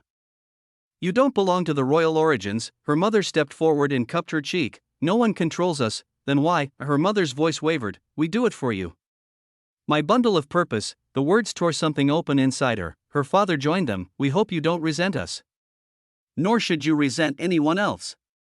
We give you everything. Our everything. Our purpose." He smiled gently. "We give you our beginnings." And then, he turned to the others and became serious. Heavy. Luminous. "Give your heart to Boom, give your purpose to Boom, give your beginning, your everything to usher in the glorious rise of order." Boom, the sky space caught fire. Tens of thousands of living origins combusted into white flames. Their beginnings torn from their chests like stars ripped from constellations. The flames flew toward her. She screamed. No, they did not stop. Her mother. Her father. Her aunts and uncles. Her cousins. Her mentors, all of them. Even prime living origins. A few, even honored, all burning, their sacred origins unraveling into her, into the endless hole inside her. It devoured everything, and she hated it. No, she reached for her mother's face as it cracked into light. Her hand passed through air. Her mother smiled as her flames joined the rest. She turned to her twin sister, the last, the only. Their eyes locked, pain, hesitation, love, and a semblance of fear that told her she truly did not want to do this. So why did she? Boom, and her sister, too, began to burn. Sigrid screamed, "Stop," but no one listened, and when the final flame filled her, there was only one thing: silence. Her sobs echoed in a white void, her weavings fractured, her lineage ended, and she remained, the bundle of purpose, the endless hole inside of her, finally fulfilled when it held the beginnings of her entire lineage. Chapter 3884. What was once lost. 2. The air shifted after the terrifying words of the living origin, and Sigrid, she turned, her white gold robes whispering against the floor, and stared at him with eyes that carried no warmth. "If anything happens to this mere fold dweller." Her voice was calm. Too calm. "I will end my own beginning." Boom, the words hung in the air like a blade suspended above a beating heart. "And you will be responsible for the collapse of the prize of living origins." Altheian paled. His golden glow dimmed. The sharp lines of pride carved across his expression cracked. "I." His jaw pulsed, wings trembling. "I apologize." A silence followed. Uncomfortable and bitter, Sigrid raised a single hand. "Do not disturb us." White gold light poured from her fingers, forming a dome of sanctified brilliance that severed them from the rest of the domain. The light dimmed the moment it enclosed them, wrapping the pair in something quieter than silence. Noah remained still. He watched as her gaze fell to the rune above his head. She regarded it with a sadness he did not yet understand. "I've inadvertently marked you," she murmured. For that, I apologize. He shook his head slowly, the motion smooth, devoid of conflict. Sigrid, he said quietly, are you all right? Her eyes, once so powerful, once so veiled, wavered, and then, unexpectedly, she smiled. A curve of lips that carried sorrow more than mirth. Tell me something. Her voice was softer now. Are you a good entity? A good person? Her question came without artifice. It was not a judgment. It was a need. A wish. Noah stared at her. The stillness of his soul did not break. No, he answered, unblinking. I am not a good person. Her eyes dimmed at such an answer, but he was not done. I am also not a bad person, he continued. I am simply myself. He spoke as if stating the weather. Noah Osmont. Quintessential. Sigrid's gaze held him for several seconds longer, as if searching him for something she could not name. When she finally exhaled, her breath trembled. I want to say I've dragged you into something unfathomably messy, she said, voice tight, but your presence, your being, is just as unusual. For you to awaken what I shattered, what I sealed. She looked down. Her fingers flexed as she shook her head. To prepare you for what's to come, she whispered, you must understand what came before. Her hand rose. Light bloomed in her palm, a small orb of radiant white brilliance hovered there, alive with weavings of power, each thread humming with sacred remembrance. A record, a grand one. Noah reached out and took it, the light slipping into him like water meeting stillness, and in his mind, a sea unfolded, white, endless, an ocean of living origin authority, pure and unwavering. Within this sea, there floated a woman, unfathomably beautiful. Her features bore the serenity of dawn. Her white robes clung like clouds around her form. Her hair like a veil of sanctity flowing down her back. Around her, trees, massive, sacred white trees stretched across the sea like veins and the size of dozens of wheels. On their branches rested transcendent wheels of existence, turning slowly like clockwork made from purpose itself. She was not alone in this white sea. Tens of thousands of figures floated around her, each one radiating immense power, living origins. All of them watched her in silence. Their eyes were not cruel, but they were filled with something worse, purpose. The woman turned, frowning gently. She knew them all. They were her family. Her lineage. All born of the white living origin. Her roots, but something was wrong. Their eyes didn't see her, they saw what she would become. A man drifted forward, his form regal, his wings of light folded behind his back. Daughter, he said, love and sorrow in equal measure on his face. The catalyst has been found. It is time. She blinked, a chill brushing her spine. The catalyst? Her voice held caution. The royal origins have been searching too aggressively. I don't trust their judgment. Her father shook his head. We, are doing everything for a reason. She narrowed her eyes. A reason, for our beginning. He drifted closer, placing a hand on her shoulder. Through you, we will reclaim it. You are the seed. Through you, order shall be awakened again. Her heart skipped. Order, he nodded. The royal origins have seen all outcomes. There is only one catalyst that awakens the remnant of order sleeping inside you. She stepped back. What is it? Her father's eyes glowed. An ending of your entire line, flowing through your beginning. His voice deepened, as if reciting an ancient rite. You must inherit our beginnings, little bundle. The beginnings of our entire lineage. A tremor of dread shook her limbs. That's madness. Who offered such a solution? Order, her father shook her head and whispered, comes from endings. From chaos. From destruction, if it is guided and complete. Its destruction all those years ago by the living paradox was only a matter of nature. A prerequisite before it was instituted again. Order was always meant to return from that destruction. His voice became low and reverent, and we will guide it. No, she whispered. She turned. Her feet drifted toward two figures in the distance, her mother and her twin, her sister. Her mother smiled, warm, knowing. Mother, please, she said. You don't have to listen to them. You don't belong to the royal origins. Her mother stepped forward and cupped her cheek. No one controls us. Then why? Her mother's voice wavered. We do it for you. My bundle of purpose. The words tore something open inside her. Her father joined them. We hope you don't resent us. Nor should you resent anyone else. We give you everything. Our everything. Our purpose, he smiled gently. We give you our beginnings. And then, he turned to the others and became serious. Heavy. Luminous, give your heart's boom, give your purpose, boom, give your beginning, your everything to usher in the glorious rise of order, boom. The sky space caught fire, tens of thousands of living origins combusted into white flames. Their beginnings torn from their chests like stars ripped from constellations. The flames flew toward her. She screamed. No, they did not stop. Her mother, her father, her aunts and uncles, her cousins, her mentors, all of them. Even prime living origins. A few, even honored, all burning, their sacred origins unraveling into her, into the endless hole inside her. It devoured everything, and she hated it. No, she reached for her mother's face as it cracked into light, her hand passed through air. Her mother smiled as her flames joined the rest. She turned to her twin sister, the last, the only, their eyes locked, pain, hesitation, love, and a semblance of fear that told her she truly did not want to do this. So why did she, boom, and her sister, too, began to burn. Sigrid screamed, stop, but no one listened, and when the final flame filled her, there was only one thing, silence. Her sobs echoed in a white void, her weavings fractured, her lineage ended, and she remained, the bundle of purpose, the endless hole inside of her, finally fulfilled when it held the beginnings of her entire lineage. Chapter 3886, Frost in Crimson Teeth. Crossing the gateway felt like walking through the heart of something still breathing. Weavings of origin flickered all around them, light and shadow weaving with too much volatility, like threads spun by trembling hands. Noah stepped forward silently, his gaze watching the shifting patterns with curiosity and calculation. He watched them shift again. Once, twice. Then he frowned. They were changing. Next to him, Sigrid's brow furrowed deeply, the sharpness in her irises deepening. They're not being subtle anymore, she said, voice burning with quiet disdain. They're converging paths and trying to push everyone together to ensure I don't have that much time here. Noah nodded, coldness blooming behind his eyes. Let them.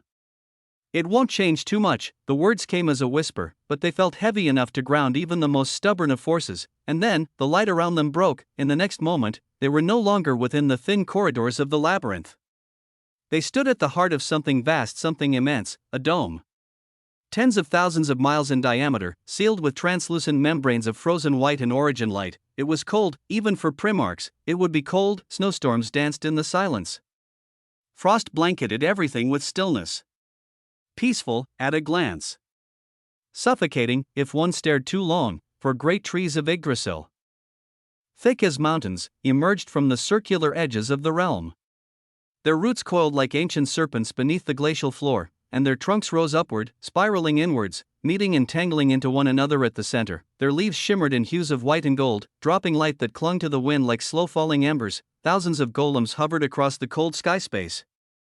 Statues at first glance until they moved. Crimson gold light radiated from within them, their forms humanoid and scaled, their arms ending in gleaming axes of crystal frost. Sentinels, and beneath them, wriggling, twisting, resting, were more than a dozen massive forms, colored wrong. Shaped wrong. Moved wrong. Imitation mutated inevitabilities, their tendrils coiled around themselves like silk wrapped too tightly, pulsating with low hunger. They hadn't stirred yet. But the air knew they would soon enough, and when they did, a bloodbath would unfold, because others had already begun to arrive. The stillness was a lie. There was noise buried beneath the quiet. Noah turned, and Sigrid turned with him. In the far distance, along the high branch of one of the Yggdrasil trees, the clash of archetypes could be felt like thunder beneath skin, and their bloody gold and shivering white. They saw something unfolding, a battle, a massacre. Master Ethiopia stood at the front. Her garden of gold spread open behind her like a field of blooming stars. Her arm shook as she held a great sigil-covered blade. Her other arm, gone. Her face, half caved in. Blood ran down from her temple like ink over marble. An illusion of a tower of origin amidst a garden of origin flashed unstably around her. Behind her were 15 Primarchs. Shaking. Furious. Shocked. Bleeding. One already missing a leg. Across from her, on the curved branch of the tree, stood Monsters, Master Hannibal. His golden cloak fluttered like shadows set aflame. In one hand, he held the writhing figure of Callista, her arms clawing weakly, her head dangling from his grip. Golden shield and hammers surrounded him like a bastion that could never fall. And beside him, a stranger, a manifold's master of existence encased in a barrier of white-blue light tinged with blood. He said nothing, letting Hannibal speak, and Hannibal, he was chewing, another bite, this time from Callista's thigh. The sound of meat tearing was crisp beneath the snowy winds. Noah's body pulsed. Sigrid inhaled sharply, her eyes pulsing with rising rage. Across the branch, Hannibal's voice rang out, low and soaked in philosophy. Give yourself up, he told Ethiopia plainly. And I'll spare them. There's little joy in breaking primarchs. They taste exquisite, yes. But not enough to matter. They won't add much to my existence. Ethiopia's reply came as a scream. Her power flared in golden arcs that cracked the bark and frost of the tree beneath her feet. We trusted you, she spat. The sunfolds let you into our wheels. And you, I survived, Hannibal interrupted, voice calm. He leaned closer to Callista, biting again, and her scream was barely a whisper now, her kismet dancing around her in wild, broken lights. You think I do this out of greed? Out of cruelty? Hannibal licked his lips and stared through Ethiopia like she wasn't even there. The Origenus Venerant stage isn't charity. It isn't purity. It is survival. He gazed down at his blood-stained hands. To climb is to devour. To kill. To consume. This is not sin. It is nature. And I am so fucking tired of slow growth. The voices were heavy. Noah watched it all, watched the violence. The tears. The philosophies spoken to excuse them. Sigrid's hands trembled beside him, her lips pulled into a tight line. She stepped forward, and her aura, her anger, unleashed just so briefly, a pulse of authority so vast and defined that the wriggling inevitabilities below were almost stirred awake, their forms writhing subtly as if almost registering the presence of something. High, across the frost space of cold winds and storms, Hannibal's head turned, so did the manifold's master as his. Body seethed with seas of mana, even Master Ethiopia and the primarchs she protected as they breathed heavily from the assault of two masters. Callista's half-closed eyes flicked open, the pain within them flashing with something golden. Hope, she saw him. Noah, kismet ignited around her, flooding her bloodied form with flickering golden threads as her lips curled into something torn and trembling, a smile, and then, tears. Tears of belief, as if in that moment, the one thing Kismet and Destiny themselves aligned on, was that everything would be okay now, because he was here. Chapter 3886, Frost and Crimson Teeth. Crossing the gateway felt like walking through the heart of something still breathing. Weavings of origin flickered all around them, light and shadow weaving with too much volatility, like threads spun by trembling hands. Noah stepped forward silently, his gaze watching the shifting patterns with curiosity and calculation. He watched them shift again. Once, twice. Then he frowned. They were changing. Next to him, Sigrid's brow furrowed deeply, the sharpness in her irises deepening. They're not being subtle anymore, she said, voice burning with quiet disdain. They're converging paths and trying to push everyone together to ensure I don't have that much time here. Noah nodded, coldness blooming behind his eyes. Let them. It won't change too much. The words came as a whisper, but they felt heavy enough to ground even the most stubborn of forces, and then, the light around them broke. In the next moment, they were no longer within the thin corridors of the labyrinth. They stood at the heart of something vast, something immense, a dome. Tens of thousands of miles in diameter, sealed with translucent membranes of frozen white and origin light. It was cold, even for primarchs. It would be cold. Snowstorms danced in the silence. Frost blanketed everything with stillness. Peaceful, at a glance. Suffocating, if one stared too long, for great trees of Yggdrasil, thick as mountains, emerged from the circular edges of the realm. Their roots coiled like ancient serpents beneath the glacial floor, and their trunks rose upward, spiraling inwards, meeting and tangling into one another at the center. Their leaves shimmered in hues of white and gold, dropping light that clung to the wind like slow-falling embers. Thousands of golems hovered across the cold sky space. Statues at first glance until they moved. Crimson gold light radiated from within them, their forms humanoid and scaled, their arms ending in gleaming axes of crystal frost. Sentinels, and beneath them, wriggling, twisting, resting, were more than a dozen massive forms, colored wrong. Shaped wrong. Moved wrong. Imitation mutated inevitabilities, their tendrils coiled around themselves like silk wrapped too tightly, pulsating with low hunger. They hadn't stirred yet. But the air knew they would soon enough. And when they did, a bloodbath would unfold, because others had already begun to arrive. The stillness was a lie. There was noise buried beneath the quiet. Noah turned, and Sigrid turned with him. In the far distance, along the high branch of one of the Yggdrasil trees, the clash of archetypes could be felt like thunder beneath skin, and their bloody gold and shivering white. They saw something unfolding, a battle, a massacre. Master Ethiopia stood at the front, her garden of gold spread open behind her like a field of blooming stars. Her arm shook as she held a great sigil-covered blade. Her other arm, gone. Her face, half caved in. Blood ran down from her temple like ink over marble. An illusion of a tower of origin amidst a garden of origin flashed unstably around her. Behind her were 15 primarchs. Shaking.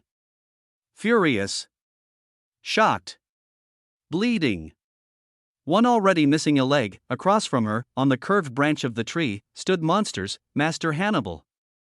His golden cloak fluttered like shadows set aflame. In one hand, he held the writhing figure of Callista, her arms clawing weakly, her head dangling from his grip. Golden shield and hammers surrounded him like a bastion that could never fall, and beside him, a stranger, a manifold's master of existence encased in a barrier of white-blue light tinged with blood. He said nothing, letting Hannibal speak. And Hannibal?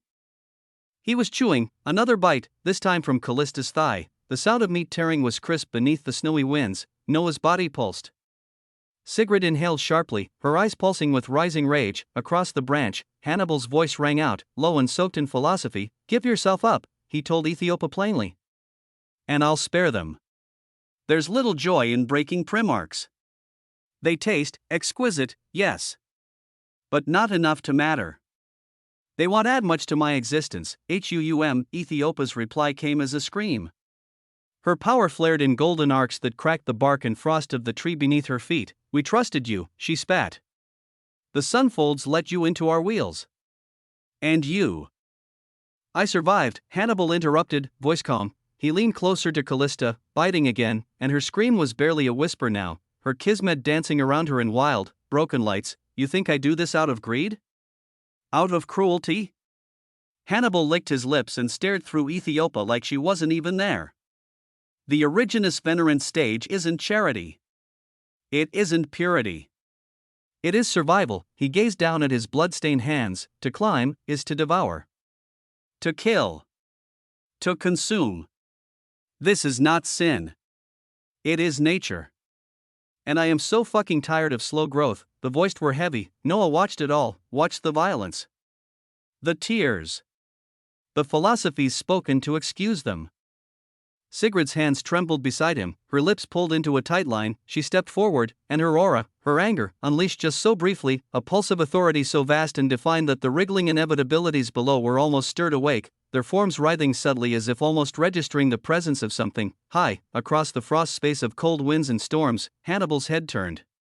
So did the manifold's master as his body seethed with seas of mana, even. Master Ethiopia and the primarchs she protected as they breathed heavily from the assault of two masters. Callista's half-closed eyes flicked open, the pain within them flashing with something golden. Hope, she saw him. Noah, kismet ignited around her, flooding her bloodied form with flickering golden threads as her lips curled into something torn and trembling, a smile, and then, tears. Tears of belief, as if in that moment, the one thing kismet and destiny themselves aligned on, was that everything would be okay now, because he was here. Chapter 3887, Frost in Crimson Teeth.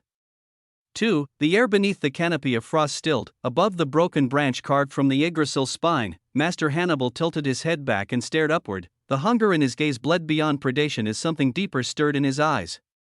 Recognition. Calculation. A glimmer of joy twisted by the sheen of blood still wet on his lips. Well, Hannibal's voice slid out like a snake. You've come, both of you. Welcome, Callista whimpered in his grip, the side of her face smudged with blood and streaks of kismet light. Her legs trembled as he held her aloft, hand clutching her ribs like a trophy. The golden light around him rippled with amusement as he turned his gaze toward Noah. One anomaly that has no right wielding the strength she does, Hannibal said, voice drenched in mockery. Who managed to strike against a master of existence? And another. His eyes slid toward Noah. Who carries a key stolen from the chronosect of threadbound folds. He licked a sliver of Callista's blood from his lower lip as he breathed in happily. Destiny has grown, playful. Perhaps a little too generous. Kismet shines far too brilliantly on me today. Snow stirred beneath Noah's feet as he began floating forward. No hurry. No grandeur.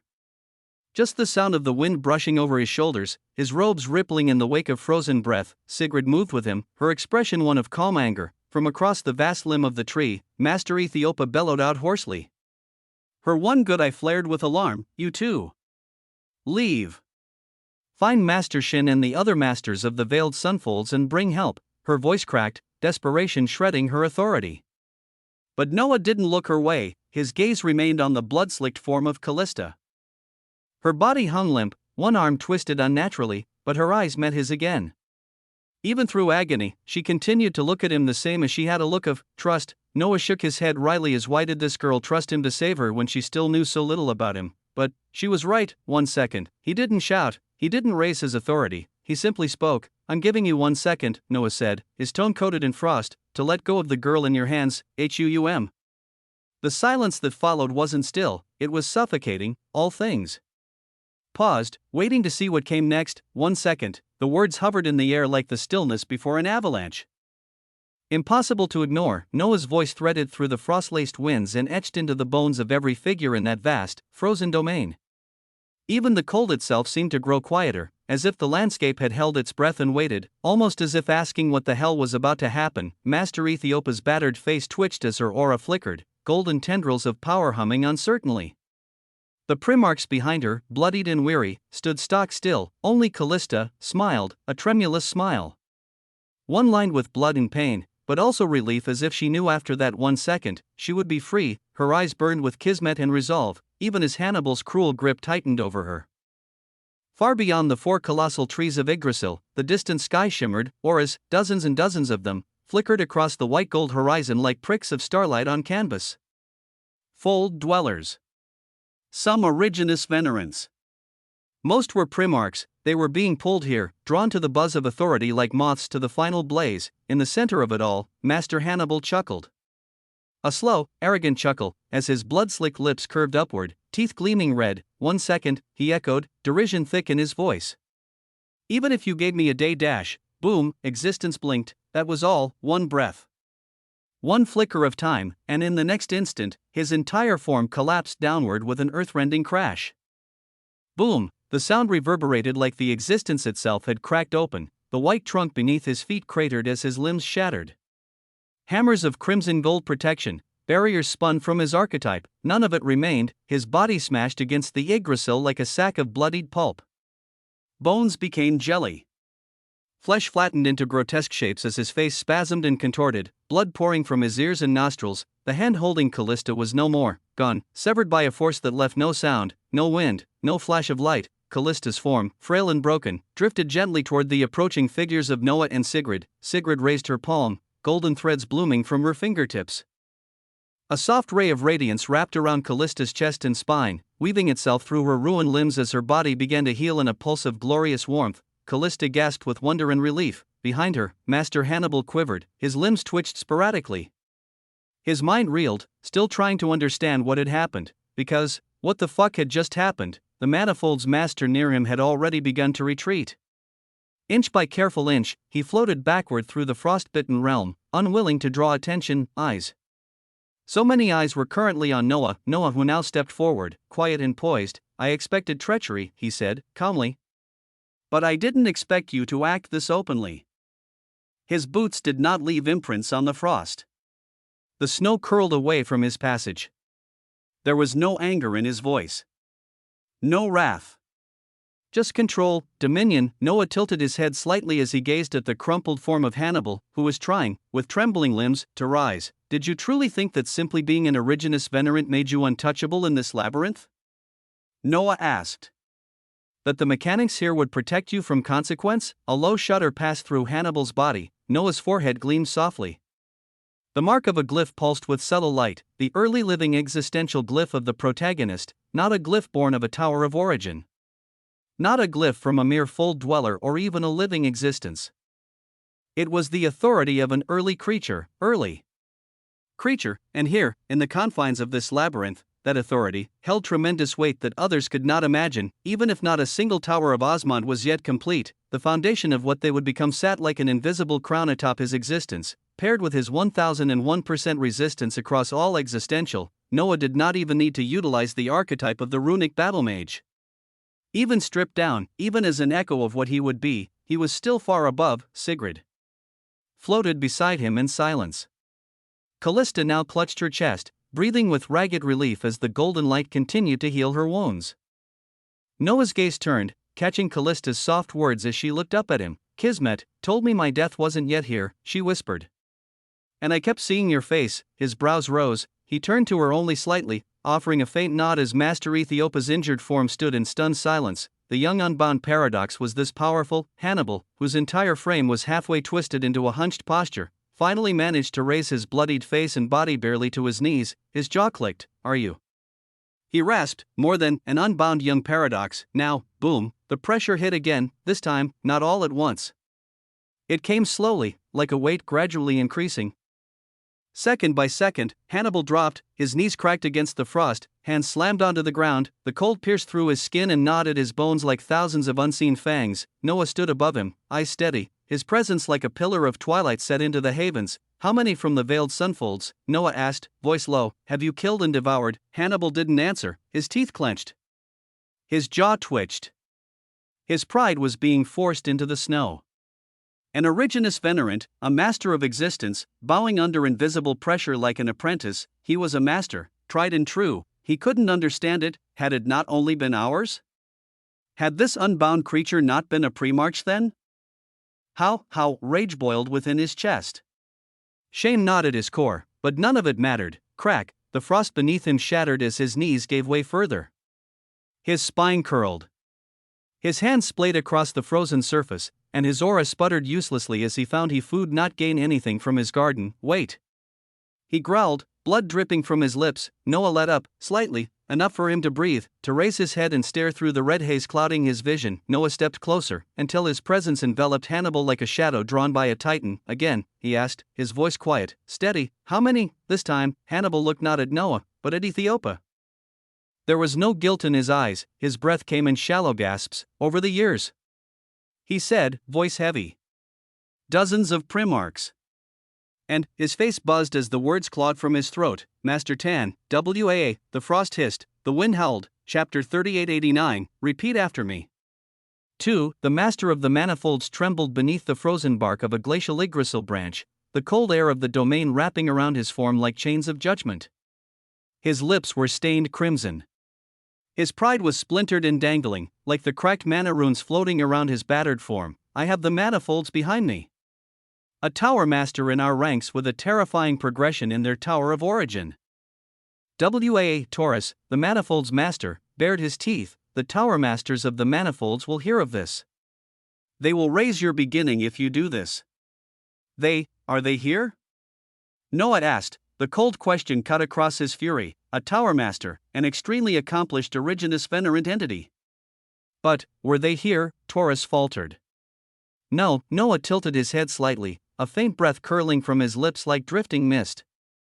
Then they definitely won't be able to save you. Maybe they'll avenge you. But if you're dead. His eyes slowly narrowed. Do you really care about vengeance? So, Noah finished. Repeat after me, and I might just let you live. Something loosened inside Noah's chest as he said this. Freedom, the ability to act as he wished. To speak as he wished. Whether the audience was a full dweller, living origin, or early creature, it didn't matter. He didn't want to bend himself for them. Not anymore. He wanted to live freely, tyrannically, quintessentially. Taurus clenched his jaw. You killed Hannibal after he said your words, he hissed. Will you not simply do the same to me? Noah's gaze turned sharp. I told Hannibal I may let him live. I'm also telling you, I may let you live. Statistically, you have better chances than he did. So I'll ask again. He paused. Will you repeat after me? Silence stretched. A soundless storm of shame and rage twisted in Taurus' eyes. He was a master of existence. An Origenus Venerant. To speak such words, I will repeat, he spat, venomously. Noah nodded, the frost near his feet deepening into pale white ice. Good. Let's begin, he didn't shout. The words weren't loud, but they weighed more than mountains. Repeat after me, Noah said calmly. I am a big sack of shit. Taurus flinched. His lips curled back in fury. He closed his eyes. I am a big sack of shit. It came out like gravel dragged across his throat. Noah's gaze remained impassive. Next, I disgraced the idea of mana. A slight tremble ran through Taurus' shoulders. I disgraced the idea of mana. Noah nodded coldly and continued. I am the disappointment my folds always feared. Am the disappointment my folds always feared. Each one dragged itself through Taurus' voice like barbed wire. But he said them, and then, Noah's voice dropped. One more. He stepped forward, the glacial wind sweeping his robe in slow waves. Repeat after me. He said. My eons of cultivation are worthless, and I should just die. A silence louder than thunder followed. Taurus looked up, his red-rimmed eyes flickered with fury, his lips parted, but no words came. No, the defiance returned suddenly, violently. No, Taurus roared. I will not say that. You're going to kill me anyway, just like Hannibal.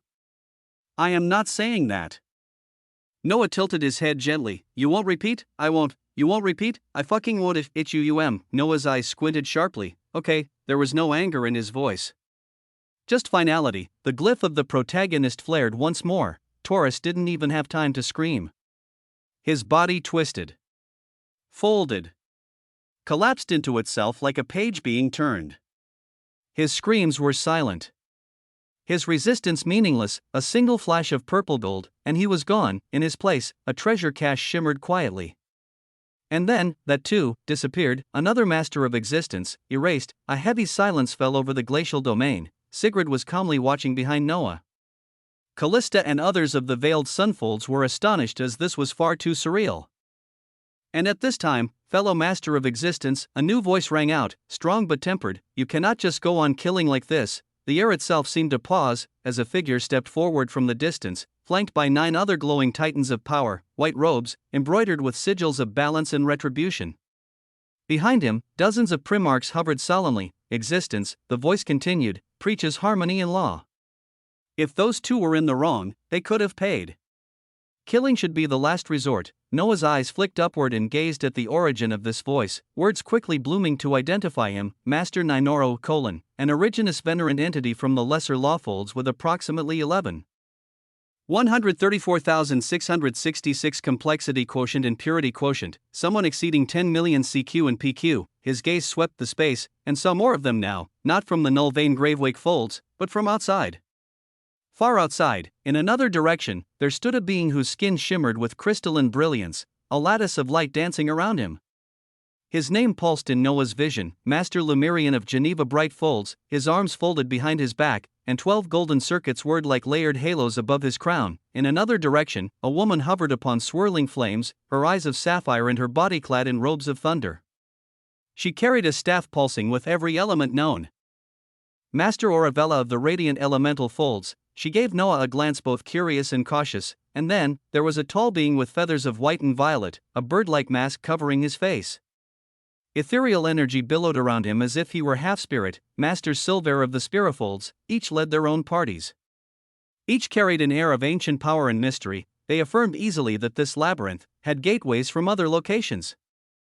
Other folds unfathomably far from the null vein gravewake folds. Noah observed them all, and then, finally, his gaze rested back on Master Ninoro. He did not argue. Did not shout. He simply shook his head. I'm not interested in trading philosophies on killing. He said. The glacial frost whispered around him as he turned, walking toward Sigrid. She stood beside Callista, who was still healing, her aura faintly golden with blooming kismet. Behind them, Master Ethiopia and the other primarchs of the veiled sunfolds gazed at Noah with silent awe. Their expression said it all. He had come into their despair and shifted the very current of their destinies. He did not do it for their awe or thanks. He did it because he could, because he chose to. And he would continue to choose freely as he turned his head to the inevitabilities, the imitation mutated inevitabilities that could provide imitations of everything. Chapter 3889. Repeat after me. 2. The master of the manifolds trembled beneath the frozen bark of a glacial Yggdrasil branch, the cold air of the domain wrapping around his form like chains of judgment. His lips were stained crimson. His pride was splintered and dangling, like the cracked mana runes floating around his battered form. I have the manifolds behind me. A tower master in our ranks with a terrifying progression in their tower of origin, Taurus, the manifold's master, bared his teeth. The tower masters of the manifolds will hear of this. They will raise your beginning if you do this. Are they here? Noah asked. The cold question cut across his fury. A tower master, an extremely accomplished originous venerant entity. But were they here? Taurus faltered. No. Noah tilted his head slightly, a faint breath curling from his lips like drifting mist. Then they definitely won't be able to save you. Maybe they'll avenge you. But if you're dead. His eyes slowly narrowed. Do you really care about vengeance? So, Noah finished.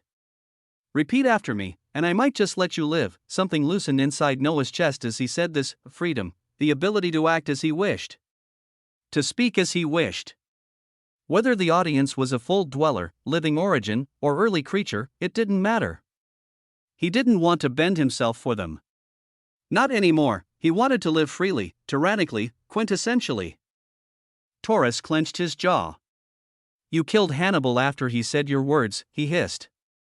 Will you not simply do the same to me? Noah's gaze turned sharp. I told Hannibal I may let him live. I'm also telling you, I may let you live. Statistically, you have better chances than he did. So I'll ask again. He paused. Will you repeat after me? Silence stretched. A soundless storm of shame and rage twisted in Taurus' eyes. He was a master of existence. An originous venerant. To speak such words, I will repeat, he spat, venomously. Noah nodded, the frost near his feet deepening into pale white ice. Good.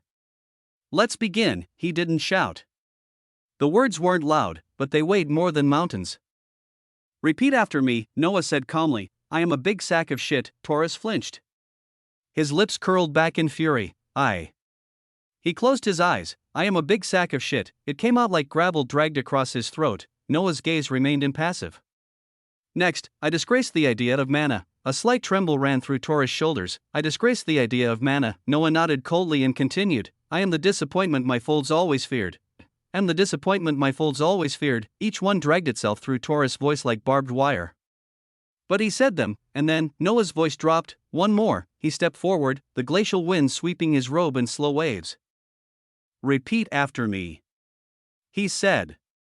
My eons of cultivation are worthless, and I should just die. A silence louder than thunder followed. Taurus looked up, his red-rimmed eyes flickered with fury, his lips parted, but no words came. No, the defiance returned suddenly, violently. No, Taurus roared. I will not say that. You're going to kill me anyway, just like Hannibal. I am not saying that. Noah tilted his head gently. You won't repeat? I won't. You won't repeat? I fucking won't if it's you. Noah's eyes squinted sharply. Okay, there was no anger in his voice. Just finality. The glyph of the protagonist flared once more. Taurus didn't even have time to scream. His body twisted. Folded. Collapsed into itself like a page being turned. His screams were silent. His resistance meaningless, a single flash of purple gold, and he was gone. In his place, a treasure cache shimmered quietly. And then, that too, disappeared. Another master of existence, erased. A heavy silence fell over the glacial domain. Sigrid was calmly watching behind Noah. Callista and others of the veiled sunfolds were astonished as this was far too surreal, and at this time, fellow master of existence, a new voice rang out, strong but tempered. You cannot just go on killing like this. The air itself seemed to pause, as a figure stepped forward from the distance. Flanked by 9 other glowing titans of power, white robes, embroidered with sigils of balance and retribution. Behind him, dozens of primarchs hovered sullenly. Existence, the voice continued, preaches harmony and law. If those two were in the wrong, they could have paid. Killing should be the last resort. Noah's eyes flicked upward and gazed at the origin of this voice, words quickly blooming to identify him, Master Ninoro : an originous venerant entity from the lesser lawfolds with approximately 11,134,666 complexity quotient and purity quotient, someone exceeding 10 million CQ and PQ. His gaze swept the space, and saw more of them now, not from the null vein gravewake folds, but from outside. Far outside, in another direction, there stood a being whose skin shimmered with crystalline brilliance, a lattice of light dancing around him. His name pulsed in Noah's vision, Master Lemurian of Geneva Bright Folds, his arms folded behind his back, and 12 golden circuits whirred like layered halos above his crown. In another direction, a woman hovered upon swirling flames, her eyes of sapphire and her body clad in robes of thunder. She carried a staff pulsing with every element known, master or Avella of the radiant elemental folds. She gave Noah a glance both curious and cautious, and then, there was a tall being with feathers of white and violet, a bird-like mask covering his face. Ethereal energy billowed around him as if he were half-spirit, masters Silver of the Spirifolds. Each led their own parties. Each carried an air of ancient power and mystery. They affirmed easily that this labyrinth had gateways from other locations. Other folds unfathomably far from the null-vein gravewake folds. Noah observed them all, and then, finally, his gaze rested back on Master Ninoro. He did not argue. Did not shout. He simply shook his head. "I'm not interested in trading philosophies on killing," he said. The glacial frost whispered around him as he turned, walking toward Sigrid. She stood beside Callista, who was still healing, her aura faintly golden with blooming kismet. Behind them, Master Ethiopia and the other primarchs of the veiled sunfolds gazed at Noah with silent awe. Their expression said it all. He had come into their despair and shifted the very current of their destinies. He did not do it for their awe or thanks. He did it because he could, because he chose to. And he would continue to choose freely as he turned his head to the inevitabilities, the imitation mutated inevitabilities that could provide imitations of everything. Chapter 3891, Resolve Yourself. 2. The frost still clung to the bones of the glacial domain, though the howls of inevitabilities died rapidly. Where once roared chaos and consumption, now only a roaring silence reigned.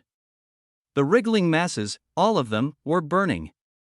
The radiant petals of order had flared, and then all had collapsed. Inevitabilities ate and ate until they could eat no more. That was their nature. Feed them infinite reserves, overwhelm their paradoxical nature, and they would collapse under the very concept they sought to embody. They were unstable. Even the genuine ones, true inevitabilities, those dreadful echoes of contradiction from beyond, were the nightmare of foldless ones. The kind that never ceased, never reasoned. Only consumed, but these? These were imitations. Mutated. Crafted to simulate dread, but not sustain it. At the end of the day, they were imitation mutated inevitabilities. That alone was enough for one to ask, how did living existences manufacture such creatures? But that was a wonder for another time. The critical thing now was that these were just imitations, against the grinding, unbending light of order. They were nothing. Noah floated in the thinning light, breath steady in his chest. Around him, dozens of masters of existence hovered cautiously in the frost-rimed distance, hundreds of primarchs behind them, all murmuring in hushed awe. The snow had quieted. Only the crystalline groaning of the massive trees of Yggdrasil continued to echo across the sea, and in the center of it all stood her, Sigrid. Her form gleamed with an undeniable authority, now an authority that wrapped around her like a flowing mantle spun from the threads of law itself. Her skin radiated a cool white brilliance, her hair adrift in still wind. Her feet did not touch the frost, but the frost itself seemed to reach up toward her as if it sought to cradle her brilliance. Noah's gaze didn't leave her. There was a sense of careful wonder in his gaze, because as he watched the shimmering white lotuses fade into starlight, he realized, truly realized, that Sigrid might be something far beyond what even she believed herself to be. Her entire lineage had died to fill a hole in her being. And from that hole, something ancient had bloomed, a lost authority, an existential flame of balance and sovereignty. Living order, if she was its vessel, if she wasn't simply touched by it, but was it, then Sigrid might not just be a living order, she might stand the chance to be the living order. Maybe. In a far distant future, Noah's eyes narrowed with solemn clarity. Such a concept would be enough to drive living origins mad. Enough to drive entire civilizations to betray each other. How would the living paradoxes react if they knew? Hell. How would the other living existences react? She gleamed like judgment itself as she opened her lips and uttered a single word, order. The sound settled, like snowfall upon skin, and in the next breath, all remaining inevitabilities and golems screeched as one. Their bodies imploded in sheer existential terror, their monstrous limbs convulsed. Their many eyes cracked like glass beneath a hammer. Their jagged, writhing masses burst, turning into dazzling white stars that floated through the cold air like offerings, all of them moving toward the figure that had commanded them, toward Sigrid. She didn't reach out, she simply received, and in front of Noah, a prompt unfolded like a blooming petal. Elegant and heavy with implication, you have witnessed the first action of the budding young living order. As the one who has bound the living order, once her authority reaches sufficient maturity, you shall gain access to living order authority. Living orders may also be born in the early veiled shore in festivals of existence at that time. His lips parted slightly, a breath escaping into the icy domain as his eyes gleamed with unspoken anticipation. Glorious anticipation, access to living order, to that authority. The domain before them began to shimmer as over 100 radiant treasure chests bloomed in neat clusters across the white sea where inevitabilities once screeched. Loot, magisterial chests of loot, all around. Voices rose in wonder and hushed shock. Even Master Ninoro couldn't help himself. That. His voice broke the silence like a polite blade. That authority, it bears resemblance to the power the Foldless Ones wield. How fortunate we are to witness such magnificence. He was smiling brightly. Noah's gaze slid toward him with disdain. Master Ninoro bowed low, arms out, robes pristine and posture perfect as he looked towards Sigrid. For your intervention, we are thankful, he said, voice full of performative warmth. Truly, all those present benefit from your blessed act. Sigrid didn't blink. She looked at him like one would look at a particularly annoying draft of wind. I didn't do it for you, she replied flatly. Master Ninoro straightened with a soft chuckle, brushing her words away as though they were mere dust from his shoulder. Of course not, he said with a gallant grin. But gratitude must be expressed nonetheless. After all, the fold dwellers of these blessed folds will partake in the blessings you left behind. He moved casually before anyone could object, gliding across the air with practiced grace. He reached one of the nearest treasure chests, his fingers extended calmly, politely, and as the golden chest opened, bundles of radiant loot danced out. Glimmering fragments of authority, vibrant cores of frozen complexity, even crystalline veins of dormant inevitability, remnants containing a sense of everything. Noah watched. His smile, faint and cold, did not reach his eyes. Sigrid's brow furrowed as she said slowly, "What do you think you're doing?" He turned to her, blinking with innocent confusion as if her question surprised him. "We are all cultivators along the same path," he said smoothly. "The journey toward advancement is not one of isolation. Resources, like trials, are meant to be shared." She didn't respond. He continued, "You are clearly immensely powerful already." A faint humility laced his tone. "So surely you do not require every chest here?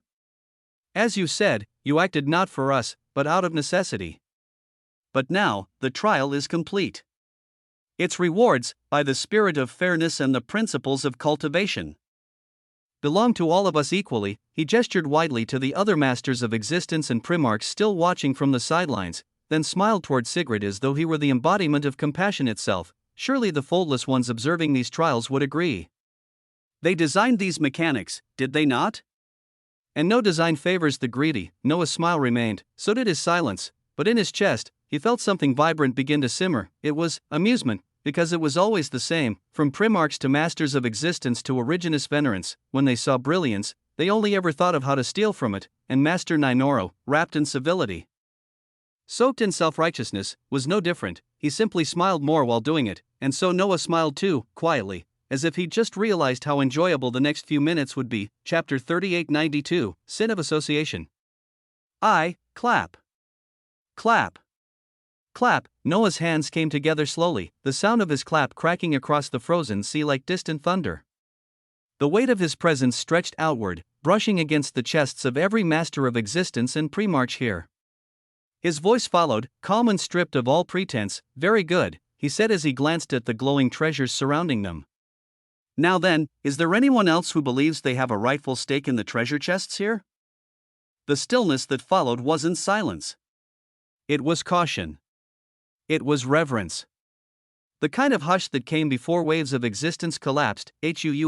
Power emanated from him, cold and absolute. The kind of authority that didn't beg for compliance, but it expected it. Noah did not raise his voice. He didn't need to. The reverberation of his authority, paired with the glyph that pulsed like a slow heartbeat on his forehead, was enough to still the weavings of many. And yet, Master Ninoro scoffed. Standing proudly, he turned, his white robes pristine and the glow of a calculated righteousness lighting his pale eyes. He gazed out over the gathered entities with the weight of false kinship. His voice ringing as though he were the herald of justice. "Fellow masters of existence," he called. "We all know the principles of fairness and cultivation. Even the foldless ones would stand on our side. One master of existence cannot dictate the fate of us all, nor hoard rewards meant for all those who participated. If we stand together, Noah's voice sliced through him like a blade honed on the edge of infinity. for an insignificant extra, Noah said. You have already taken up far too much time. A hush deeper than frost followed. Master Ninoro stiffened, the authority behind those words grazing his existence like a cold blade. And then, Noah spoke again. You seem desperate to die today, he said. So I'll grant you that death. The glyph of the protagonist flashed with golden brilliance, and Noah's aura erupted in a lancing burst. Power flooded toward Master Ninoro like judgment descending from above, and yet Master Ninoro did not flinch. He didn't even move. Instead, a brilliant white gold shield bloomed around him gloriously, intricate, ancient, and unshatterable, formed of something unmistakable, living origin authority. There was a collective inhale across the frozen sea as dozens of eyes widened in disbelief.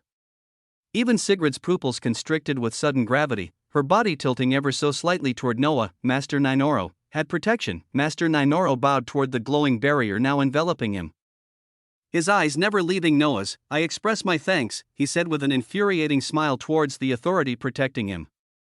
To the great foldless one for preserving peace and ensuring justice, he said the words like a man who knew exactly when to cry for mercy and when to spit in your face. The silence afterward was suffocating, until a voice that should not have been heard reverberated through the entire region, cold and unfathomably ancient, filled with layers of untouchable judgment.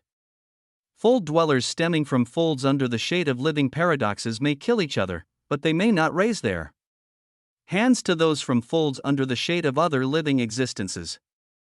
Boom, the words fell like a mountain, the very frost cracking beneath its weight. All across the glacial expanse, figures bowed their heads instinctively when they heard the voice. Callista's golden hair swayed forward in submission of shock. Master Ethiopa's face turned ashen as her form sank in reverence, because all knew what this was, a foldless one, an entity above the conflict of fold dwellers, a being whose presence could silence entire folds. The domain stilled under the weight of its voice, as if the very Yggdrasil trees feared to creak in protest. To be a foldless one was to carry the birthright of existence itself. They stood outside the typical hierarchy. They were hierarchy. And even if they weren't physically present, their words shifted edicts and forced judgment to move in unnatural rhythms. Noah stood still, recognizing the voice of the living origin, Altheon. His posture remained unyielding, though his eyes narrowed as he watched Ninoro still bowing, head lowered, but eyes lifted, mocking. He had known. All along, he had known that this protection would come, and still, Noah's voice echoed with the steel of defiance. Why, he asked. Why is it that such protection is granted only to fold dwellers from the folds under living existences? What crime have those from paradoxical folds committed? That question, it shattered the silence more than any scream could have.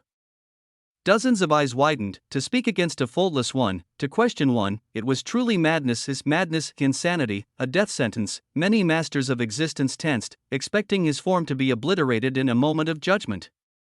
Some even looked away, unwilling to watch the splintering of a rising star, but the voice that answered came cold, resolute, and impassive. Fold dwellers from paradoxical folds have done nothing wrong.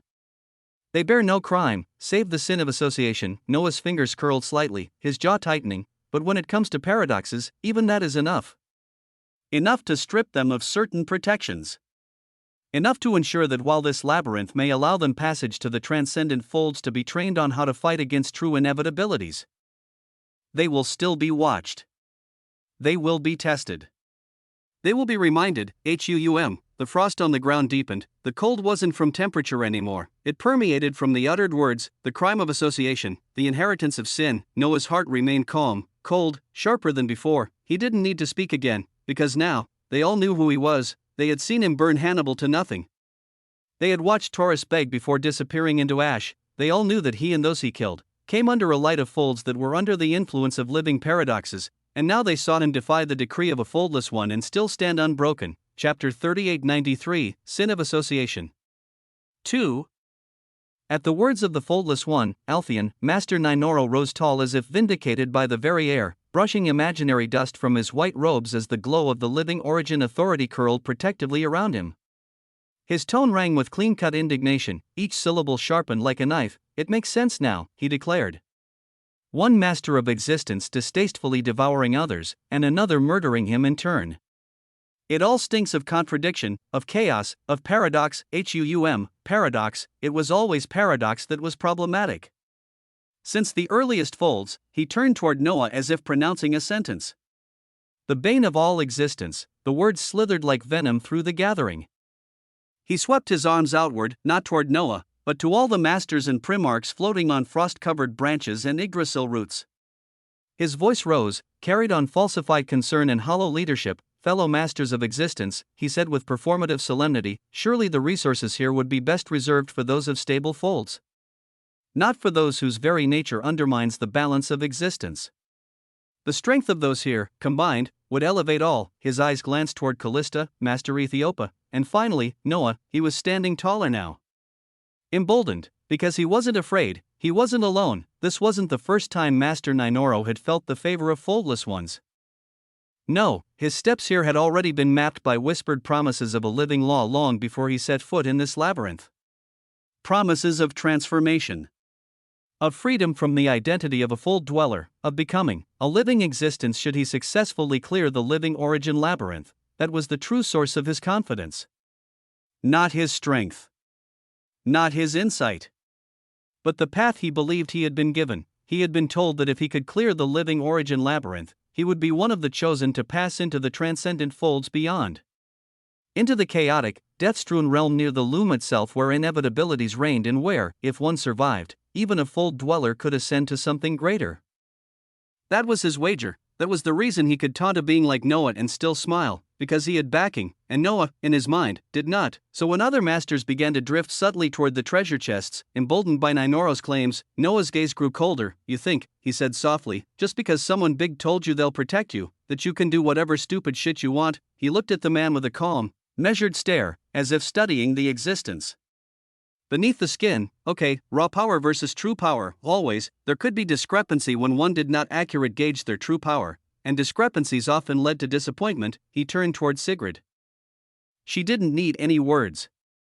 Her golden eyes lifted to the crimson gold haze above, toward the sphere that floated like an unseen eye. The gaze of Alpheon, her voice didn't waver. It carried like a tide of order. All treasures made available by my actions are to go straight to him. No one else from any folds. The word him rang heavier than gold. The wind itself seemed to falter, waiting. Master Ninoro's brow twitched. He straightened his robe, but his hands curled tightly behind his back as he nearly harumphed. Her words felt like command. No, they were command. And within seconds, as if time itself had to answer her decree, the voice of Alpheon returned almost as if it were disliking the words about to be uttered. All resources in this final labyrinth domain are for him. Boom, the pronoun landed like a meteor, not paradox. Not fold dweller, him, and they all knew who that meant, even those who didn't dare say it. The gathered masters and primarchs turned slowly towards Noah, others towards Sigrid. Some with awe. Some with dawning horror. Others with envy. Who was she, that she could shift the will of a foldless one, and who was he, that she called down such favor for him alone? Noah didn't blink, he simply raised his hand, and from his fingertips, golden strings of authority unfurled like silk, weaving through the air like hungry roots. They found every treasure chest scattered across the vast branches and frozen wind. Threading around them in elegant lines of ownership, and one by one, they disappeared. The chests folded out of space, drawn toward the one who had been named, the one who stood beside order. Noah's gaze turned again toward Master Ninoro, whose smile had begun to fracture. His face still wore a look of civility, but there was a stutter in his aura. A twitch of calculation trying to rewrite itself. The command, Noah said, was for all resources to come to me. You sad excuse of an existence. His voice struck like thunder. Give back what you took. Master Ninoro lifted his head slowly, casting his gaze to the air above as if still expecting Alpheon's voice to intervene again. But there was nothing, only silence, only the cold, and Sigrid, standing beside Noah, radiant with calm certainty. Master Ninoro's mouth twitched, then, slowly, reluctantly, he waved his hand. An orb of golden light floated forward. It hovered toward Noah's palm like a sheep returning to the shepherd. The moment it touched his hand, light bloomed as it also disappeared, and the moment it did, there was a subtle change. Alpheon's voice once again echoed across the realm, cold as the deepest void. All trials and resources in the final domain of the living origin labyrinth have been claimed. Those who have made it and will make it into this region will now gain passage into the Transcendent Origin Battlefront Folds. Transcendent Origin Battlefront Folds. A stillness followed the words, because those who knew what that meant, truly knew what it meant. The Transcendent Battlefronts were a prize, and a place of horror. They were a war zone, a contested edge of existence where foldless ones had pushed forward toward the loom itself, where inevitabilities were real, and not imitations, where the chance to ascend existed, only through slaughter. The frost beneath their feet cracked, the Yggdrasil branches groaned in the distant skies, and in the silence, Noah stood at the center of it all, unyielding, quintessential, and with eyes unfathomably bright as while all of this occurred. The slow construction of a wonder of a tower inside his existence neared completion. Chapter 3894, Sin of Association.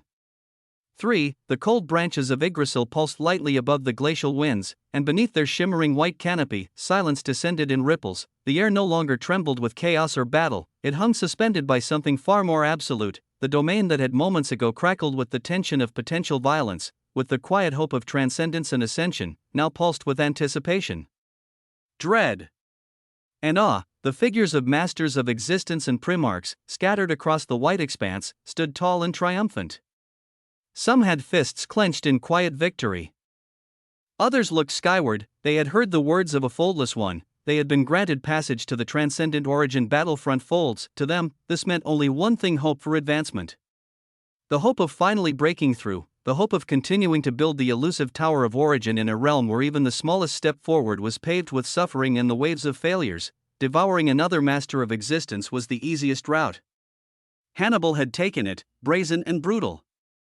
But that too had ended. Few could tread that path openly and survive the consequence. In many folds that had living existences seeking to impose order, it made it truly difficult to raise one's power if they could not devour others. The rest clung to whispers of panaceas, to glimmers of existential treasures, to slivers of inevitabilities. They had seen the proof in this labyrinth. Even the imitation mutated inevitabilities had yielded treasures that allowed for a rapid rise in power. The real ones, stemming from actual inevitabilities in the battlefront, would offer more. They hungered, and as they had such complex emotions, without sound, without flash or warning, a golden wave struck out instantly across this domain. Whap! It was soft, almost elegant in its delivery. But its effect was undeniable. All those expressions, the elation, the anticipation, froze. Literally, every figure, every swirling authority stopped. Master Ninoro, Master Ethiopia, Callista. All fold dwellers here, weavings of existence that had once pulsed with boundless pride, dimmed like dying stars. Faces blank, bodies rigid, frozen in the golden wave's grip. Noah's head tilted slightly, his eyes sharpened as he recognized the authority of the living origin, Altheon, who had just spoken grandly, the same fucker that tried to kill his body of Ozymandias. How could he forget his signature aura? Sigrid stood beside him, unflinching and untouched. They alone remained aware, unfrozen. Noah's weavings pulsed gently in his body, intricate layers of authority adapting instantly, dancing with unseen threads. Not even his eyelids flinched. But deep inside, he analyzed, Altheon's authority had swept across this domain in a whisper and paralyzed all within it without even alerting their senses.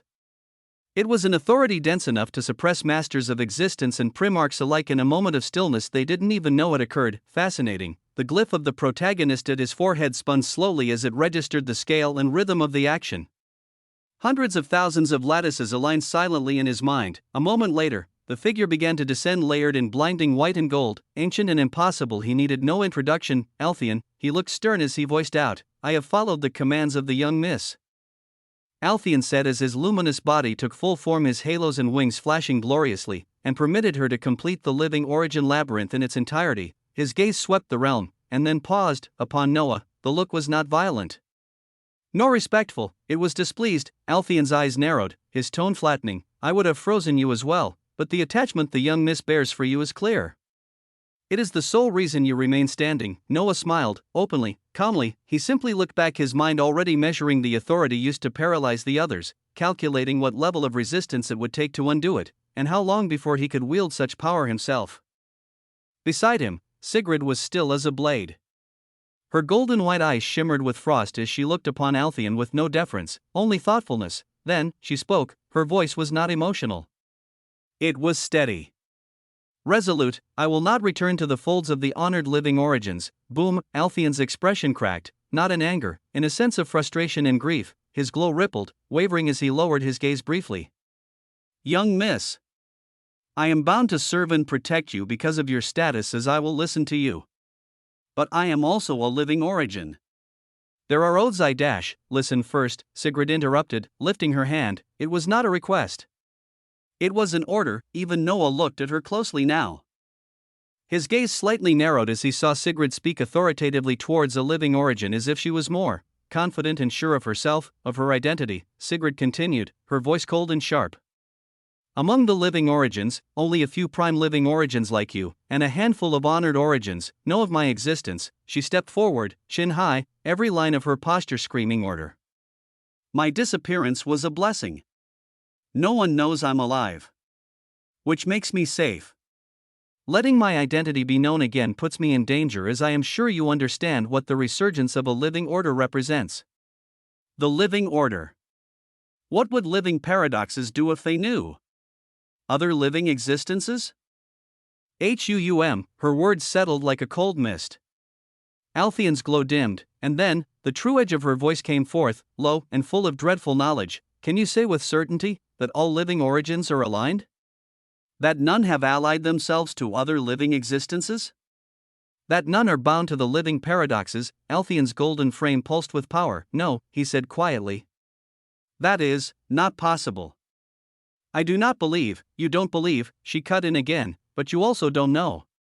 You can't know. Her eyes gleamed with a glow both terrible and majestic. I am becoming the living order. The living order. I can feel things now that I couldn't before. Paradox has not faded. It festers pervasively now as it did in the earliest folds. Just like before, paradox is widespread and inevitable. She said such words as at this, Noah couldn't help but smile and speak out. When it comes to living paradoxes mixing with living origins, I know a bit about this. He said, voice lazy and light. There's a young paradox stemming in the paradoxical folds, said to be the offspring of a living origin and a living paradox. Althion's body pulsed in a terrifying manner at these words as if they could not be true. The air around him pulsed. His hands buzzed as his voice turned into a sharp whisper. Who? Who is that? Althion had his weavings swirl as he thought of the young paradox he nearly killed. Ozymandias, if they are born of both paradox and origin, then that would explain a little of their mutation on why they do not produce inevitabilities. Even Sigrid's eyes flickered with interest as Noah shrugged faintly. I don't know much. No fold dwellers do. Just that the young paradox has two names. One's Ozymandias. Boom, Althion's body stiffened. Noah looked him dead in the eye. The other, he said, voice calm as still water, is Etheron. Chapter 3895, Sin of Association. For Althion's radiant body trembled faintly. The names rippled across his thoughts like thunderclaps cast in golden glass. Ozymandias? He uttered first, the syllables curling with memory. Then, slower and sharper, Etheron, a name he had not known. His mind buzzed as he began connecting threads of knowledge. Knowledge based on what little information he was given. Thoron, did that bastard not tell him everything? His glow dimmed with thought as he looked once again toward the boy, the man before him. Noah. Cold eyes. Tyrannically calm before a foldless one. Even though he was a mere fold dweller, he could somewhat see why this being had attracted the attention of the young Mississippi, and just now, he revealed more information about the paradox that did not produce inevitabilities, as through this, Althion could share with the others that they were looking for an abomination. Born from paradox and origin, since living paradoxes now surrounded that being, he would have to ask for one of their operatives planted among the living paradoxes to gather information around the names, Ozymandias and Etheron. They were one and the same, and the abomination that did not produce inevitabilities which had to die. He spoke out in his grand voice.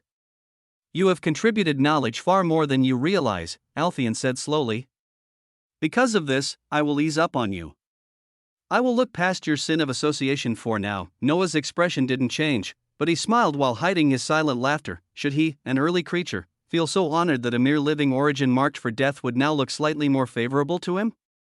His gaze flicked to Sigrid as if granting her the floor, not even bothering to reply as he simply name-dropped Etheron to muddy the waters of Ozymandias. Sigrid stepped forward without hesitation as her voice came smooth, curved with control. Regardless, she said, we both know trust is a luxury we can't afford. Not entirely. If I return to the living origins now, disclosed and known, I risk assassination before I even have the chance to become what I am meant to be. Her chin lifted ever so slightly. Would you like that on your existence? As your responsibility, Althion said nothing. His frame stood glorious in glacial air, the winds curling around him, golden white robes and all as his ancient mind weighed her words. Eventually, he broke the silence, slow and grim. "Young miss, just tell me what you are proposing." Sigrid's answer was immediate, as if she had already thought about many things. "You may alert Royal Origin Calypso," she said, "and Duke Gwendolen." She turned her head slightly, her voice low and sharp. "I do not sense the corruption of order in either of them with certainty." The glacial branches above groaned again, crystalline leaves shivering under her quiet command. "Let them know I still live." Her tone darkened now. "I will forge myself into the living order with my own hands, complexity by complexity, purity by purity. And that can only happen if I walk through the chaos of existence." Noah watched her with narrowed eyes. He could feel the pulse of her ambition, the glory of her reason, and the depth of her resolve. "I will enter the transcendent origin battlefront folds," she said. Accompanied by him, she nodded toward Noah without a glance. "And for safety, you may trail us from a distance and observe. Or Duke Gwendolen can send those she trusts to keep watch. That is my will. And you will follow it." Her words fell like stones from a throne, each syllable deliberate. There was no room for interpretation. No room for negotiation. Althion's glow dimmed again. Silent, he turned his gaze between Sigrid and Noah, his ancient mind slicing through possibilities, calculating thousands of probabilities and weavings of potential timelines of how things would unfold in a breath. Finally, he inclined his head. "I will escort and protect young miss in the battlefront folds," he said solemnly. "And I will notify Royal Origin Calypso and Duke Gwendolen." A brief pause. Sigrid nodded, pleased, then her eyes sharpened. "I shouldn't need to say this," she continued, "but do not mention more than you must. My new face. My company. If you speak out of turn," her voice quieted to a whisper, "you will earn the wrath of the future living order. Do you want that?" The majestic being pulsed with power, his gilded face remained staunch as he lowered his head. "No, young Mississippi." The air grew colder. "Thicker, come here," she said. Noah's eyes blinked once. The words weren't loud, but they moved like a command born at the beginning of time. Altheon, the foldless one, floated forward at such a command. He moved slowly, solemnly, the air bending around him as if even space bowed to his step. He stopped before Sigrid, his head lowered. Sigrid extended her hand, pale and slender, with no hesitation. Altheon bent forward and pressed his lips to the back of it. It was not romantic, it was reverence. She held his gaze as he rose. "You will not disrespect those around me," she said, her voice turned deadly and perfect. "You know who I mean." She stepped closer. "And if you follow me, if you serve properly, then I will elevate you." Her breath was steady. "I will give you position, standing, name. Easily a royal living origin. Or even for you to replace one of the 81 dukes of the transcendent origin folds." Her gaze held him in place. "If you care nothing for titles, then you will hold something greater, the personal favor of the only living order." Altheon met her eyes. He turned to Noah. And then back again. The pride in him still whispered resistance. But the calculations, always the calculations, outweighed it. He lowered his head. "Understood, young Mississippi." His voice grew quieter. "He will receive no disrespect from me. But, by the sin of association, he and the others from the paradoxical folds will still be looked down upon by other fold dwellers and the living existences in the battlefront folds." The cold winds stirred softly in response. Noah said nothing, he simply smiled. Altheon's form hovered still in the air as he added, the words ringing with cold finality. "All fold dwellers will be claimed and sponsored by the living existences under whose folds they were born," he said. "You will be claimed by none. No sponsor. No protector." Noah did not flinch. His smile curled with mockery at such words. When was he not an outcast? Chapter 3896, Foundation I. The role of the one looked down on was not new to Noah. Beside him, Sigrid merely tilted her head. The ringlets of her pale dark and white hair caught the light, gleaming like a halo of frost. "You don't need to worry about that," she said. "As long as you play your part. And is a sponsor really needed if you and other living origins will constantly be watching my back?" Altheon did not argue. "I understand, young miss," he said, bowing his head slightly. "I will get started." His luminous figure shimmered and faded, the golden haze blanketing the frozen domain dissipated slowly, and all around them, time returned to its flow. The masters of existence and Primarchs stirred once more. None of them knew. None of them even noticed. Their expressions remained unchanged, their thoughts continuing along paths interrupted only by the barest blink. As if no pause had ever occurred, they resumed looking around, eyes filled with anticipation and awe. Noah's gaze swept over them. These beings, powerful as they were, hadn't even realized their existences had been paused. that their threads had been severed for a single beat of judgment. He shook his head slowly. They don't even know, he muttered, his thoughts turned.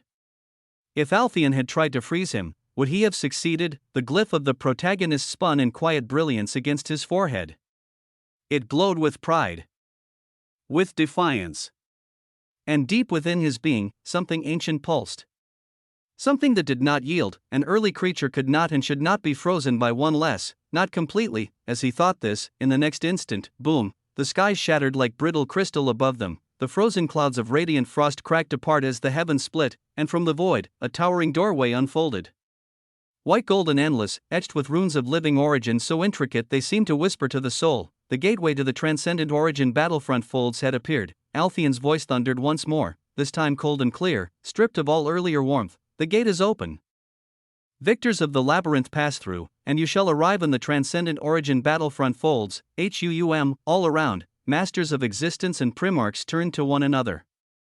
Their bodies blurred into streams of celestial light, surging toward the shattered glimmering skies. Excitement. Purpose. The promise of battle and treasure of progression. Among them, Master Ninoro turned back, casting his long calculating gaze at Sigrid and Noah. He bowed low toward Sigrid. The curve of his spine is smooth as oil. I hope none of my earlier actions caused offense, honored miss, he said, tone silken and insincere. In the folds ahead, if you require help, I will ensure all of us are ready to assist. Then he turned his face toward Noah and nodded, his smile slick. He turned and ascended, a stream of white light vanishing into the gateway as others from the law folds followed in his wake. Noah watched him go without blinking. His eyes then slid to Callista and Master Ethiopia. They stood silently beneath the branches of frost-laden trees, gazes lifted toward the open gateway above. Wonder and hesitation shone in their eyes. He floated toward them, a bit of pity flashing in his eyes as he spoke to them. If you go through, he said, voice calm and cold, expect no kindness. You are from folds overseeing my living paradoxes. That alone will make you targets. Callista's expression darkened. But she nodded. Master Ethiopia stepped forward, her face grave. We will wait, she said, until Master Shen and the rest of those from the veiled sunfolds reach this domain. We'll go with numbers, not alone. Noah nodded once, then he turned, ignoring the glimmering brightness in Callista's gaze as it trailed after him. He returned to Sigrid and stopped at her side. Let's go, he said. To the battlefront. Sigrid spared one last glance and a nod to Callista and those of the veiled sunfolds before she went ahead. Together, they ascended. Two figures, one crowned in tyranny, the other in fate, rising toward the threshold of the transcendent origin battlefront folds. And while such a thing happened, Noah smiled as he sensed something lock into place. Something bloomed inside of him, deep, vast, monumental, and with it came a prompt. Clear. Absolute. The early sacred living infinity tower of Osmond centered around your blood of an early creature has been arduously and gloriously forged through the complex fuel of the early living marine lifeforms stemming from the early veiled shore. Your complexity quotient and purity quotient have both been increased by 500,000 from the completion of this single tower of Osmond. Since a tower of Osmond is completed, the heart of an early creature can now begin to be formed. The resources required for its completion are unknown, but expected to be exceedingly high. Noah remained composed, eyes narrowing, mind threading through implications with practiced ease. Yet within, a deeper tide stirred. One he did not voice. One he rarely acknowledged aloud: satisfaction and hunger. Hunger to exceed and overcome himself even more. A breath later, he turned his thoughts inward. In the early veiled shore, warm mist clung to the vibrant cerulean sands, curling around pale spiraling shells that shimmered with embedded runes older than most folds had ever recorded. Waves kissed the shoreline in patient cadence, the surface of the waters glowing faintly with the dissolved battle of early living marine lifeforms. The scent of them lingered in the smoked, seared, and devoured. Their residue now steeped the air in complexity and purity so concentrated that lesser beings might suffocate. Seated at the heart of it all was Noah. His upper body lay bare against the glimmering sands, the sharp lines of his body carved in living starlight. Around him, tendrils of multicolored living existential authority coiled and writhed like serpents. And Noah, seated in stillness, remained with his eyes closed, until it came, boom, a booming ringing. Like a temple bell ringing across the span of existence itself, tolling in recognition. A low, cavernous reverberation rolled through the veiled shore, and from Noah's seated figure, Something rose, a titanic structure burst into manifestation around him, blinding cerulean light arching into form with such reverent majesty that even the horizon bent to accommodate it. The early sacred living infinity tower of Osmond, chapter 3897, Foundation 2, a glorious tower, enacted by an early creature. The base of the tower was simple primal, as if the very concept of tower had been born from its likeness. Spiraling etchings crawled up its side in curving arcs, each inscribed with unending infinity symbols, each line seeming alive. The tower was supported not by stone or foundation, but by 9 eidolons, 9 archaic, ancient figures made of pearlescent cerulean shells and etched bone armament, each one a towering sacred living eidolon of infinity. Their forms were draped in woven moss and plates of translucent armor derived from the shattered husks of mythic living true signatures. Each eidolon bore a different pose. One knelt, palms flat on the sands, head bowed. Another stood with one arm raised, as if bearing the weight of wheels. One leaned upon the tower as if he alone supported it on his back. Together, they upheld the tower with silent devotion, their bodies locked in ancient positions that sang of burden, memory, and quintessential labor. Above them, the tower pulsed softly. From its peak, streams of white gold and cerulean mist poured into the sky. There were no windows, no obvious openings, only a singular spiral staircase carved into its inner wall. Rising and falling endlessly, as if even the architecture refused to admit a top or a bottom, the tower stood gloriously. It was the crystallized proof of his will, of the blood of an early creature finally manifesting its might into form, and this was only the first. The streams of white gold and pale blue drifting above the peak of the tower coalesced with meticulous purpose. They twined and thickened, swirling inward to form a singular structure dazzling in its geometry and hue. It was a structure of cerulean gold, its form veinous and alive, as if arteries of power pulsed beneath its translucent shell. A vessel-like structure formed at the top of the tower. The early sacred living infinity tower of Osmond has formed the first vein of an early creature, from which the heart of an early creature can begin being forged from. He breathed. Only his breath, steady and slow, carried meaning now. His eyes opened just slightly, slits of molten gold and blue currently and infinity swirled within them. You have discovered new records of the weavings of early creatures as you pioneer your own path, tracing back through the earliest folds. In the earliest folds, early creatures cultivated early living marine lifeforms and reared early living land lifeforms, alongside harvesting early living sacred herbs in their shores. They had an overabundance of resources filled with complexity and purity, which they utilized to forge their glyphs and elevate their power. In this current era, such resources are exceedingly rare. Forging the heart of an early creature will be immensely difficult. His fingers closed into the sand, feeling the granules break between his knuckles like brittle fragments of time. So, he murmured, the syllable barely brushing past his lips. They lived in abundance. He tilted his chin slightly, eyes narrowing at the information unfurling like sacred scripture before him. Abundance. He had abundance. Even if it might not be enough, the heart, formed only through veins. The veins, created by the towers. Towers, birthed from complexity and corpses of the ancient marine life I consume, marine lifeforms. Land lifeforms, sacred herbs. Early creatures had many things in abundance, and he did not. Yet his path was similar to theirs. He breathed again, deeper this time. It meant the path forward was slow and costly. To attain even the foundation of what the early creatures once were, he needed what they had freely: oceans teeming with life, forests of sacred herbs, and mountains of purity. But he was not born in their age. He would have to forge what they had for himself. More prompts came down in this momentous occasion. You have unlocked the first stage of your early sacred living tower. The Tower of Osmond has begun aiding in the construction of the heart of an early creature in the limited capacity of its first stage. Taking your tower to the second stage will allow it to be manifested as a sacred tower totem in your early veiled shore, with such a totem capable of attracting early living land lifeforms who can generate essential products that accelerate the progression of the tower and other components of an early creature. Stages of an early sacred living tower: 1. The foundation vein, the initial manifestation. Forms the first vein. 2. The sacred totem, allows manifestation of the tower within the early veiled shore as a totem. Enables attraction of early living land lifeforms. 3. The vital lighthouse, undefined. 4. The sovereign pillar, undefined. 5. Unknown, undefined. 6. Unknown, complete harmony with the early veiled shore. Grandiosity bloomed before him, each line carved itself into his memory like scripture. His gaze sharpened. The newly built tower had stages to it. It was freshly built as it could become much more. The second stage alone, the sacred totem, would allow the tower to become a beacon. A living monument within his early veiled shore.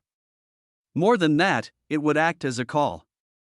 A totem that would attract early living land lifeforms, creatures whose very breath and secretions would accelerate his forging of his towers in the heart. He could imagine it already, those creatures wandering ashore, their mere presence feeding his progression.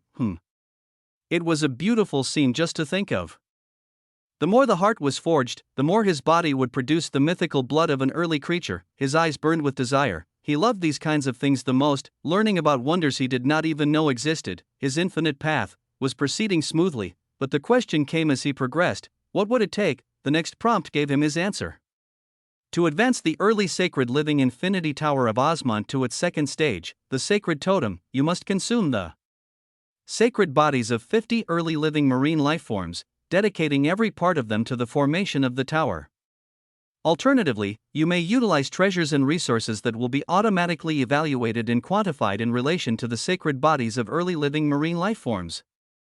He did not sigh at the difficulty, he sighed at the truth. 50 entire sacred bodies, purity, complexity, spirit, and matter, all poured into this one single tower. And that was just the second stage. Noah leaned his head back, strands of vibrant hair slipping across his neck and shoulder as he exhaled. His glyph of the protagonist spun slowly on his forehead, parsing the meaning and ramifications of every line. He needed treasures. Caches. Everything, Hannibal's loot, Taurus's, the burning spoils left by the inevitabilities, he had them. But even that was only enough for this one tower, for infinity. The others sat dormant, their growth proceeding slowly. Waiting for the fullness of sacrifice, he had already entirely finished the goldfish that was the first marine lifeform to come. Now, he needed a lot more: resources, treasures, time. The path of an early creature was not for those afraid of cost, and he would pay the price regardless of what it took. Chapter 3898, Foundation 3. Noah stood barefoot, the light of his hands having called out his most recent loot. His dozens of treasure chests and caches spilling across the beach. Like a dawn that would not end. His palm hovered over the glimmering troves in quiet calculation. Every glowing cache was a breath closer to glory. Every chest, a thread in the ancient weave of what he was becoming. He turned, letting his gaze fall upon the peculiar scene behind him. A scene so surreal that it might have broken the mind of lesser beings. On elevated platforms of manifested living origin towers, more than a dozen of crystal-clear glass walks simmered with early sacred waters, white gold flames dancing beneath them. Moraine stood tall and composed, handing sacred marine bodies to Amelia Osmont, who with maternal calm explained precisely how everything should be arranged. Beside them, Ruination was adjusting the position of another glass walk onto a tower. Conjured by Kazuhiko with utmost precision, the hem of her garment sweeping through white gold sand, Noah almost laughed as he observed the scene of these terrifyingly powerful beings preparing meals. Ruination, he called out with a voice as calm and unbending as polished steel. The living origin turned, her crimson gold eyes bright, her steps left no print, but her presence carved itself into reality. Yes, master, Noah gestured toward the glowing loot around them. Multiply them for me, she inhaled lightly, and the glyph of ruination bloomed across her forehead, a radiant brand of ruin filled with wonder. She lifted her arms slightly as her voice rang out with practiced elegance. I understand. The weavings of her existence responded instantly. The declaration of living existential proliferation has been made by the living origin, ruination, with its target set as the bundles of loot. The heavens pulsed crimson gold, the glow of each treasure intensified as the air bent and split with refracted echoes. One chest became two. Two became four in some cases, and in less than a minute, the early veiled shore bore the weight of over 200 treasure caches and chests. Ruination lowered her hands, smiling brilliantly. Done, master. It is only a matter of time before the proliferation can rise up to a factor of 3, 5, or 10. WAA, her eyes brightly told of her future goals as Noah smiled. He reached forward, his fingers sliding gently through her hair as a quiet reward. She tilted her head slightly into his touch, pleased beyond words, innocent. Then he turned toward the troves, his thoughts sliding into calculation.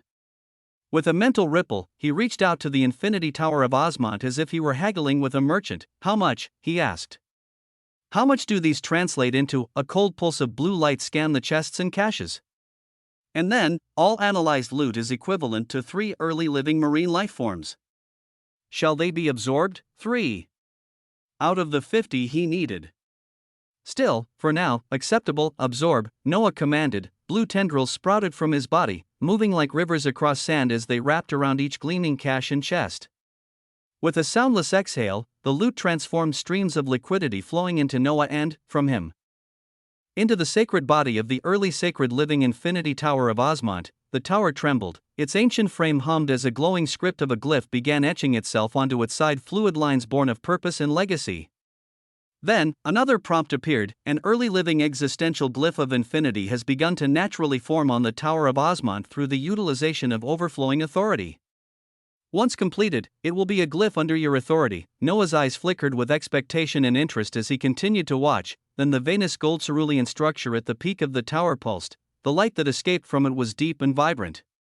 And from this light, unfurled glory, quintessential glory, a part of the heart of an early creature has begun forming. Ventrialis, the primal root atrium of echoes. The words rang like a bell in his mind as he received waves of information. The ventrialis, not merely an anatomical atrium. It was an echo chamber of beginnings. The atrium of primal flow, where the first drop of blood would learn to thrum in alignment with his existence. The tower, the glyph, the marine life, everything had contributed to the first beat. Another prompt followed as it outlined a terrifying path of advancement ahead. Parts of the heart of an early creature, ventrialis, the primal root atrium of echoes.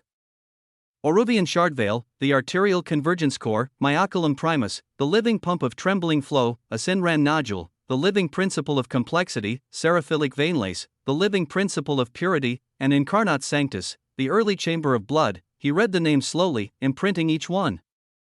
They sounded like scripture passed down by creatures long dead. And maybe they were. Maybe they weren't. As of right now, it was anyone's guess. These parts of a heart were pieces of what made a true early creature. As the information settled, another light flared as he felt a dull crimson brilliance bloom where the first part of the heart was forming, akin to a blinding singularity. The 82nd drop of blood has bloomed from the ventrialis, the primal root atrium of echoes of the heart of an early creature. His vision stilled. In his chest, a weightless resonance pulsed once, a drop of blood, and exceeding the pervasive number 81 to 82, he sat back, letting the hum of the early sacred living infinity tower continue to murmur in the air above him. The price was steep, but he was paying it. He breathed in the terrifying concentration of living existential authority as he relaxed. The golden winds drifted gently across the sacred sands of the early veiled shore, brushing softly against the boiling walks and hissing sacred waters. He sat among it all, his presence quiet, yet unfathomably heavy, an anchor in the midst of all this vibrant stillness. What he was doing, nobody else could even imagine right now. Chapter 3899, Foundation 4. Within him, the early sacred living infinity tower of Osmont pulsed like a second spine, erect and steady, connecting the weight of what had come before with the uncertain glory of what was forming. Something ancient was stirring, a beat, a murmur, the whisper of an archaic heart slowly taking shape. The ventrialis had begun to form. The heart of an early creature. The beat was yet to fully form, but it was there. As this process began, Noah rose with deliberate ease and made his way across the soft sands. The light around him glowed gently. The swirls of multicolored living existential authority tracing over his bare chest like vines curling around marble. His steps were steady, each movement calculated and unhurried. He came to stand near flickering towers of white and gold, each one a tower of origin, and each crowned with a blazing living origin flames that licked the underside of delicate glass walks. Within them, sacred bodies of early living marine lifeforms were turned left and right in the glowing sacred water. Noah smelled the intoxicating scent from each as he asked lightly, "Which one is ready?" His mother's eyes flicked toward him. "This one," Amelia Osmont said, brushing her fingers over the shimmering walk. Little Henry's tower helped cook it. Amelia ruffled the hair of her grandchild, this now grown man at the Origenus venerant level, as he only smiled. Noah's lips curved faintly as he nodded. He turned his gaze toward the living golden paradox standing off to the side, resplendent, regal, and still, like a statue carved from light and wool. "Moraine," he said, voice low and even, "bring this walk. I want to ask you something." She didn't hesitate. Her golden eyes met his, and a soft ripple of deference passed through her posture. With a smooth wave of her hand, light flared gently over the walk, lifting it from the tower of flame as she followed his steps. The sacred waters sloshed faintly, carrying the fragrant weight of an eel's cooked complexity. Noah walked towards the waters of the shores as behind him, he could hear the whispers of Barbados and others as they used their newly forged towers of origin to prepare the early living marine lifeforms. Little fishes playing with new toys again. Barbados muttered with sharp eyes. Adelaide rolled her eyes as her voice followed, gentle and unwavering. No, his eyes are in cultivation mode right now as he isn't thinking about anything else. A few women gathered together and continued to whisper. Kazuhiko sighed as he also looked at this scene, undoubtedly missing his own fiery companion as she was not among those to gain entry into the early Vale shore. Noah didn't turn, but his senses didn't miss a thing. He shook his head slightly. He had not called Moraine for play, he had called her to understand and to plan. The warm winds licked across his chest as he reached the shoreline, the sacred waters brushing lightly at his feet. Beside him, the wok hovered in the air, steam rising into the air, a piece of the eel lifted from the wok, guided by the same invisible strings of will that stirred existence, and floated before him. He took a slow bite. The flood of dense complexity rolled through him, and the infinity tower within him trembled in satisfaction as it began to entirely take this power into itself. He chewed once. Swallowed. Tell me, he said without looking at her, about the structure of the living paradoxes. Moraine was looking at him as if he were a bright sun, nodding respectfully as her voice, smooth and unhurried, began to echo out in an elegant cadence that carried the weight of deep knowledge. Yes, Sir Osmond. There was no irony in her tone. Only reverence. She stood beside him like a scholar beside a sacred flame. The living paradoxes are formed into a few designations, she began. Each one holds dominion over a unique spectrum of the transcendent paradoxical folds depending on their power. She extended her hand as she spoke, her fingers slicing gracefully through the golden air. The golden paradoxes, like myself, then the silver paradoxes, the azure paradoxes, the onyx paradoxes, and a few others that came to be from overflowing paradox filled with unique varieties and mutations of the earliest folds. She paused, then added solemnly, above them all are the royal paradoxes. She lifted her gaze to meet his. They are the legacy of the oldest lineage, many tracing back to the beginnings of paradox itself. The 81 Dukes of Paradox are selected from this ruling class, most from royal paradox lines, though a rare few rise from lesser designations through sheer authority. These dukes serve as the main pillars of the Clio's Living Paradoxical Council. Noah nodded slightly. The council is their main seat of power, yes, she replied. The Clio's council controls the flow of paradox across many folds. Their influence reaches far through resources, through law, through bloodlines. They control the flow of conflict with other living existences and entry into all battlefront folds peering towards the loom. Her voice tightened, crimson flaring in her otherwise golden eyes, and now, she added slowly, Diviticus is standing before them. Likely right now. She would be elevated and granted distinction beyond all imagining. That elevation should have been yours, Huum. The golden light of her skin deepened into a dusky bronze as her fury barely simmered beneath her composure. She devoured a part of your other self. Stole the authority that should never have left your hands. The council does not even know who you are. They will crown her with stolen merit, without understanding what your distinction truly is. Things could have played out so differently, living paradoxes as a whole could have become so glorious. But, Noah watched the sea for a long moment. The water glowed gently with every fold of his breath. It's fine, he said. Whatever I lost was never mine to begin with. He turned to look at her then. Calm. Cold. Unbothered. Can their holdings compare to my budding shore? The saturation of living existential authority alone dwarfs the Dyson singularity. And I haven't even begun tapping into the deeper boons here. Moraine looked around, her eyes softening. She breathed. She said nothing for a long time. And then, slowly, she nodded. But still, she said at last, the living paradoxes remain formidable. Especially the royal ones.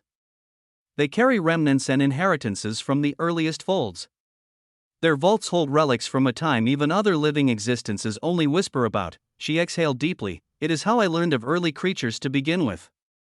Our records carried the echoes.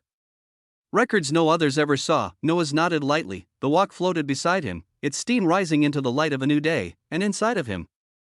The soft hum of the infinity tower of Osmond continued growing, beating, and building towards something the rest of the existence had long forgotten. Chapter 3900, Foundation V. The hum of the early sacred living infinity tower of Osmond never ceased.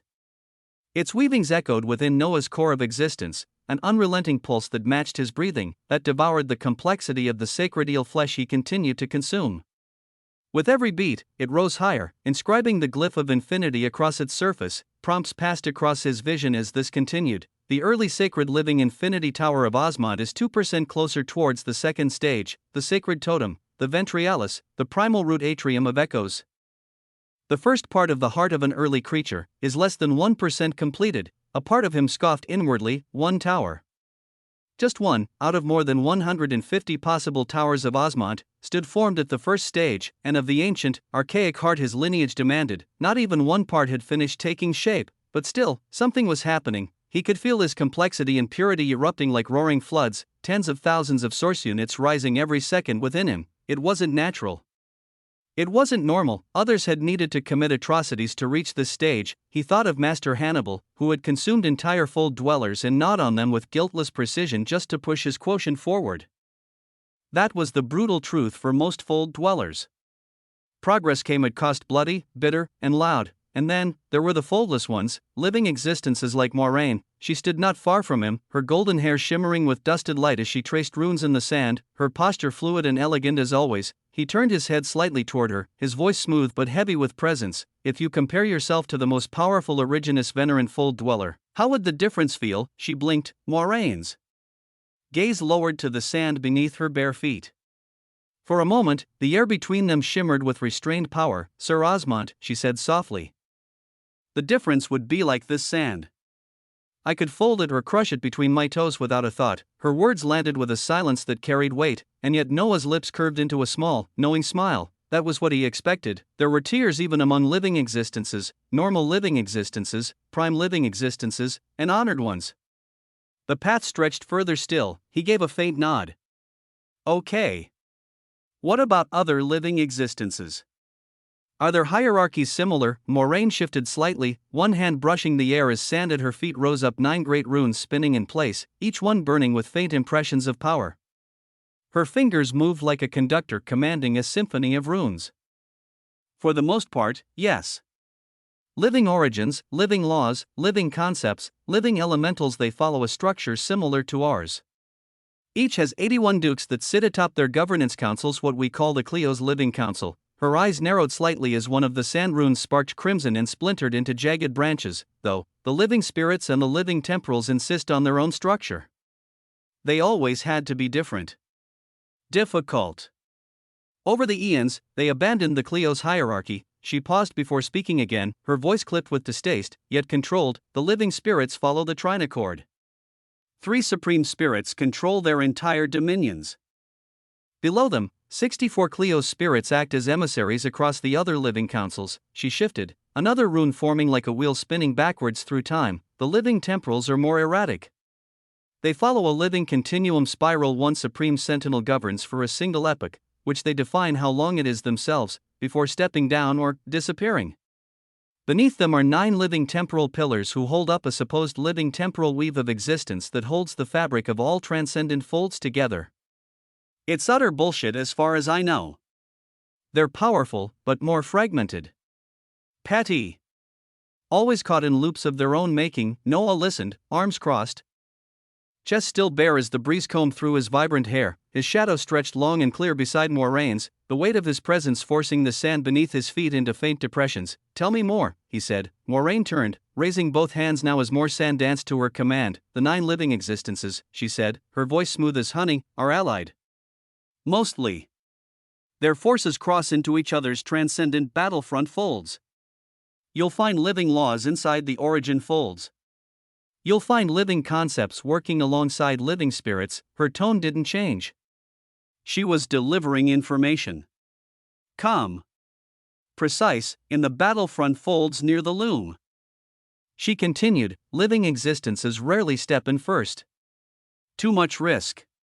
The loom is cloaked by swirling paradox. That paradox distorts everything, and there are many inevitabilities that cannot be discovered even by the senses of living existences. So, they use fold dwellers to trigger response. The sand she was using rose higher, forming the figures of fold dwellers, small, detailed likenesses of men, women, titans, fairies, dragons, slimes. Around them, titanic forms shimmered into existence, living existences. Moraine's fingers twitched, and suddenly, black spirals of sand exploded around the fold dwellers. They were silhouettes of inevitabilities. When an inevitability senses a fold dweller moving across a doorway to the loom, it strikes. And when it does, the living existences sense the disturbance in that period of time. Then they arrive. Then they fight. Because inevitabilities are hard to be sensed even by living existences, this manner reduces casualties while still making progress. Noah's eyes didn't blink. So fold dwellers are bait, Moraine didn't flinch. Yes, Sir Osmond. They are. She paused again, gaze steady. In return, sponsors offer them treasures, titles, or elevation to the ranks of living existences if they accrue enough merit.